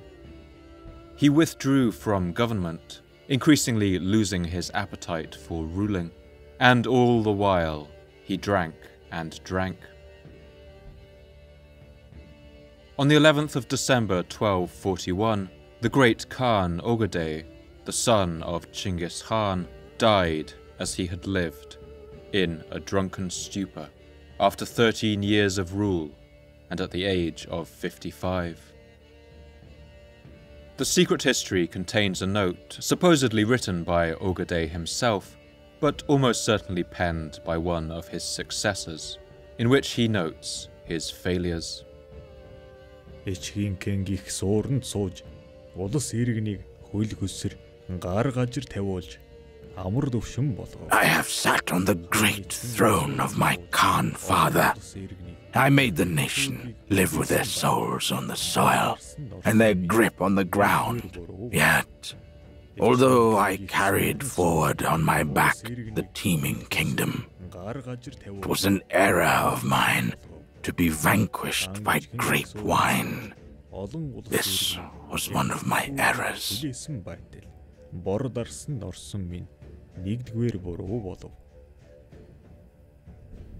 With Jochi and Tolui by now all dead, and Chagatai dead soon after, the last surviving son of Chinggis Khan had passed away. But as a man who had lived every day in the moment and thought little of the future, crucially, since the death of his oldest son, Ogedei had named no successor. There was now no certainty at all over who would rule the empire. After his death, all of Ogeday's successors raised their claims to the throne of the great Khan, and even Chinggis Khan's surviving brother Temugay, now in his 70s, suggested that he should rule. Suddenly, all plans of advancing further west into Europe were forgotten. This power struggle would last for 10 years, and for 5 of these the empire was ruled by a woman, the widow of Ogeday, named Toregana Khan. She performed all the duties of a Mongol Khan, minting coins, holding Kurultais, and ensured the succession of her son Guyuk. He ruled for a further 3 years, and during this time declared his intention to launch a full-scale invasion of Europe, even sending a letter demanding submission from the Pope.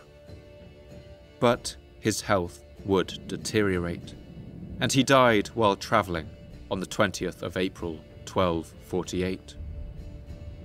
Europe, once again, was spared, and during this time of upheaval in the Mongol Empire, the rest of the world could breathe something of a sigh of relief.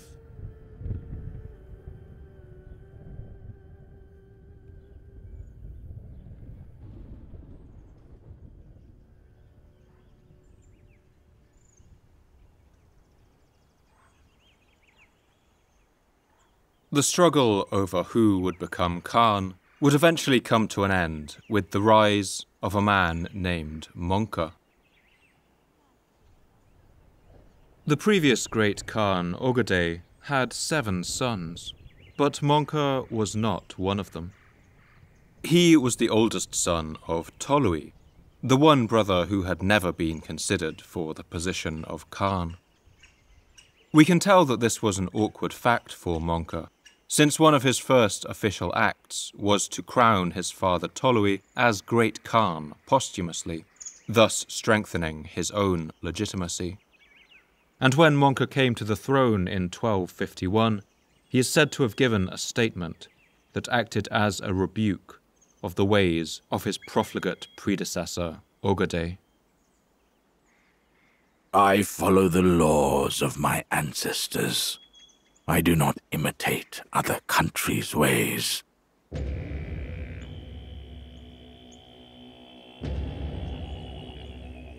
This question of what kind of society the Mongol Empire would be is one that would resurface again and again over the coming century. Like his father before him, Monka was an accomplished warrior and had fought as one of the most prominent generals in the invasion of Russia. He also had Tolui's somewhat bloodthirsty and ruthless streak. To quell any resistance when he came to power, Monka purged all members of the nobility who had supported other claimants to the throne of the Great Khan, many of whom were his cousins. More than 300 members of the Mongol aristocracy were slaughtered. While the Mongols were hardly shy about spilling blood, this amount of killing in the upper echelons of Mongol society was unprecedented. After that, he turned his attention to further conquests.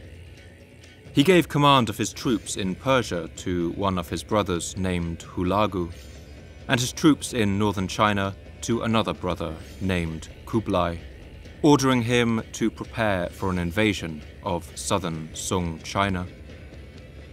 Meanwhile, the Khan Monka remained back in the imperial heartland, in his capital of Karakorum.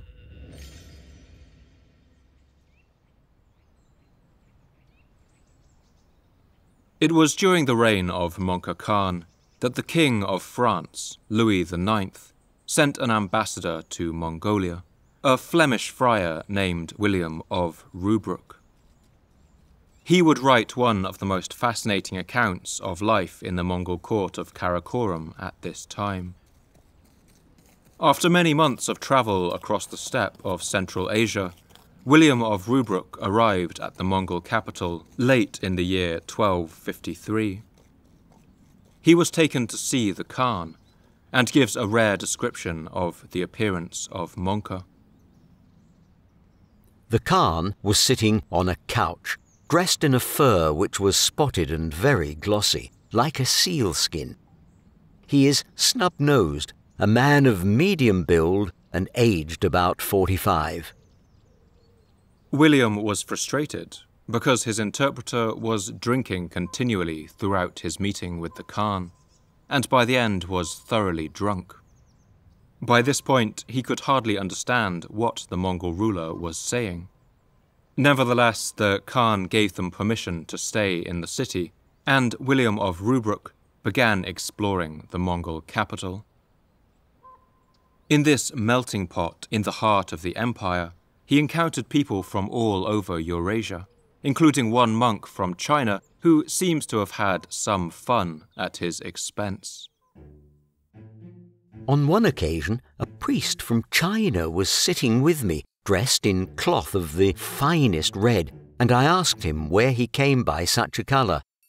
He told me how in the east of China there are soaring crags inhabited by creatures built like human beings in every respect, except that their knees do not bend and they move along in a kind of hopping, and that they are 1 cubit tall and covered in hair. They live in inaccessible caves, and when men go hunting them, they take the most intoxicating ale they can brew and make cup-shaped hollows in the rocks, which they fill with the ale. So the hunters lie hidden, and these creatures emerge from their caves and sample the drink, crying, "Chin Chin!" And it is from this cry that their name is derived, for they are known as Chin Chin. Then they gather round in very great numbers, become drunk and fall asleep on the spot. At this point, the hunters come forward and tie their hands and feet while they are asleep. And next, they open up a vein in their necks and extract from each one 3 or 4 drops of blood before letting them go free. The blood, the priest told me, is of the greatest value for making purple dye.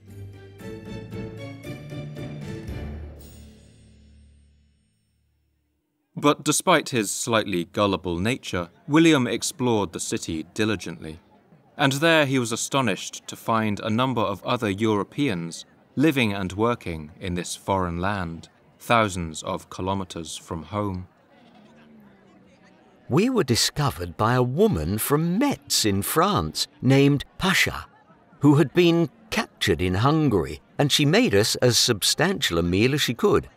She told us about the unheard-of destitution she had suffered, but now she was well enough off. She had a young Russian husband, by whom she had 3 very fine little boys. She told us that there was also a master goldsmith at Karakorum called William, originally from Paris, whose surname is Boucher. This William Boucher had been working in Hungary when the Mongols swept in from the steppe, and like many others before him, he had been rounded up for his skill in metalworking. When he arrived in Karakorum, the Khan Monka had soon recognized his potential and set him to work building a remarkable mechanical contraption out of silver. At the entrance to this great palace, Master William of Paris has constructed for him a large tree made of silver, with 4 silver lions at its roots, each one containing a conduit pipe and spewing forth white mare's milk. The branches, leaves and fruit of the tree are of silver. There are 4 conduits leading into the tree, and over each one of them lies a gilded serpent with its tail twined around the trunk. One of the pipes discharges wine, a second fermented mare's milk, a third a kind of mead, and a fourth a rich ale. Each beverage has its own silver vessel at the foot of the tree, ready to receive it.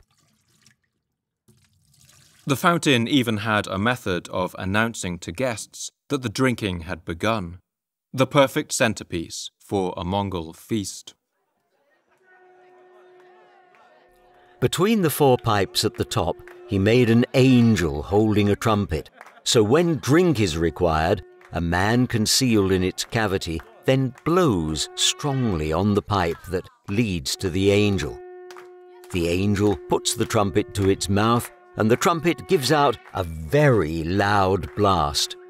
When the stewards in the chamber hear this, each pours his drink into the appropriate pipe, and the pipes spurt it out. By this time, Christianity had made great inroads at the Mongol court, and many of the Khan's wives were Christians. But there were also Muslim, Buddhist, and even Jewish holy men living in Karakorum, all enjoying the freedom of religion that made the Mongol realm virtually unique around the world. The Khan Monka was curious about religion, but seems to have courted each faith without ever converting to one of them.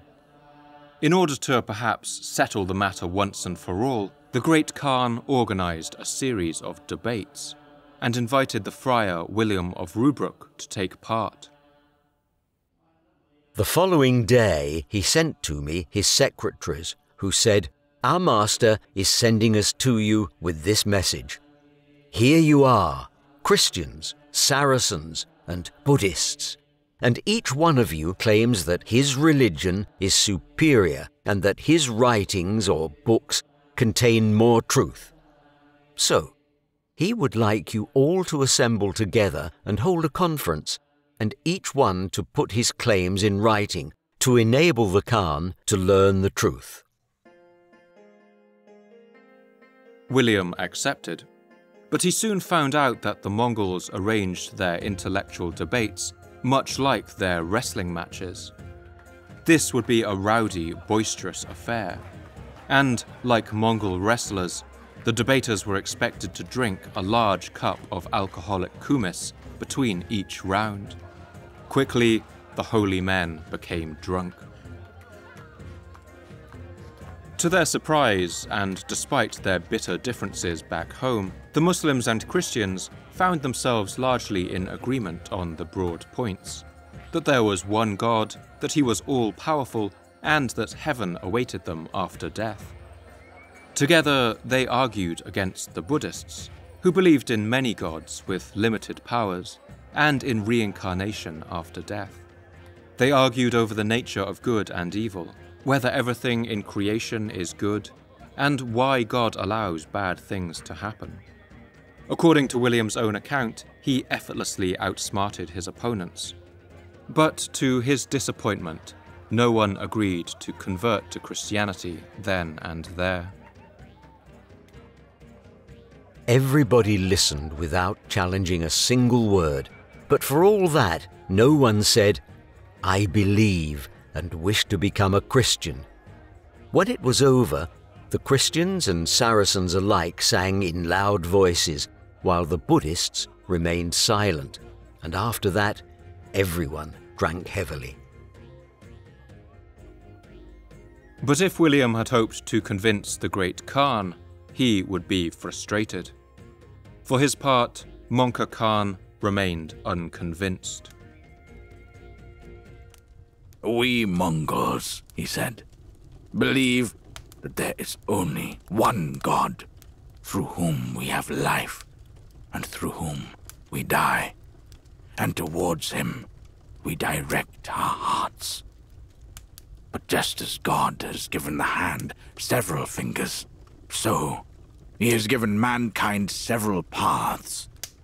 To you, God has given the scriptures, whereas to us he has given shamans, and we do as they tell us and live in peace."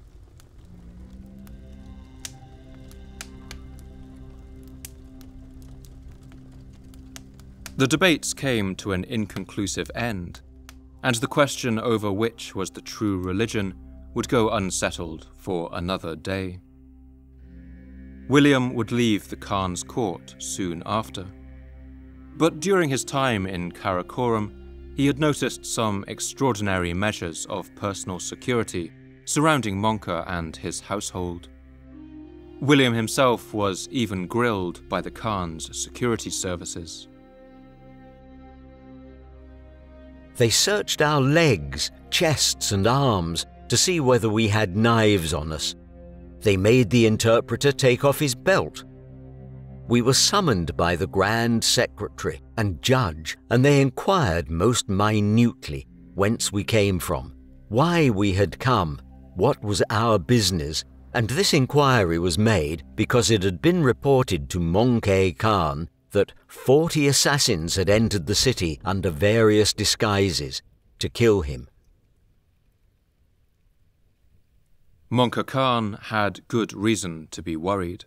That's because he had become a target for a controversial Islamic sect known as the Hashashin, a group who have given us the English word assassin.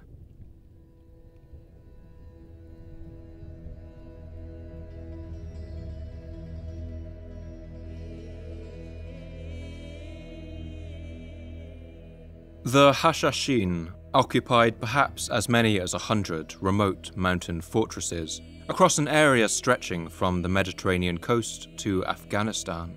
But they coordinated their operations from their headquarters, the lofty Alamut Castle in the Alborz mountain range of northern Iran. Alamut means eagle's nest, and it was perched high up on the mountain crags. The Hashashin had no armies to speak of, no infantry and no cavalry, but they exercised a formidable strategic power. That is, they assassinated any noble, general, or king who stood in their way. One writer named Benjamin of Tudela wrote an account of these mysterious killers and their enigmatic ruler. They call him Sheikh al-Hashashin. He is their elder, and upon his command, all of the men of the mountain come out or go in. They are believers of the word of their elder, and everyone everywhere fears them, because they even kill kings. Although it's difficult to unpick the legends from the truth when it comes to this secretive sect, according to Arab, Persian, and Chinese sources, the name Hashashin comes from the group's predilection for the drug hashish, a concentrated resin of the cannabis plant. According to legends, young men would be initiated into the group by smoking hashish, and under its intoxicating effects, they were shown the beautiful gardens that the Hashashin kept in their castles. Marco Polo recounted one version of these tales. Upon awakening from this state of lethargy, their senses were struck with all the delightful objects that have been described, and each perceived himself surrounded by lovely damsels. He believed himself assuredly in paradise, and felt an unwillingness to relinquish its delights. When 4 or 5 days had thus been passed, they were carried out of the garden. The young initiates were told that they had visited the gardens of paradise and would be allowed to return if they were willing to give their life for the cause. So long as the supply of hashish was kept flowing, the group had an endless reserve of brainwashed young men willing to do their bidding, as Marco Polo describes. Animated to enthusiasm by words of this nature, all went forward to die in his service.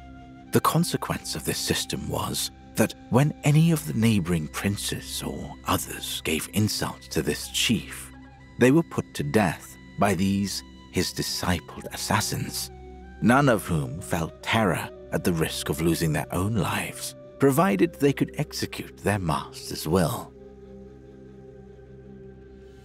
We don't know if these rumors were true, or just stories made up by the group's enemies.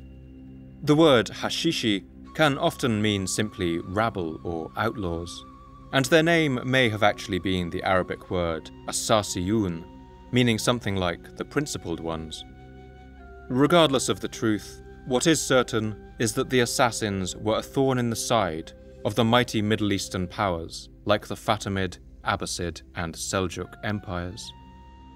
Over the course of nearly 2 centuries, they killed hundreds of notable people, including 3 caliphs and 1 crusader king of Jerusalem. And now they had set their sights on the Khan of the Mongols.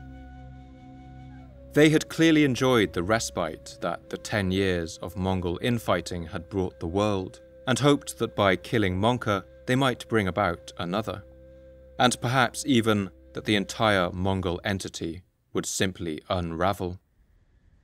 In the 1240s, 1 Mongol general was even assassinated by this group, and for Monka this was the final straw. In 1253, he ordered his younger brother Hulagu to march into the west and crush the assassins for good.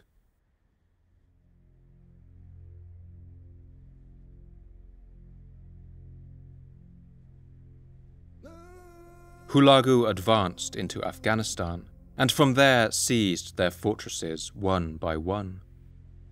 Finally, he rounded on the Eagle's Nest castle of Alamut, high in the snowy mountains of northern Iran. Atamalik Juvaini describes the sight that the defenders of Alamut saw approaching through the jagged peaks. And from the direction of Ustandar, there came armies all fire and fury, along steep roads as crooked as the covenant of the wicked. And from Alamut, which lay to the left, came the princes Balagai and Tutar, with a great body of men, all clamouring for vengeance with a host like a mountain of iron. The mountains and valleys billowed with the great masses of men. The approach to Alamut was steep and virtually impregnable, but by now the Mongol armies were experts at siege warfare. With their morning draft, the Mongol army struck the harp of war and prepared to do battle with mangonels and stones. They cut down and trimmed for these mangonels the trees which these people had watered for many years past, not realizing what purpose they would serve or what fruit they would ultimately bear. The castle of Alamut soon surrendered, and the assassins were crushed as an independent force. With this inconvenience safely out of the way, the Mongols now rounded on the Muslim Middle East and its great capital of Baghdad.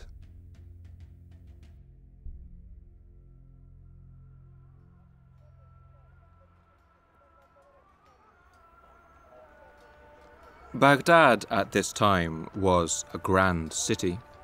It was the center of the Abbasid Caliphate throughout the Islamic Golden Age of the 9th and 10th centuries, growing to be the largest city worldwide by the beginning of the 10th century. And though at this point it had suffered some centuries of decline, it was still the beating heart of the Muslim world. It was a city of cabarets and taverns, places where backgammon and chess were played. On street corners, acrobats performed, and storytellers spun tales for their audiences like those later found in the Arabian Nights.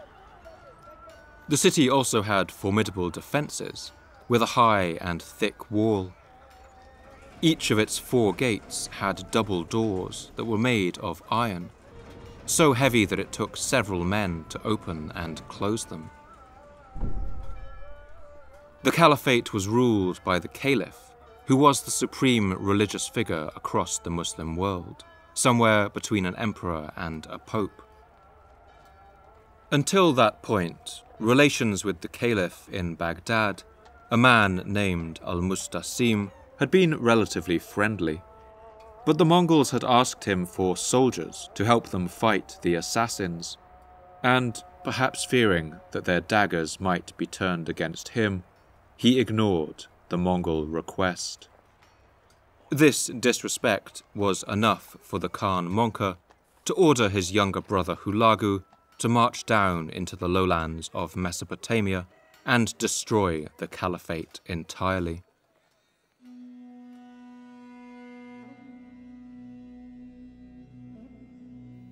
The Mongols gathered a huge force, including 1,000 Chinese siege engineers, and swept into the plains of Mesopotamia in the year 1257. Hulagu sent a letter to the Caliph al-Mustasim, urging him to surrender in ferocious terms. I will bring you crashing down from the summit of the sky. Like a lion, I will throw you down to the lowest depths. I will not leave a single person alive in your country. I will turn your city, lands, and empire into flames. If you have the heart to save your head and your ancient family, listen carefully to my advice. If you refuse to accept it, I will show you the meaning of the will of God. But the Caliph al-Mustasim did not listen.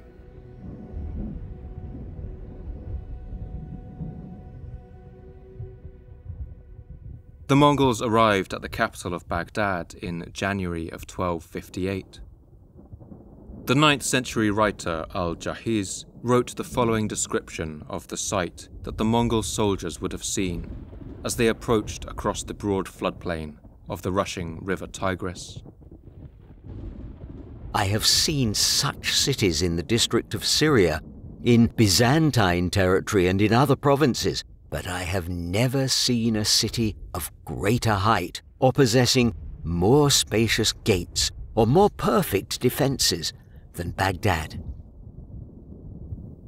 The Mongols settled in for a siege and built a rampart completely surrounding the city. They constructed their vast mangonels and other siege engines and began to bombard the city with their terrifying gunpowder weapons and incendiary pots of naphtha, brought all the way from China. But once these ran out, the Mongols realized that they had a problem. The valley of the Tigris and Euphrates is essentially a vast salt flat and contains virtually no stone. So they had no projectiles for their catapults. Faced with this problem, they would have to be creative.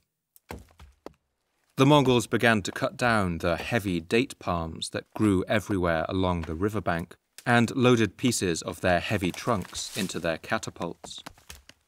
The citizens of Baghdad would soon face the sight of their own date trees being hurled over enormous distances into the city.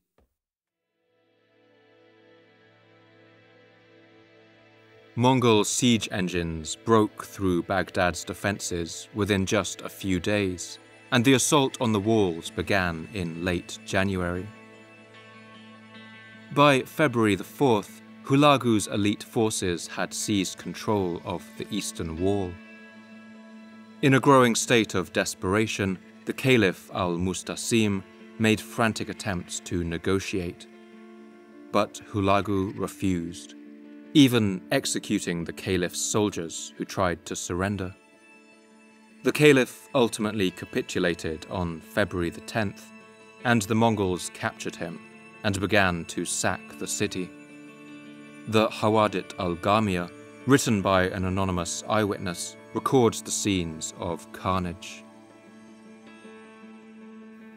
The inhabitants of Baghdad were put under the sword on Monday, and were subjected to 40 days of continuous killing, pillaging, and enslavement. A great part of the city, including the Caliph's mosque and its surrounding, were burnt, and the city was laid in ruins. The dead lay as mounds in the streets and the markets.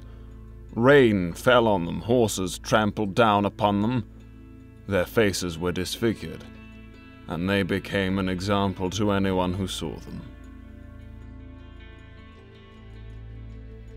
Some among the city's populations were spared. The Shia Muslims in the city, as well as Baghdad's Jewish population, avoided the worst of the massacre. The city's Christian community was also spared, since the Mongol general Hulagu's wife was a Christian and asked her husband to show them mercy. Many of the glorious libraries of Baghdad were destroyed, and the books within them likely burned up in the fires that engulfed the city. Some later sources, like Qutb ad-Din an-Nahrawali, writing around 300 years later, embellished the story with the poetic flourish that the river Tigris had turned black with the ink of the books thrown into it. After the slaughter was done, Hulagu held a victory feast, where he had the caliph brought to him in chains. The chronicler Nasir ad-Din at-Tusi, who may have been present as an eyewitness, recorded the words of the Mongol general. Hulagu set a golden tray before the caliph and said, "Eat." "It is not edible," said the caliph. "Then why did you keep it?" asked the Khan, "and not give it to your soldiers? And why did you not make these iron doors into arrowheads and come to the bank of the river so that I might not have been able to cross it?" "Such," replied the caliph, "was God's will." "What will befall you," said the Khan, "is also God's will."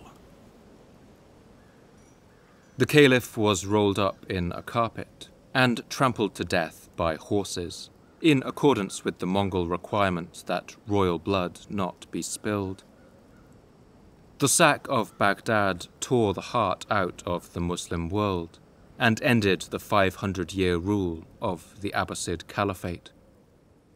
But the Mongol armies were just getting started.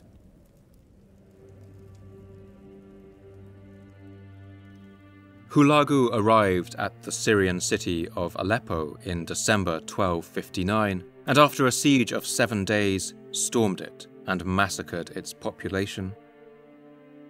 The Sultan of Syria, an-Nasir Yusuf, was still at large, and when the news of the sack of Aleppo reached him, he and his army fled south. The Mongols followed hot on his heels and captured Damascus 16 days after they had taken Aleppo. The Mongols followed the Sultan down the shores of the Mediterranean and forged through Palestine up to the border of Egypt. They finally tracked down the Syrian Sultan an-Nasir Yusuf at the port town of Gaza, and later had him killed. Now on the border of Egypt, Hulagu sent ambassadors to the Sultan there, a man named Kutuz, demanding that he swear loyalty to the Mongol Empire. The Egyptian Sultan responded by having the men beheaded and displaying their heads on Cairo's Bab Suwayla Gate. It was an act virtually guaranteed to lead to a Mongol invasion, and soon, perhaps the land of the pyramids might have also been added to the vast stretch of the Mongol Empire. But that was not to be the case. That's because news soon came down the Silk Road of another seismic shock that would send tremors throughout the Mongol world. That was the death, on the 11th of August, 1259, of the great Khan Monka.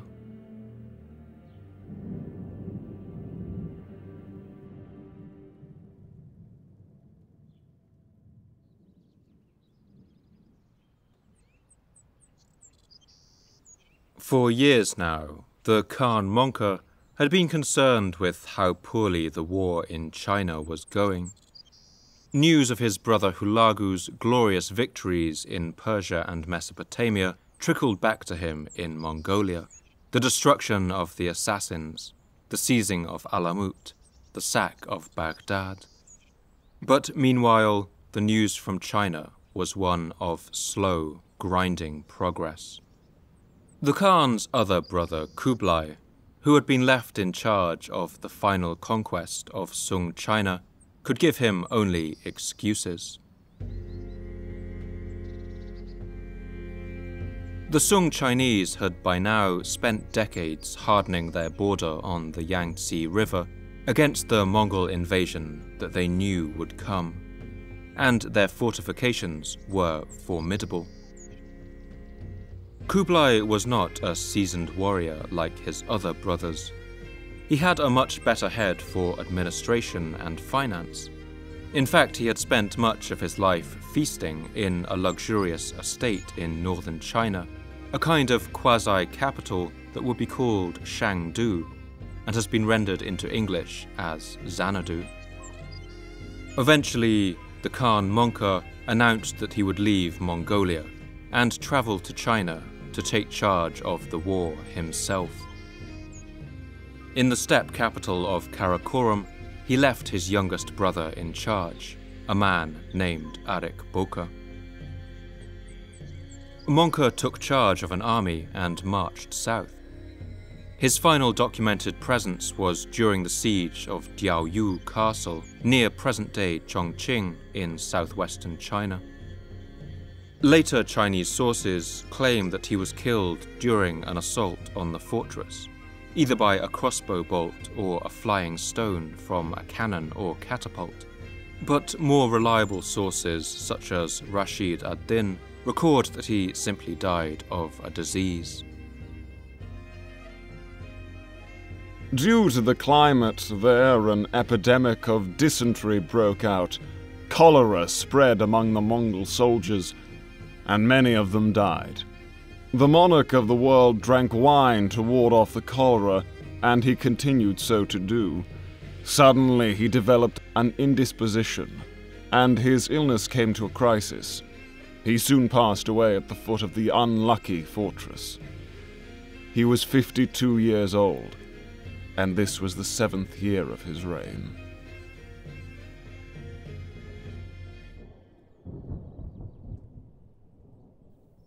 However he died, the death of Monka in 1259 would mark a watershed in the history of the Mongols. This was the maximum extent of their territory, and the last time that the entire Mongol Empire would ever fight as one force. After the deaths of previous Khans, members of the royal family had mostly rushed back to Mongolia to help elect a new overlord in a grand Kurultai. But this time, none of them moved. They decided to stay where they were and claim their own territory. Now the vast swathe of Asia that the Mongols had conquered fractured into what were essentially 4 distinct empires.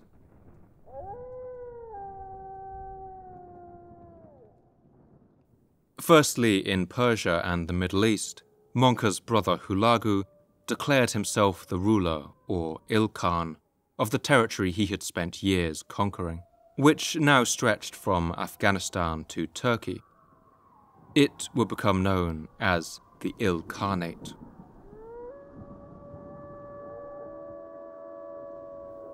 Second was in the northwest, in the steppe bordering Europe, in Ukraine and Russia, and stretching across the Volga region to the Ural and Caucasus mountains.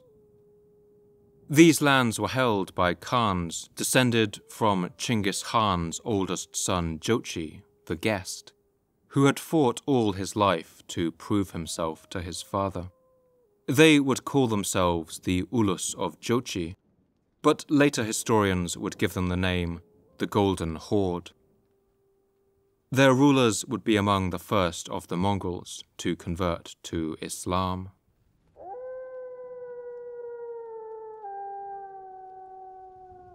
Third was in the center of the empire, in the conquered Silk Road regions that had once been the Khwarezmian Empire, and the vast steppe of Kazakhstan and Siberia. Here, the descendants of Chagatai ruled what became known as the Chagatai Khanate, presiding over the cities of Samarkand and Bukhara, which had by now recovered somewhat from the destruction of Chinggis Khan, and once more brought healthy income to their rulers.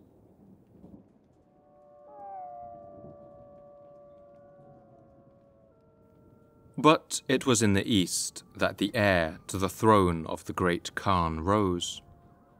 He was the second son of Tolui, and the late Monka Khan's brother, the somewhat unlikely new emperor, Kublai.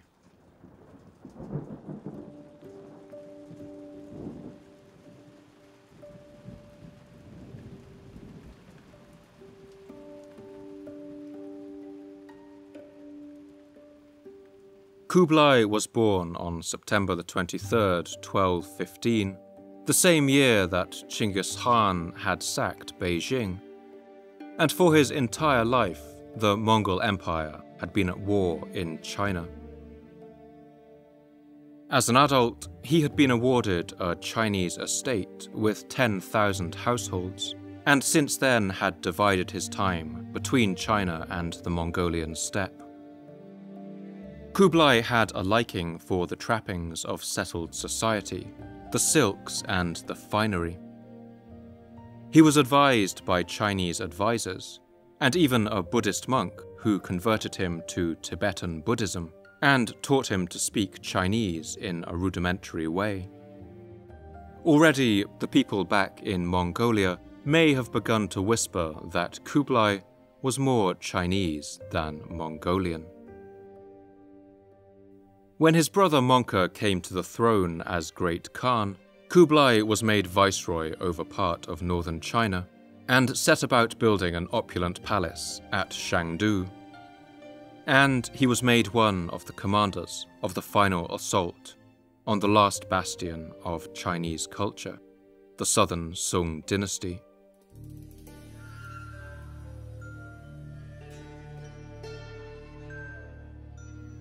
But much to the frustration of his older brother Mongke Khan, the conquest of the Sung was a long and difficult campaign. In the Sung, the Mongols faced without doubt the most technologically advanced army on earth. The Sung pelted Mongol armies with repeating crossbows, launched huge gunpowder bombs from their catapults, and even filled their explosives with pieces of broken pottery to create perhaps the first shrapnel bombs in history. Rashid ad-Din paints a picture of this grinding campaign. The roads were difficult and the places and castles hard to capture. They had repeatedly given battle, and entry and exit had been made difficult for them. Moreover, on account of the unhealthy climate, many of that army had fallen sick and died. Still, the momentum of Mongol advance was by this point unstoppable. Despite heavy losses, they pushed steadily into the heartlands of the Sung. That was until Kublai heard news that his brother Mongke had died, and the throne of the Great Khan was up for grabs. Kublai had long dreamed of taking that throne for himself, and as Mongke's brother, he was a prime candidate. But he was at a distinct disadvantage. Having spent so many years in China, he had become distant from the life of the imperial court. Meanwhile, his main rival was the man that Mongke had left in charge back in Karakorum, their youngest brother, the fourth son of Tolui, Arik Boka.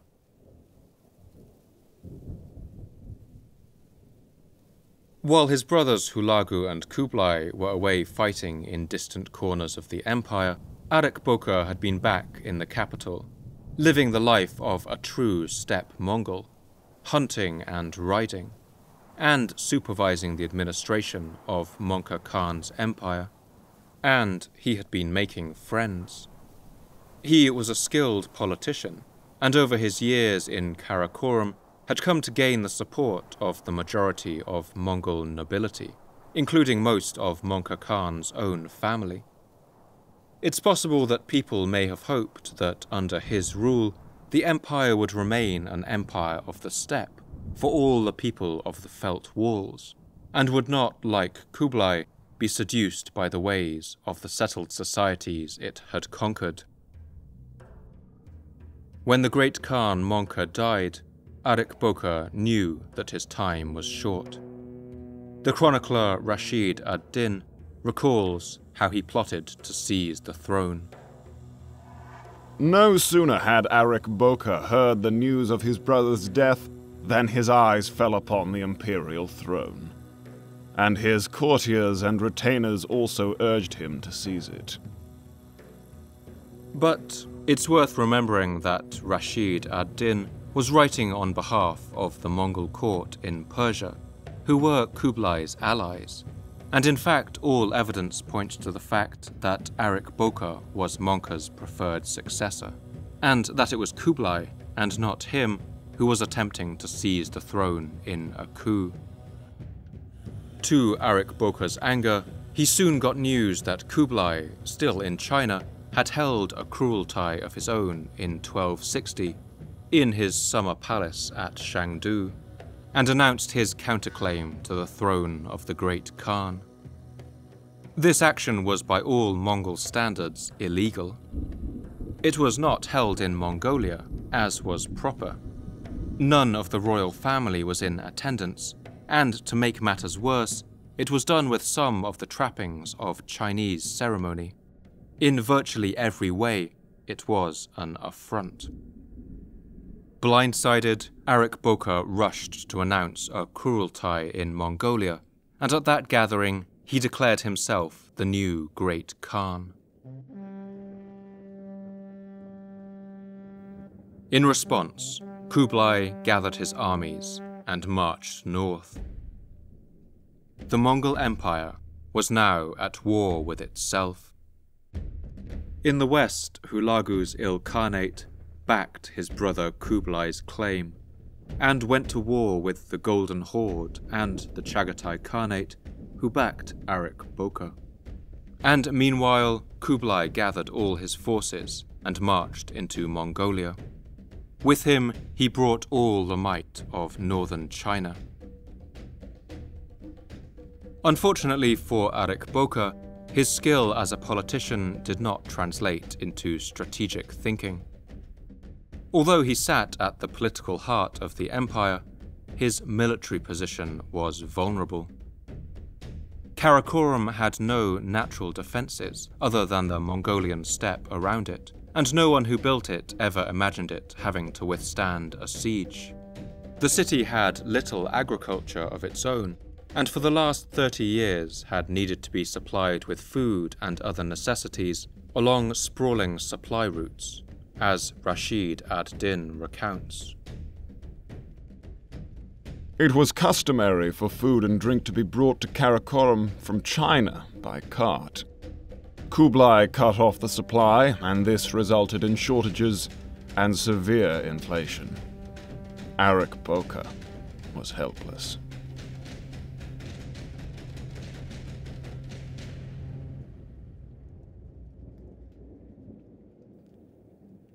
Arik Boka recognized the precarity of his position, and at his brother's advance in 1261, he fled the capital for the northern steppe. Kublai swept into Karakorum and looted the city that his uncle Ogedei had built, as though it were any other conquest. He stripped it of much of its wealth and sent this back to his palace at Shangdu in China. It's likely that the silver tree of Karakorum, built by the French silversmith William Boucher, was also seized, and possibly melted down for transport. Treasure carts rolled back over the Gobi Desert, laden with precious things, now heading in the opposite direction. Only 50 years after Chinggis Khan's conquest of the Jin dynasty, China's wealth was coming home.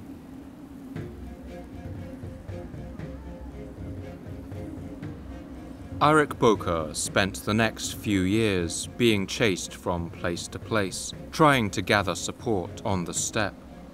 But his weakness in the face of his brother's advance had destroyed any respect that anyone held for him.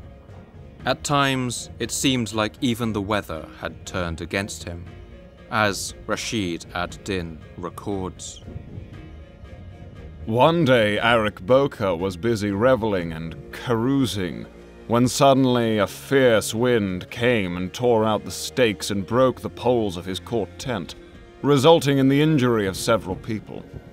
The court ministers and commanders took this as an omen of his demise and totally abandoned him. Arik Boka was left there with only a few soldiers, and he was dumbfounded.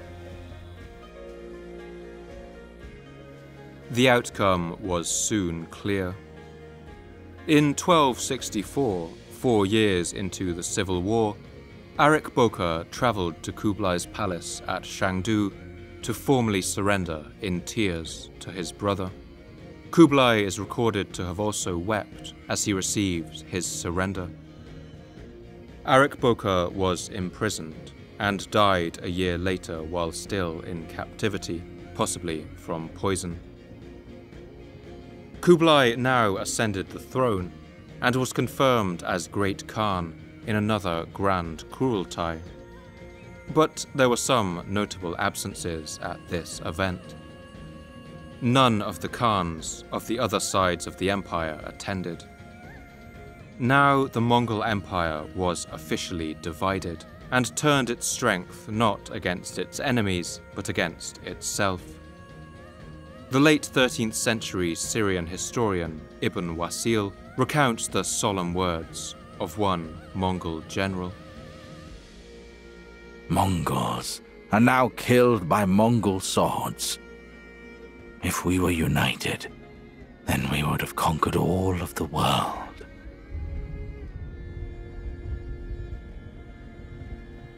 If Chinggis Khan had been alive, doubtless he would have reminded his grandsons of the story his mother Oalun had told him, of Alun the Fair and her sons, and the arrows that united could not be broken, but divided each would snap one by one.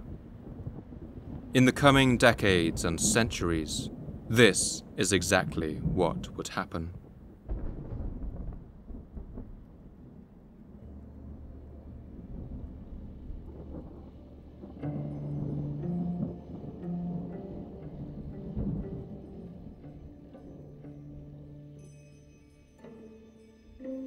Despite ruling over a now much reduced empire, Kublai Khan still commanded a vast territory.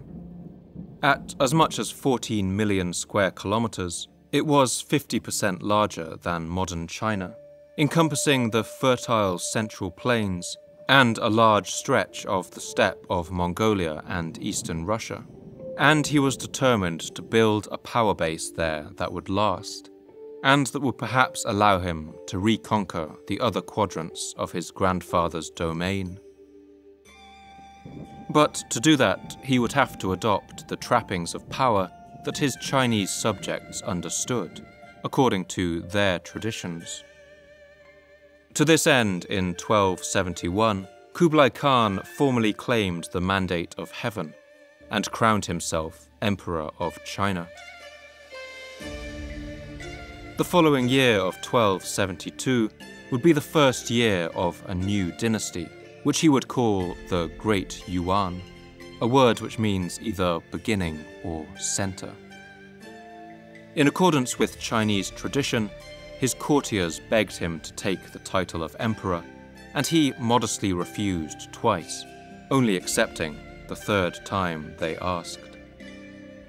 A Chinese emperor needed an imperial capital, and Kublai decided to move his from the site of Shangdu and build a new one near the ruined city of Beijing that his grandfather had destroyed. There he would build the new city of Dadu, meaning great capital, but his Mongolian and Turkic subjects would often refer to it as Khan Balik, which in Mongolian means the city of the Khan. Rashid ad-Din recalls his decision. He designated as his winter residence the city of Khan Balik, which had been an imperial capital. It had been chosen as a site in ancient times by astrologers and philosophers, and it was considered to be very auspicious and lucky. Since Genghis Khan had destroyed it, Kublai Khan wanted to rebuild it, so for his own fame and reputation he built another city next to it. Inside the city he built a truly magnificent palace for his Ordu. Its pillars and paving are all of marble. It was to this capital of Khan Balik that a weary traveller arrived from the other side of the world, probably sometime around the year 1271. He had left his home at the age of 16 or 17 and set out on a journey of exploration with his brother that had taken him across Central Asia and through many of the lands that now belonged to the Mongol Khanates. His name was Marco Polo.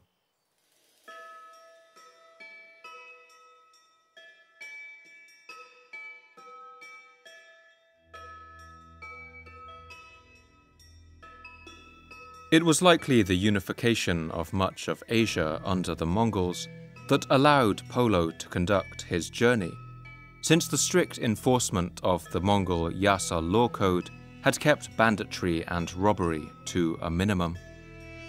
This was the period that has been called the Pax Mongolica, or the Mongol Peace, when it was said with some exaggeration that even a maiden carrying a nugget of gold on her head could wander safely across the realm without being robbed. When Polo arrived in Khan Balik, he was given an audience with the Great Khan, which he describes in his later work. I shall tell you of the great and wonderful magnificence of the Great Khan, now reigning, by name Kublai Khan. He is the most powerful man as regards forces and lands and treasure that exists in the world, or ever hath existed from the time of our first father, Adam, until this day. He is of a good stature, neither tall nor short, but of a middle height. He has a becoming amount of flesh, and is very shapely in all his limbs. His complexion is white and red, the eyes black and fine, the nose well-formed. He also describes the opulence of the Khan's palace. The hall of the palace is so large that it could easily dine 6,000 people, and it is quite a marvel to see how many rooms there are besides.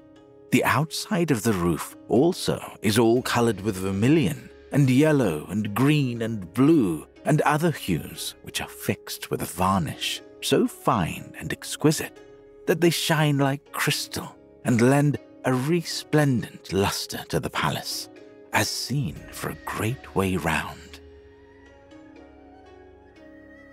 Marco Polo was also astonished to see the Chinese invention of paper money being circulated by the imperial mint, a concept that he struggled to understand.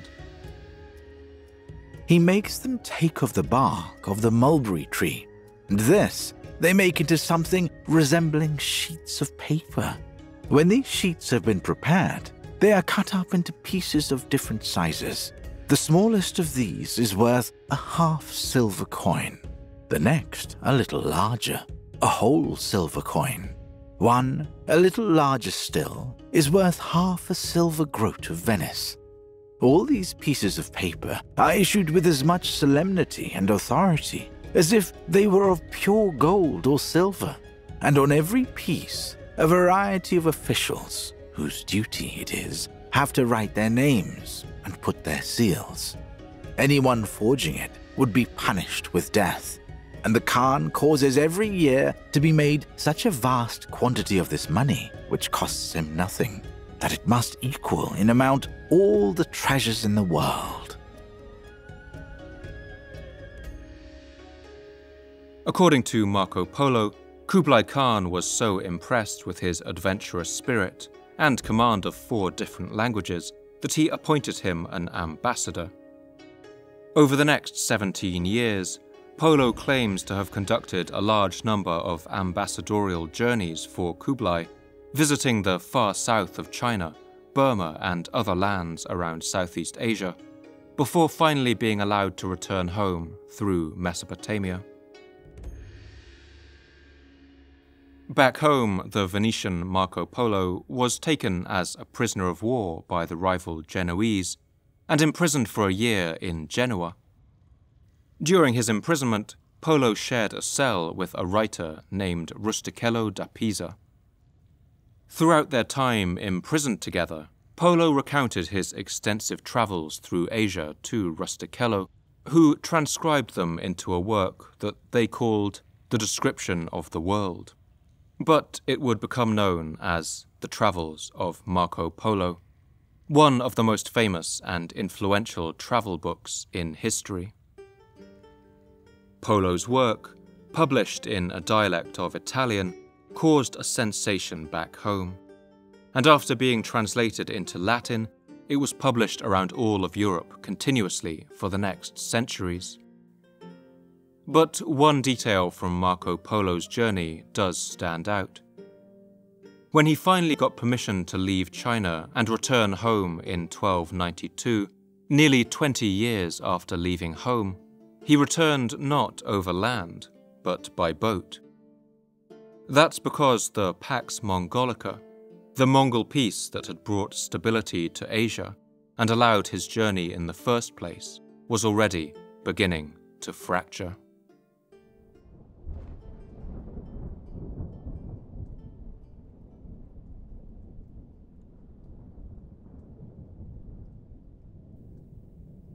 Despite the glowing impression that the empire left on Marco Polo, China under Kublai Khan's Yuan dynasty was a troubled place. For one thing, it was still at war with the remnants of the southern Sung, who held out in several strongholds for many years. But by the 19th of March, 1279, the Mongols had cornered the last child emperor of the Sung in a coastal fortress called Yarmen, at the mouth of the Pearl River. The boy was only 6 or 7 years of age, but he was the final hope for the continuation of the Sung line. When Mongol forces finally closed in and it became clear that all was lost, one of the young emperor's attendants took the boy in his arms and gave the following cry. The affairs of the nation lie in ruin, and our country is destroyed. There is no hope now. His Majesty has no alternative but to die for the country. With the boy in his arms, he leapt from the cliffs into the ocean. It's said that hundreds of the royal family and attendants followed the young emperor to his watery grave, rather than face the Mongols.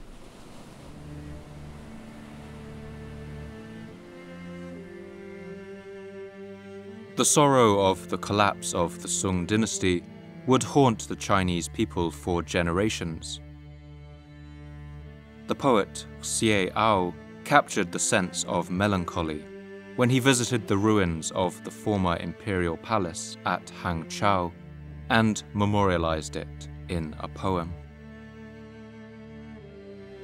何属何人未守婚？落花台殿暗销魂。朝园阁下归来雁。 Like an ancient ruin, the grass grows high.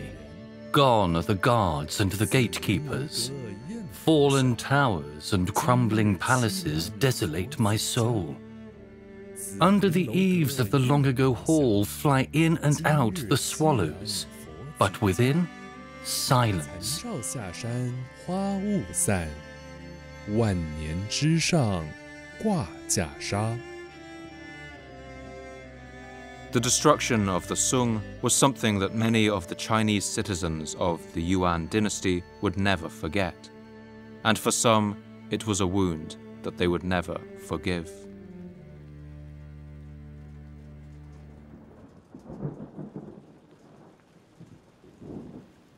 With the south of China finally crushed, Kublai Khan was the first foreign invader to ever conquer the whole of the central plains of China. This was also the first time that the land had been united since the Tang dynasty 400 years earlier. But Kublai had won an empire now devastated by decades of war. The north of China had been suffering from famine ever since it was first occupied by the Mongols. Its agriculture had always been weaker than the south, where the humid weather meant that rice could be grown. But in the north, the major crops were wheat, sorghum, and millet. Since the destruction of Chinggis Khan's initial invasion, the northern economy had recovered somewhat, but famine was an ever-present threat. To remedy this, Kublai Khan ordered the lengthening of the so-called Grand Canal so that it now connected his new capital of Khan Balik with the old Sung capital of Hangzhou, a symbol of national reunification that also allowed the transport of rice from the south to the famine-struck north. This measure improved matters, and for a time a level of stability came to the once divided land. But already the Mongols were finding that conquering a vast and complex kingdom like China was much easier than actually ruling it.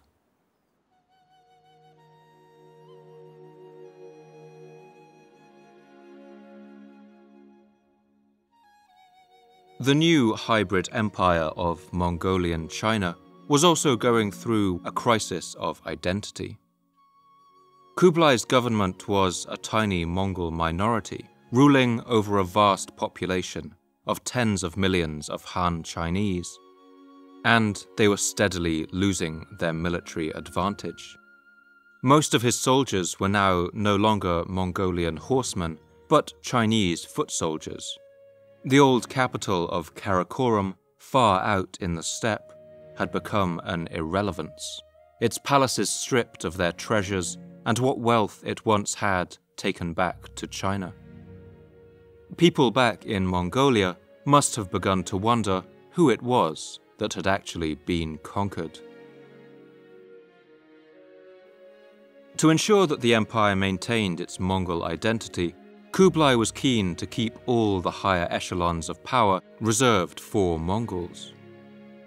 To this end, southern Chinese people of the former Sung were relegated to fourth-class citizens in their own country, with the northern Chinese above them, the Central Asians and Tanguts above them both, and of course, Mongols as the empire's elite class. Han Chinese were forbidden from holding many of the most powerful positions or holding key roles in the civil service.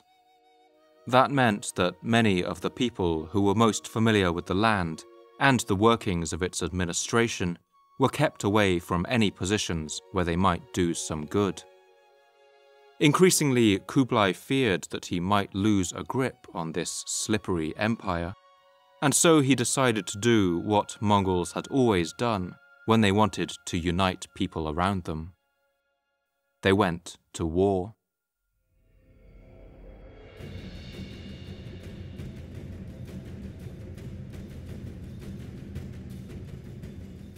First, he was determined to conquer the kingdom of Dai Viet in the south, the northern kingdom of what is Vietnam today. But these plans would be frustrated. Although he swept south in 3 major invasions and managed to capture the Vietnamese capital of Thang Long near modern Hanoi, the Mongol forces found the humid tropical weather and thick jungle landscape impossible to contend with. The Vietnamese soldiers melted away into the matted vegetation and raided Mongol armies with hit-and-run tactics that slowly whittled away their strength, as the history of Yuan describes. Although the Viet were defeated many times, they gathered more and more troops. Without sufficient supplies, both our generals and troops suffered hardships, and many of them were killed. In that land, the troops and horses of the Mongols could not manifest their talent too. Eventually, they had to abandon the capital, crossing the river toward the north side to discuss the plan of retreat.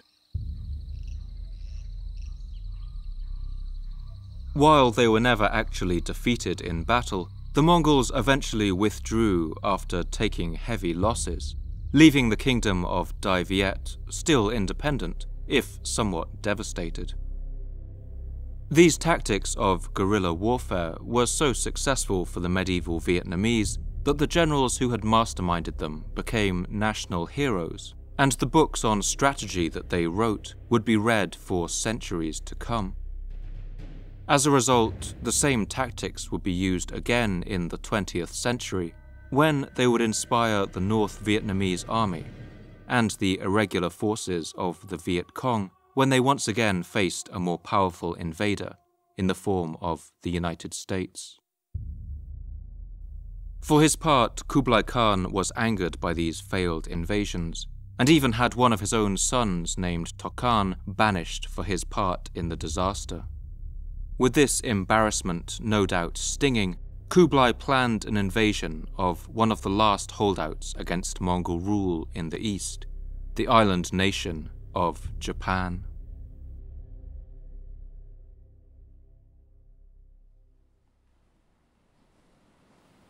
The first Mongol attempt to capture Japan had ended in failure, although they had briefly occupied the islands of Tsushima and Iki.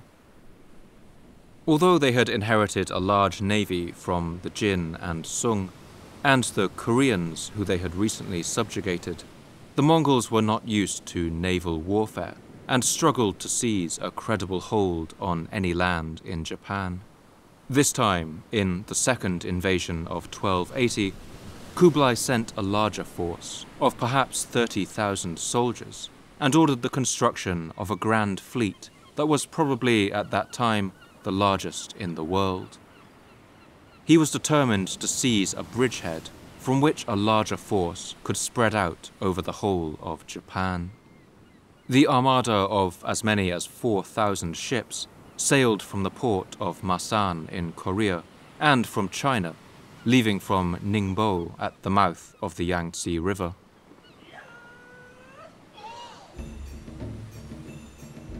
They chose the landing site of Hakata Bay, near the modern city of Fukuoka, which sits on the large Japanese island of Kyushu, just 200 kilometers off the coast of Korea.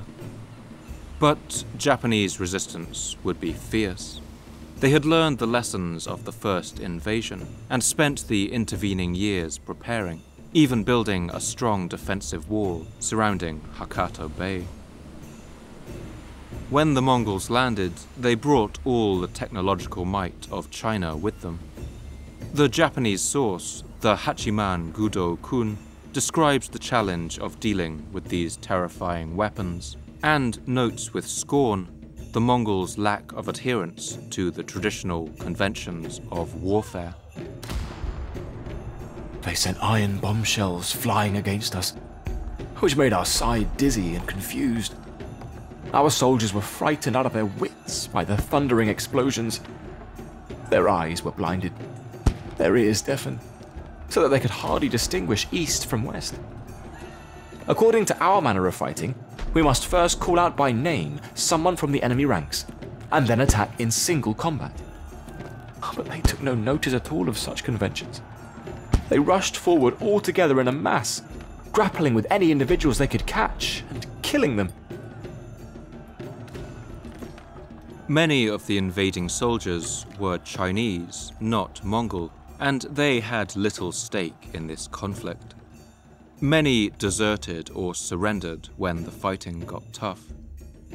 The Mongols fought for 2 months at Hakata Bay in a kind of bitter stalemate. They were unable to make any headway against the Japanese defenses, while the Japanese too struggled to dislodge them entirely. Then, on the 15th of August, fate intervened.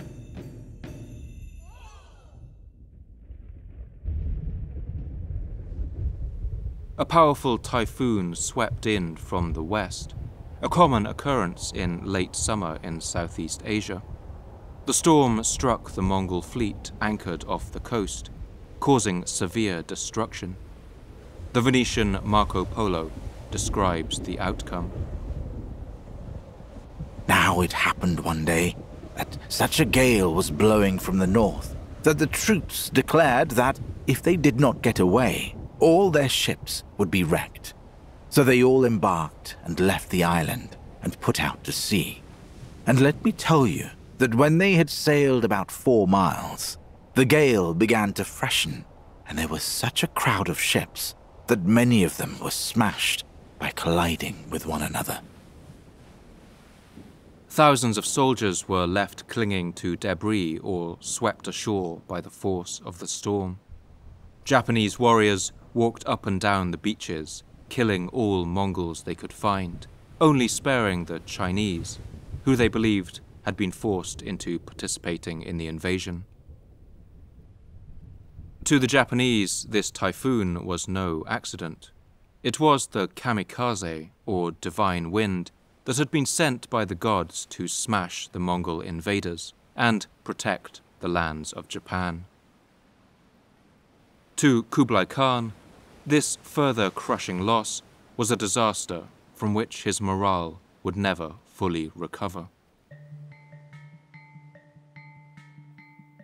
In Burma, too, the Mongols succeeded in toppling the empire of Bagan, but the humid tropical environment in the south of the country soon defeated them, along with its host of tropical diseases. The Mongols had now found the geographic bounds of their expansion. There was no more treasure left to plunder, no more lands left to seize. All that was left to do was turn against one another and collapse from within.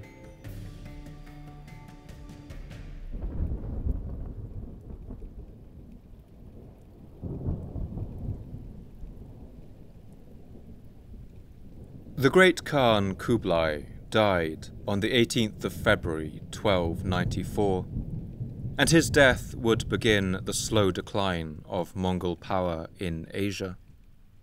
In China, 9 further Khans followed the reign of Kublai, but their reigns were largely short, unstable, and characterized by widespread incompetence, corruption, and famine. Kublai's successor, his grandson Temur Olcay II, died without an heir, and a period of struggle followed that led to growing resentment among China's people. Meanwhile, the Mongols who remained back in the Mongolian steppe increasingly viewed these emperors as foreigners who had forgotten their old way of life and began to ignore the rule of the great Khan in China. The last emperor of the Yuan dynasty ascended the throne in the year 1333. His name was Togan Temur, and it's in his hands that the Yuan dynasty would truly disintegrate.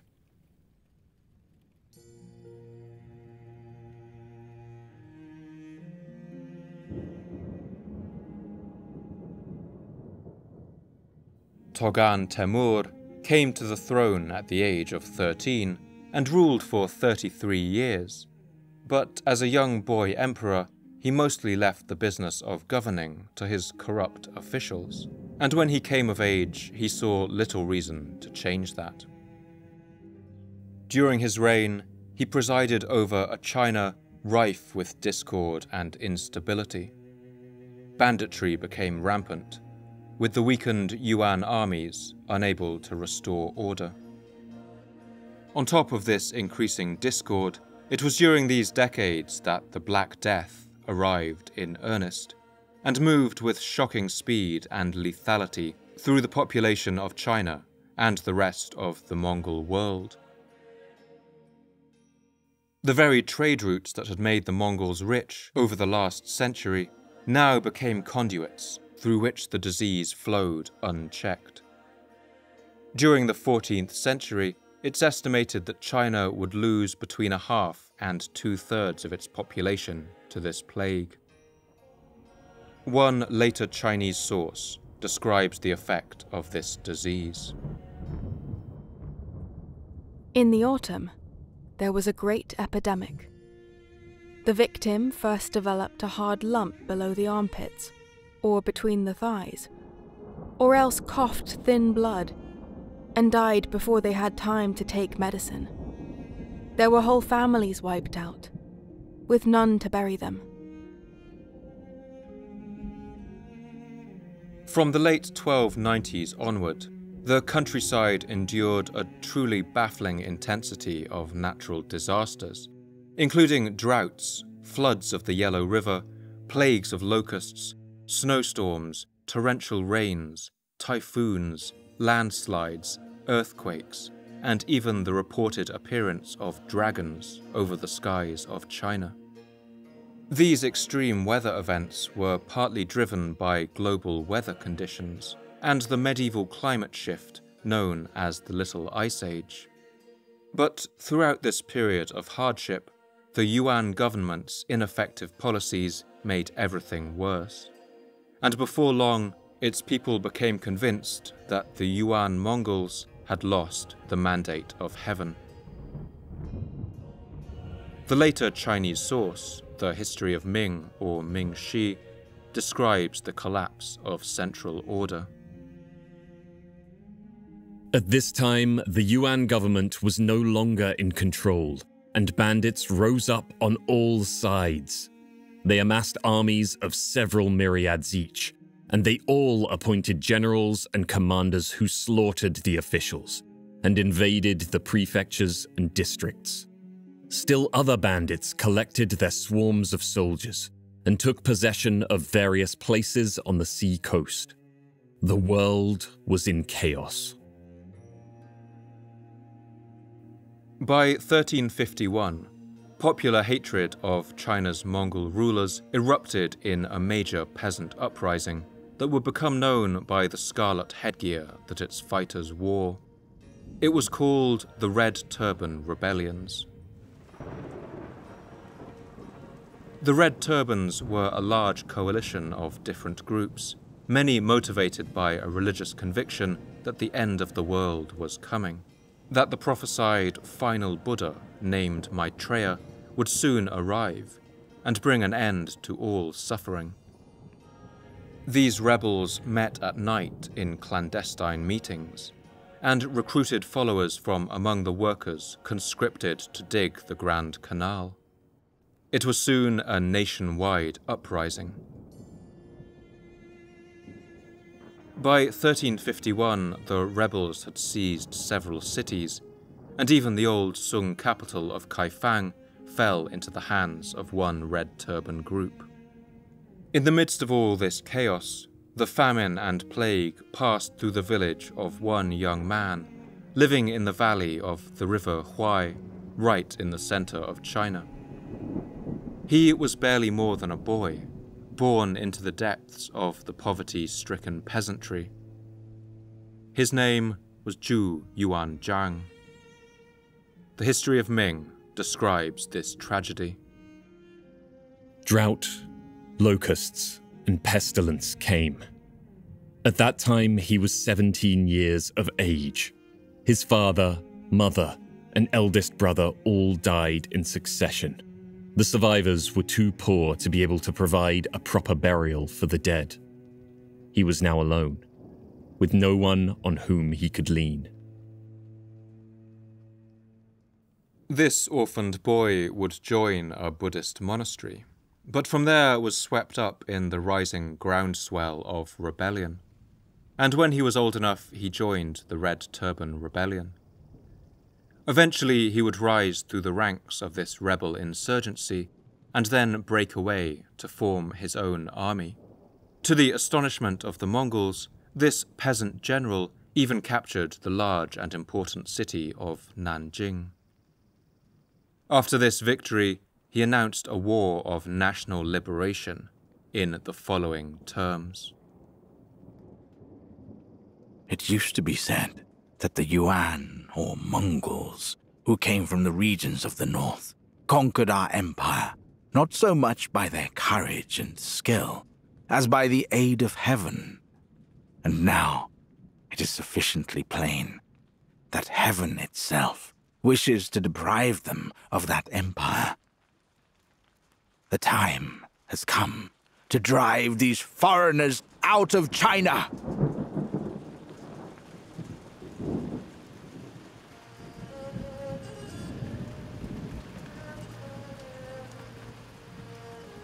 Such was the weakened state of the Yuan dynasty that much of Zhu Yuanzhang's energy was spent fighting not the Mongols, but other Chinese rivals among the Red Turbans. But after years of war, he finally won supremacy over all other rebel groups. On the 20th of January 1368, Zhu Yuanzhang formally claimed the mandate of heaven and declared himself the Emperor of China. He announced the beginning of a new dynasty that he called the Ming, meaning bright or brilliant. And this orphaned peasant would go down in history with the name of the Mongol Emperor. With his rule now secure, he declared his intentions to march north and against the Mongol capital of Khan Balik, as the history of Ming recounts. On the 9th of November, the emperor summoned his generals to discuss an expedition to the north. He said, "The Yuan reign will soon be over, and North China is already in ruins. Now we shall strike northward and rescue the living from flood and flame. Let us take our veterans of 100 battles, pit them against their long, untried soldiers, and strike directly at the Yuan capital. So great is our force that this can be done as easily as splitting bamboo." In August of 1368, the Ming forces arrived in the region of Beijing, and at the sight of the army, the Khan's capital of Khan Balik surrendered without a fight. Beijing was now in the hands of the Chinese, little more than 150 years since Chinggis Khan had sacked it. The later Mongol chronicle, the Altan Tobchi, attributes the following lament to the last Khan of China, Togan Temur, using the Chinese name Daidu for the capital.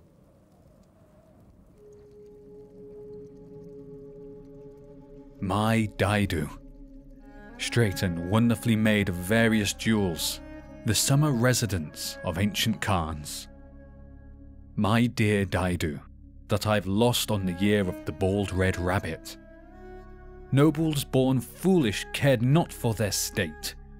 I was left alone, weeping. I became like a calf left behind on its native pastures.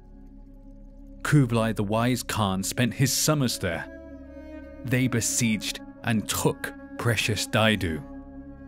I have lost the whole of it to China.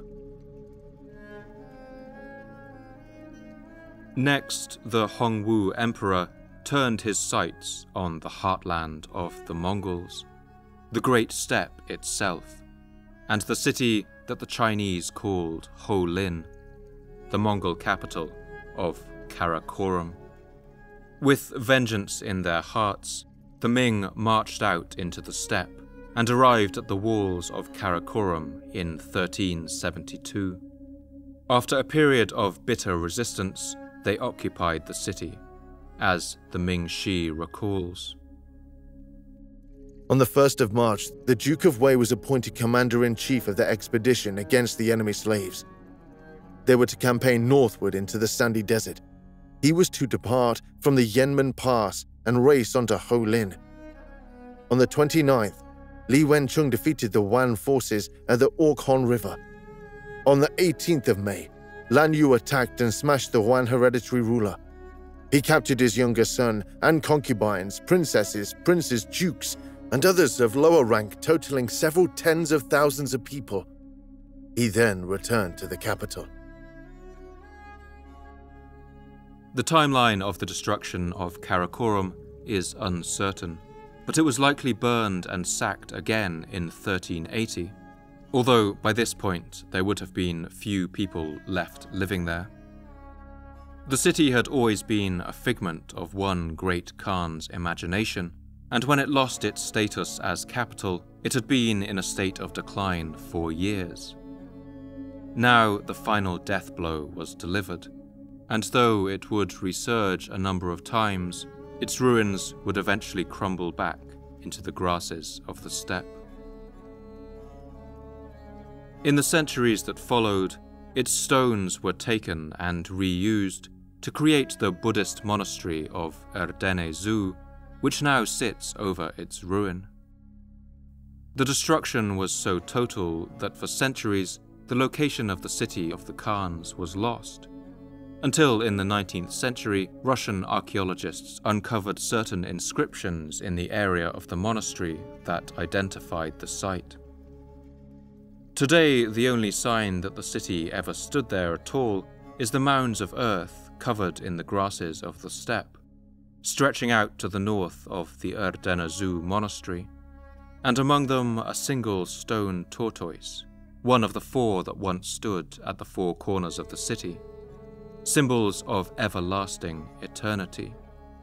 Now it stands alone in the grasslands of Mongolia, an ironic statement about an empire that rose so far and fell so fast.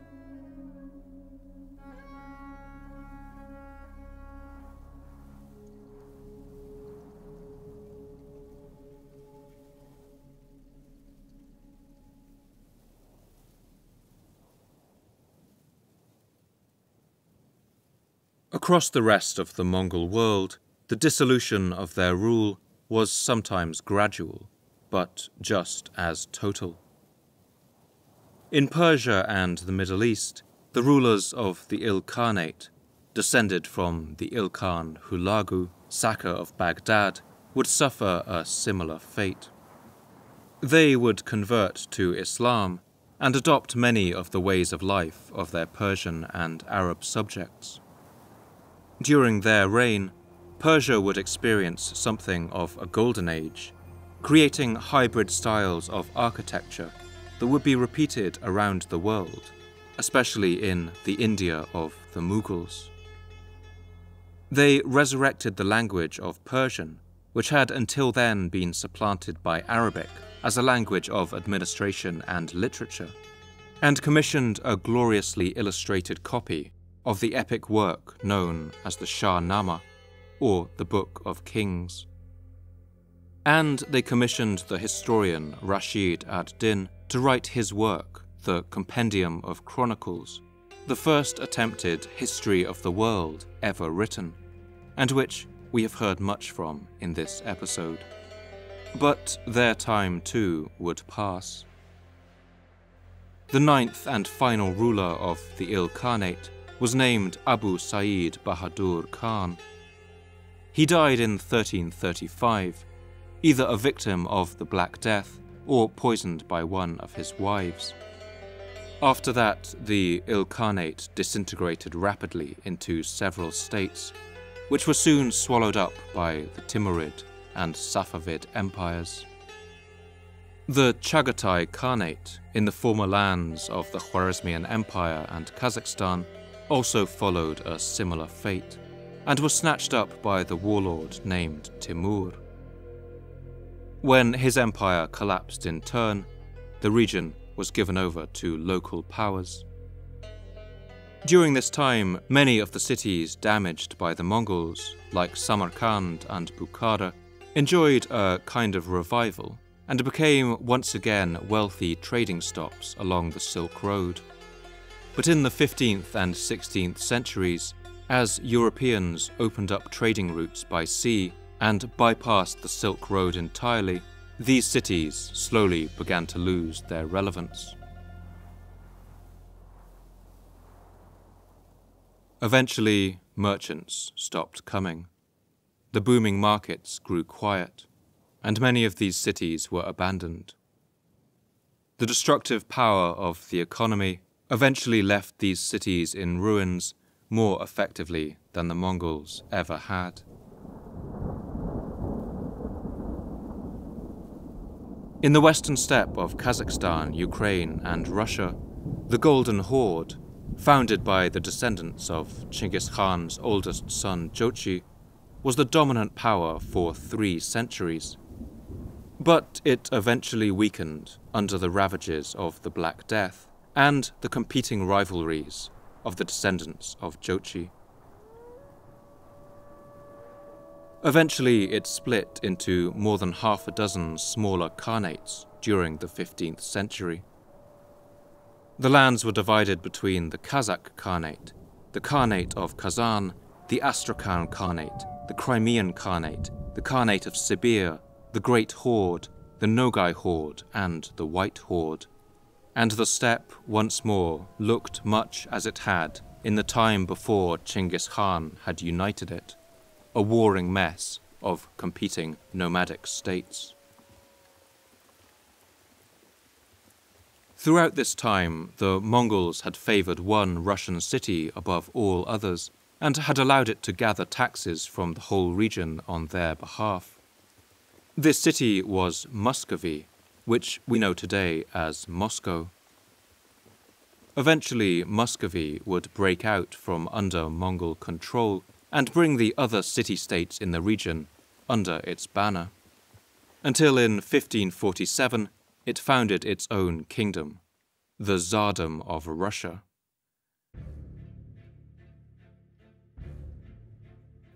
The Russian Tsars would advance into the steppe, now armed with muskets.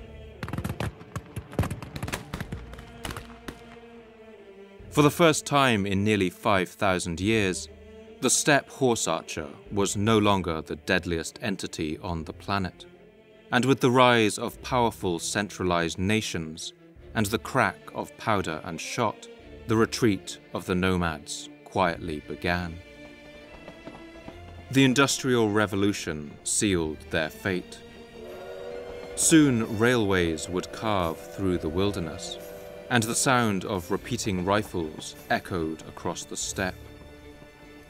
These technological innovations finally allowed settled peoples to push into the most remote and untamed territories where once only nomads had roamed. Even the fiercest of nomadic warrior peoples were subdued by this new age. The ancient rhythm of nomadic incursions, which had ebbed and flowed for millennia, finally came to an end, and the wild heart of the steppe grew still.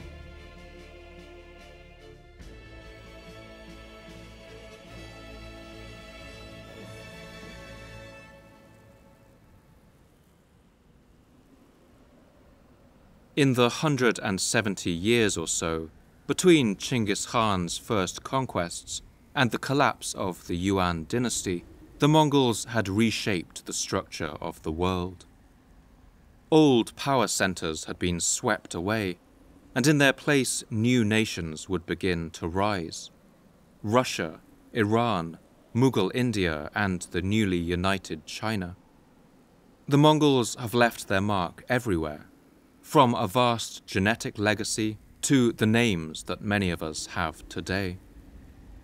At this time, the Turco-Mongolian word for ruler, Khan, is one of the world's most popular surnames, belonging to more than 23 million people worldwide, and it is the 12th most common surname in the United Kingdom.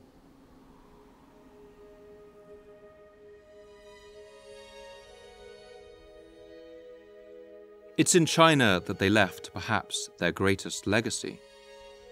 In some ways, the Mongols invented the modern concept of China, uniting its two halves, along with Tibet and Manchuria, making up the borders of the modern nation today. But on the Chinese people, the psychological effect of the Mongol conquest and occupation was immense, and the centuries that followed would be characterized by a great turning inwards. The China of the Sung dynasty had been inventive and outward-looking, seeking new technologies and foreign influences. But the Ming dynasty that took its place was paranoid and suspicious of change.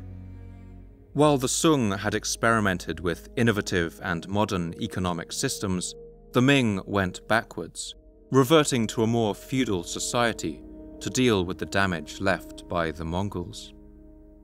This inward-looking mentality is perhaps nowhere better demonstrated than in the project that would take up much of the 15th and 16th centuries.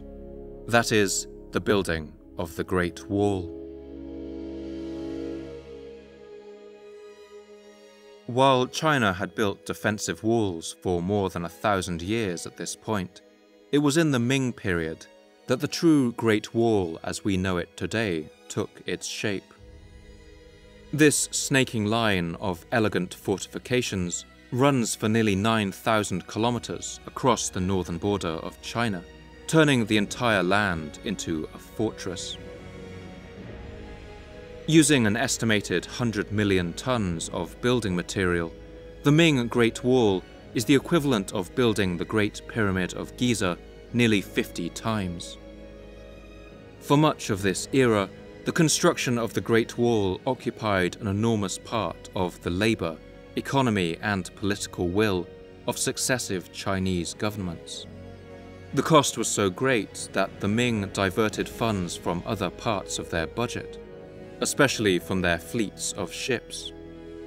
The Ming had inherited one of the largest fleets in the world, with thousands of large vessels, many larger than any ship being built in Europe at the time. These had been used on voyages of exploration to India, Arabia, and Africa. But in the 15th century, the Ming dismantled much of this naval power, and even burned some of the ships in harbour to save costs. The historian James Waterson describes this inward turn.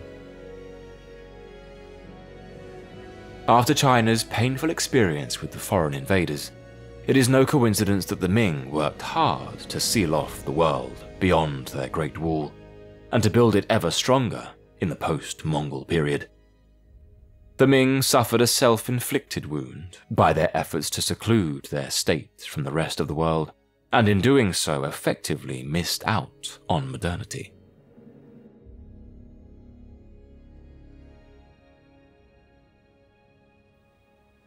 But while China looked inwards and built their Great Wall, on the other side of the continent, another people looked outwards.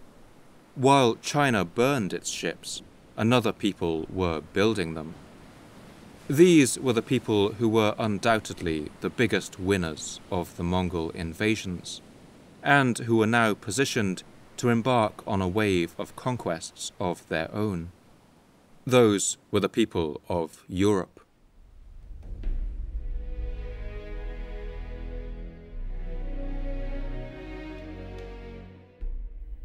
While Eastern European lands in the areas of modern Poland, Hungary, and Russia had all suffered from Mongol incursions, the kingdoms of Western Europe, in France, England, Spain, and Portugal, had escaped unscathed.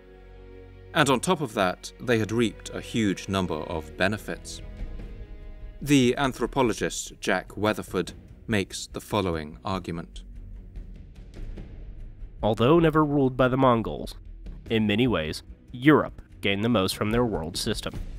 The Europeans received all the benefits of trade, technology transfer, and the global awakening, without paying the cost of Mongol conquest. The Europeans, who had been cut off from the mainstream of civilization since the fall of Rome, eagerly drank in the new knowledge, put on the new clothes, listened to the new music, ate the new foods, and enjoyed a rapidly escalating standard of living in almost every regard. Europe was fascinated by the Mongols and their vast world-spanning empire. In Italy, people even started giving their children Mongol names, with one, Grande Khan, meaning Great Khan, being especially popular. The Mongols had caused Europeans to come into contact with Chinese technologies that might have otherwise taken them centuries more to encounter, among them Chinese paper, the compass, and gunpowder. The Elizabethan English writer Francis Bacon commented on the transformative effect that these Chinese technologies had on European society. We should notice the force, effect, and consequences of inventions, which are nowhere more conspicuous than in those three which were unknown to the ancients, namely printing, gunpowder, and the compass. For these three have changed the appearance and state of the whole world, first in literature, then in warfare, and lastly in navigation. And innumerable changes have been thence derived, so that no empire, sect, or star appears to have exercised a greater power and influence on human affairs than these mechanical discoveries. The Mongol conquests helped Europe in another way too. That is, in broadening its horizons. The text of the travels of Marco Polo was still being printed in the 15th century when an Italian navigator bought a copy in a Genoese bookshop. The text had a transformative effect on him. This copy he would read over and over with an obsessive attention to detail, even leaving handwritten annotations in its margins. This navigator dreamed of one day visiting the lands of the Far East himself and the court of the great Khan that he had read about. His name was Christopher Columbus, and he too would change the course of history. In the journal that he kept on his voyage westwards, he wrote to King Ferdinand and Queen Isabella of Spain that he wanted to reach this far-off place.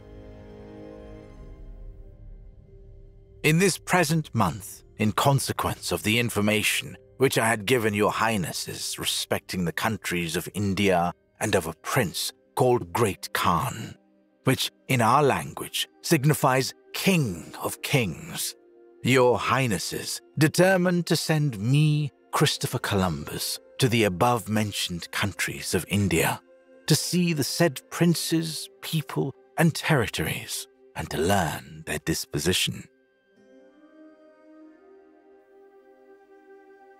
With the Chinese invention of gunpowder, by this point Europeans had already developed or adopted cannons, muskets, and arquebuses, and with these in the coming century, they would conquer vast swathes of land in the Americas and all around the world.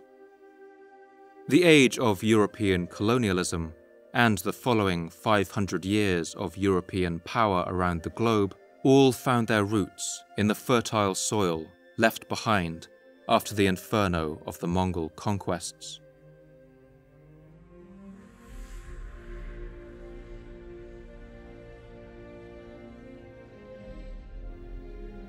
In his work, The Canterbury Tales, the first book published in the English language, written around the year 1390, the author Geoffrey Chaucer relates one legend associated with Chinggis Khan and writes in the following glowing terms about his legacy. This noble king was called Genghis Khan, who in his time was of so great renown that there was nowhere, in no region, so excellent a lord at all things. He lacked nothing that belonged to a king. As of the sect of which he was born, he kept his law to which he was sworn, and thereto he was hardy, wise, and rich, and kept always so well royal a state that there was nowhere such another man. This noble king, this Tartar, Genghis Khan.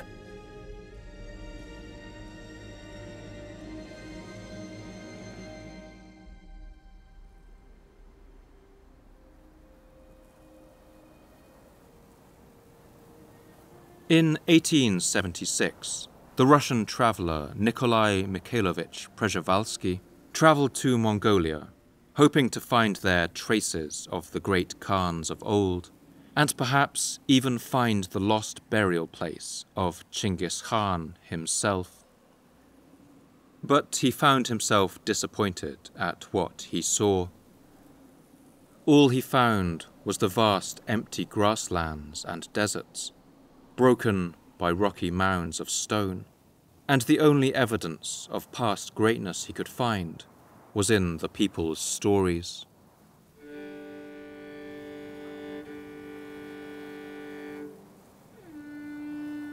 The effect of these bare yellow hillocks is most dreary and depressing when you are among them and can see nothing but the sky and the sand. No sounds are heard, not even the chirping of the grasshopper. The silence of the tomb surrounds you. No wonder that the local Mongols relate some marvelous stories about these frightful deserts.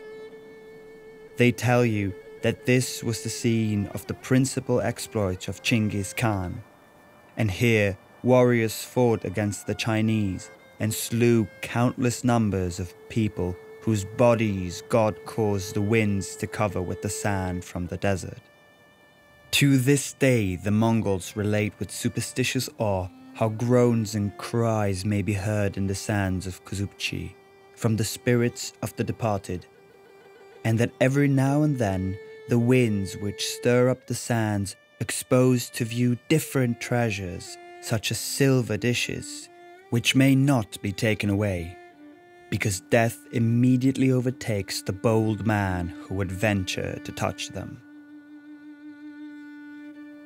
Wherever Przhevalsky travelled, he found legends about Chinggis Khan still circulating on the lips of Mongol people.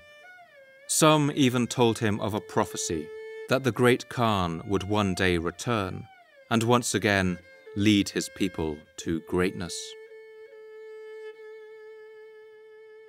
Chinggis Khan's memory is better preserved in Ordos than in any part of Mongolia. We heard more tales here about the conqueror than anywhere else.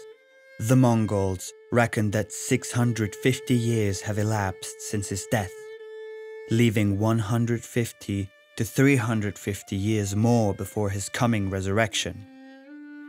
The same people assert that on the very day of the accomplishments of this miracle, some hero will be born in China with whom Chinggis Khan will do battle, subdue him, and lead his people from Ordos to what is now called the land of the Khalkhas, the native country of the Mongols.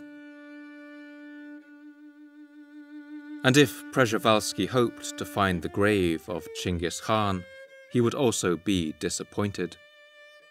If anyone did know where his body was to be found, Przhevalsky found that even after so many centuries, the Mongolian people still weren't telling.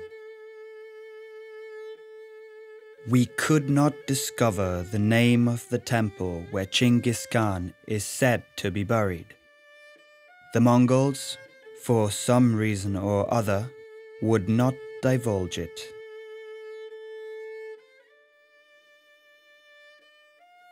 In the 20th century, a communist government seized power in Mongolia and, in close cooperation with the Soviet Union, engaged in purges of some 30,000 Mongolians, including thousands of Buddhist monks. Many of the victims were from one clan who still traced their descent back to Chinggis Khan. The Soviets were haunted by the ghost of the great Khan, fearing that he might become a rallying point for Mongolian nationalists. For this reason, they worked hard to destroy any relics associated with him, closing Buddhist monasteries and trying to erase all memory of the great Khan. But the Soviet-aligned government did maintain one aspect of Mongolian tradition. For 800 years, successive Mongolian rulers had maintained the law against anyone entering the region of the sacred mountain Burkhan Khaldun, the site where Chinggis Khan is most likely buried. For centuries, this land would be known as the Yeke Korig, or Great Taboo. When the communists seized power, they feared that this region would become a pilgrimage site and a focus of Mongolian nationalism. For this reason, the Soviet-aligned government maintained the ancient prohibition on entering it. The region of the Great Taboo was renamed and called simply the Highly Restricted Area. They built a top-secret airbase there for the use of Soviet planes and most likely a stockpile of nuclear weapons, so that even in the modern era, the land cannot be entered without special permissions. And the grave of Chinggis Khan remains unfound to this day.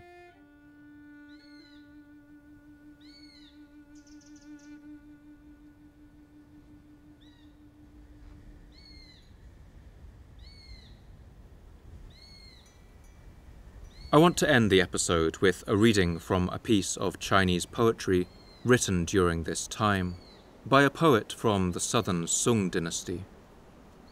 His name was Wen Tianxiang. Wen had been a government minister in Sung China, and after witnessing the destruction of his land, he led the resistance against the Mongol invaders. He was eventually captured and held in a Mongol prison. Despite all the tortures and deprivations that he suffered, he never wavered in his resistance. It was during this time of imprisonment that he wrote one of his masterpieces, titled Crossing the Sea of Solitude. As you listen, consider the contradictions and paradoxes of this time, a time of discovery and exploration, a time of new ideas and unforeseen encounters, but also a time of incalculable sorrow, as the great powers of the world crumbled and a new world order took shape. Imagine the hollowed halls and shattered walls, the empty markets of Samarkand, Nishapur, and Bukhara. Imagine the gutted palaces and empty temples of Beijing and Hangzhou.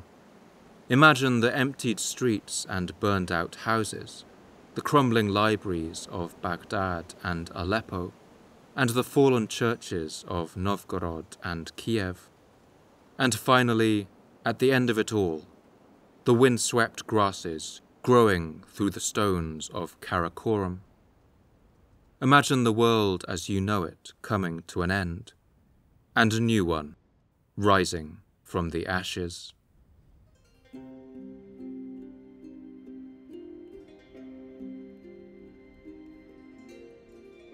辛苦遭逢起一经，干戈寥落四周星。山河破碎风飘絮。 Through painstaking mastery of the classics, I have risen high. But 4 years of raging war have well nigh brought all-round destitution and ruin. My shattered country does remind me of willow catkins swept by wind. In my life I sink or swim, like duckweed beaten by rain. Through the frightful shallows we fought our way. They tell us now of the frightful battle never won. But on the lonely ocean, I could but sigh for being captured and all alone. Down through the ages, who that ever lived has not met with death? I wish only to leave my loyal heart shining red in history's great book. 人生自古谁无死，留取丹心照汗青。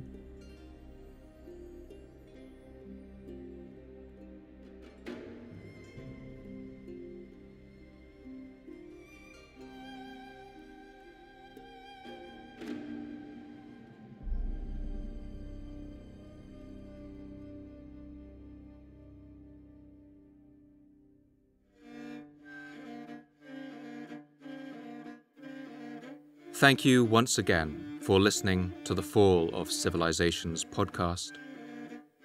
I'd like to thank my voice actors for this episode, Michael Hajiantonis, Lachlan Lucas, Alexandra Boulton, Tom Marshall-Lee, Chris Harvey, Nick Denton, Henry Stenhouse, Amrit Sandhu, Peter Walters, Matthew Biddulph, Garrett Caver, Sebastian Baltzarolo, and Paul Cassell.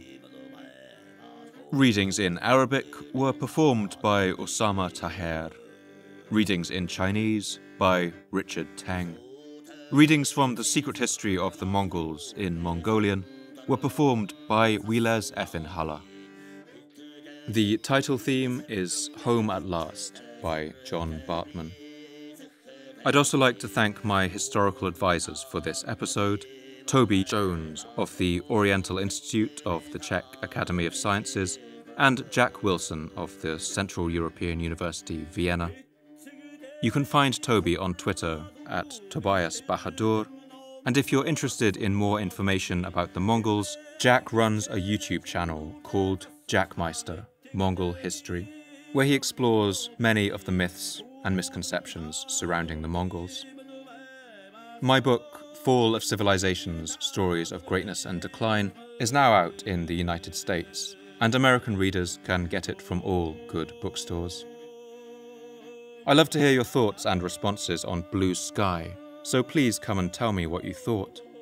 You can follow me at Paul M.M. Cooper, and if you'd like updates about the podcast, announcements about new episodes, as well as images, maps, and reading suggestions, you can follow the podcast at Fall of Civ Pod, with underscores separating the words.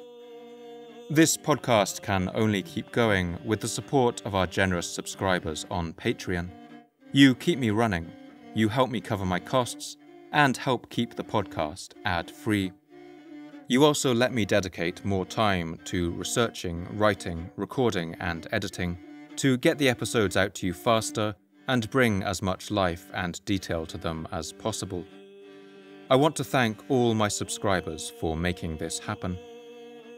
If you enjoyed this episode, please consider heading on to patreon.com/Fall of Civilizations_podcast, or just Google Fall of Civilizations Patreon.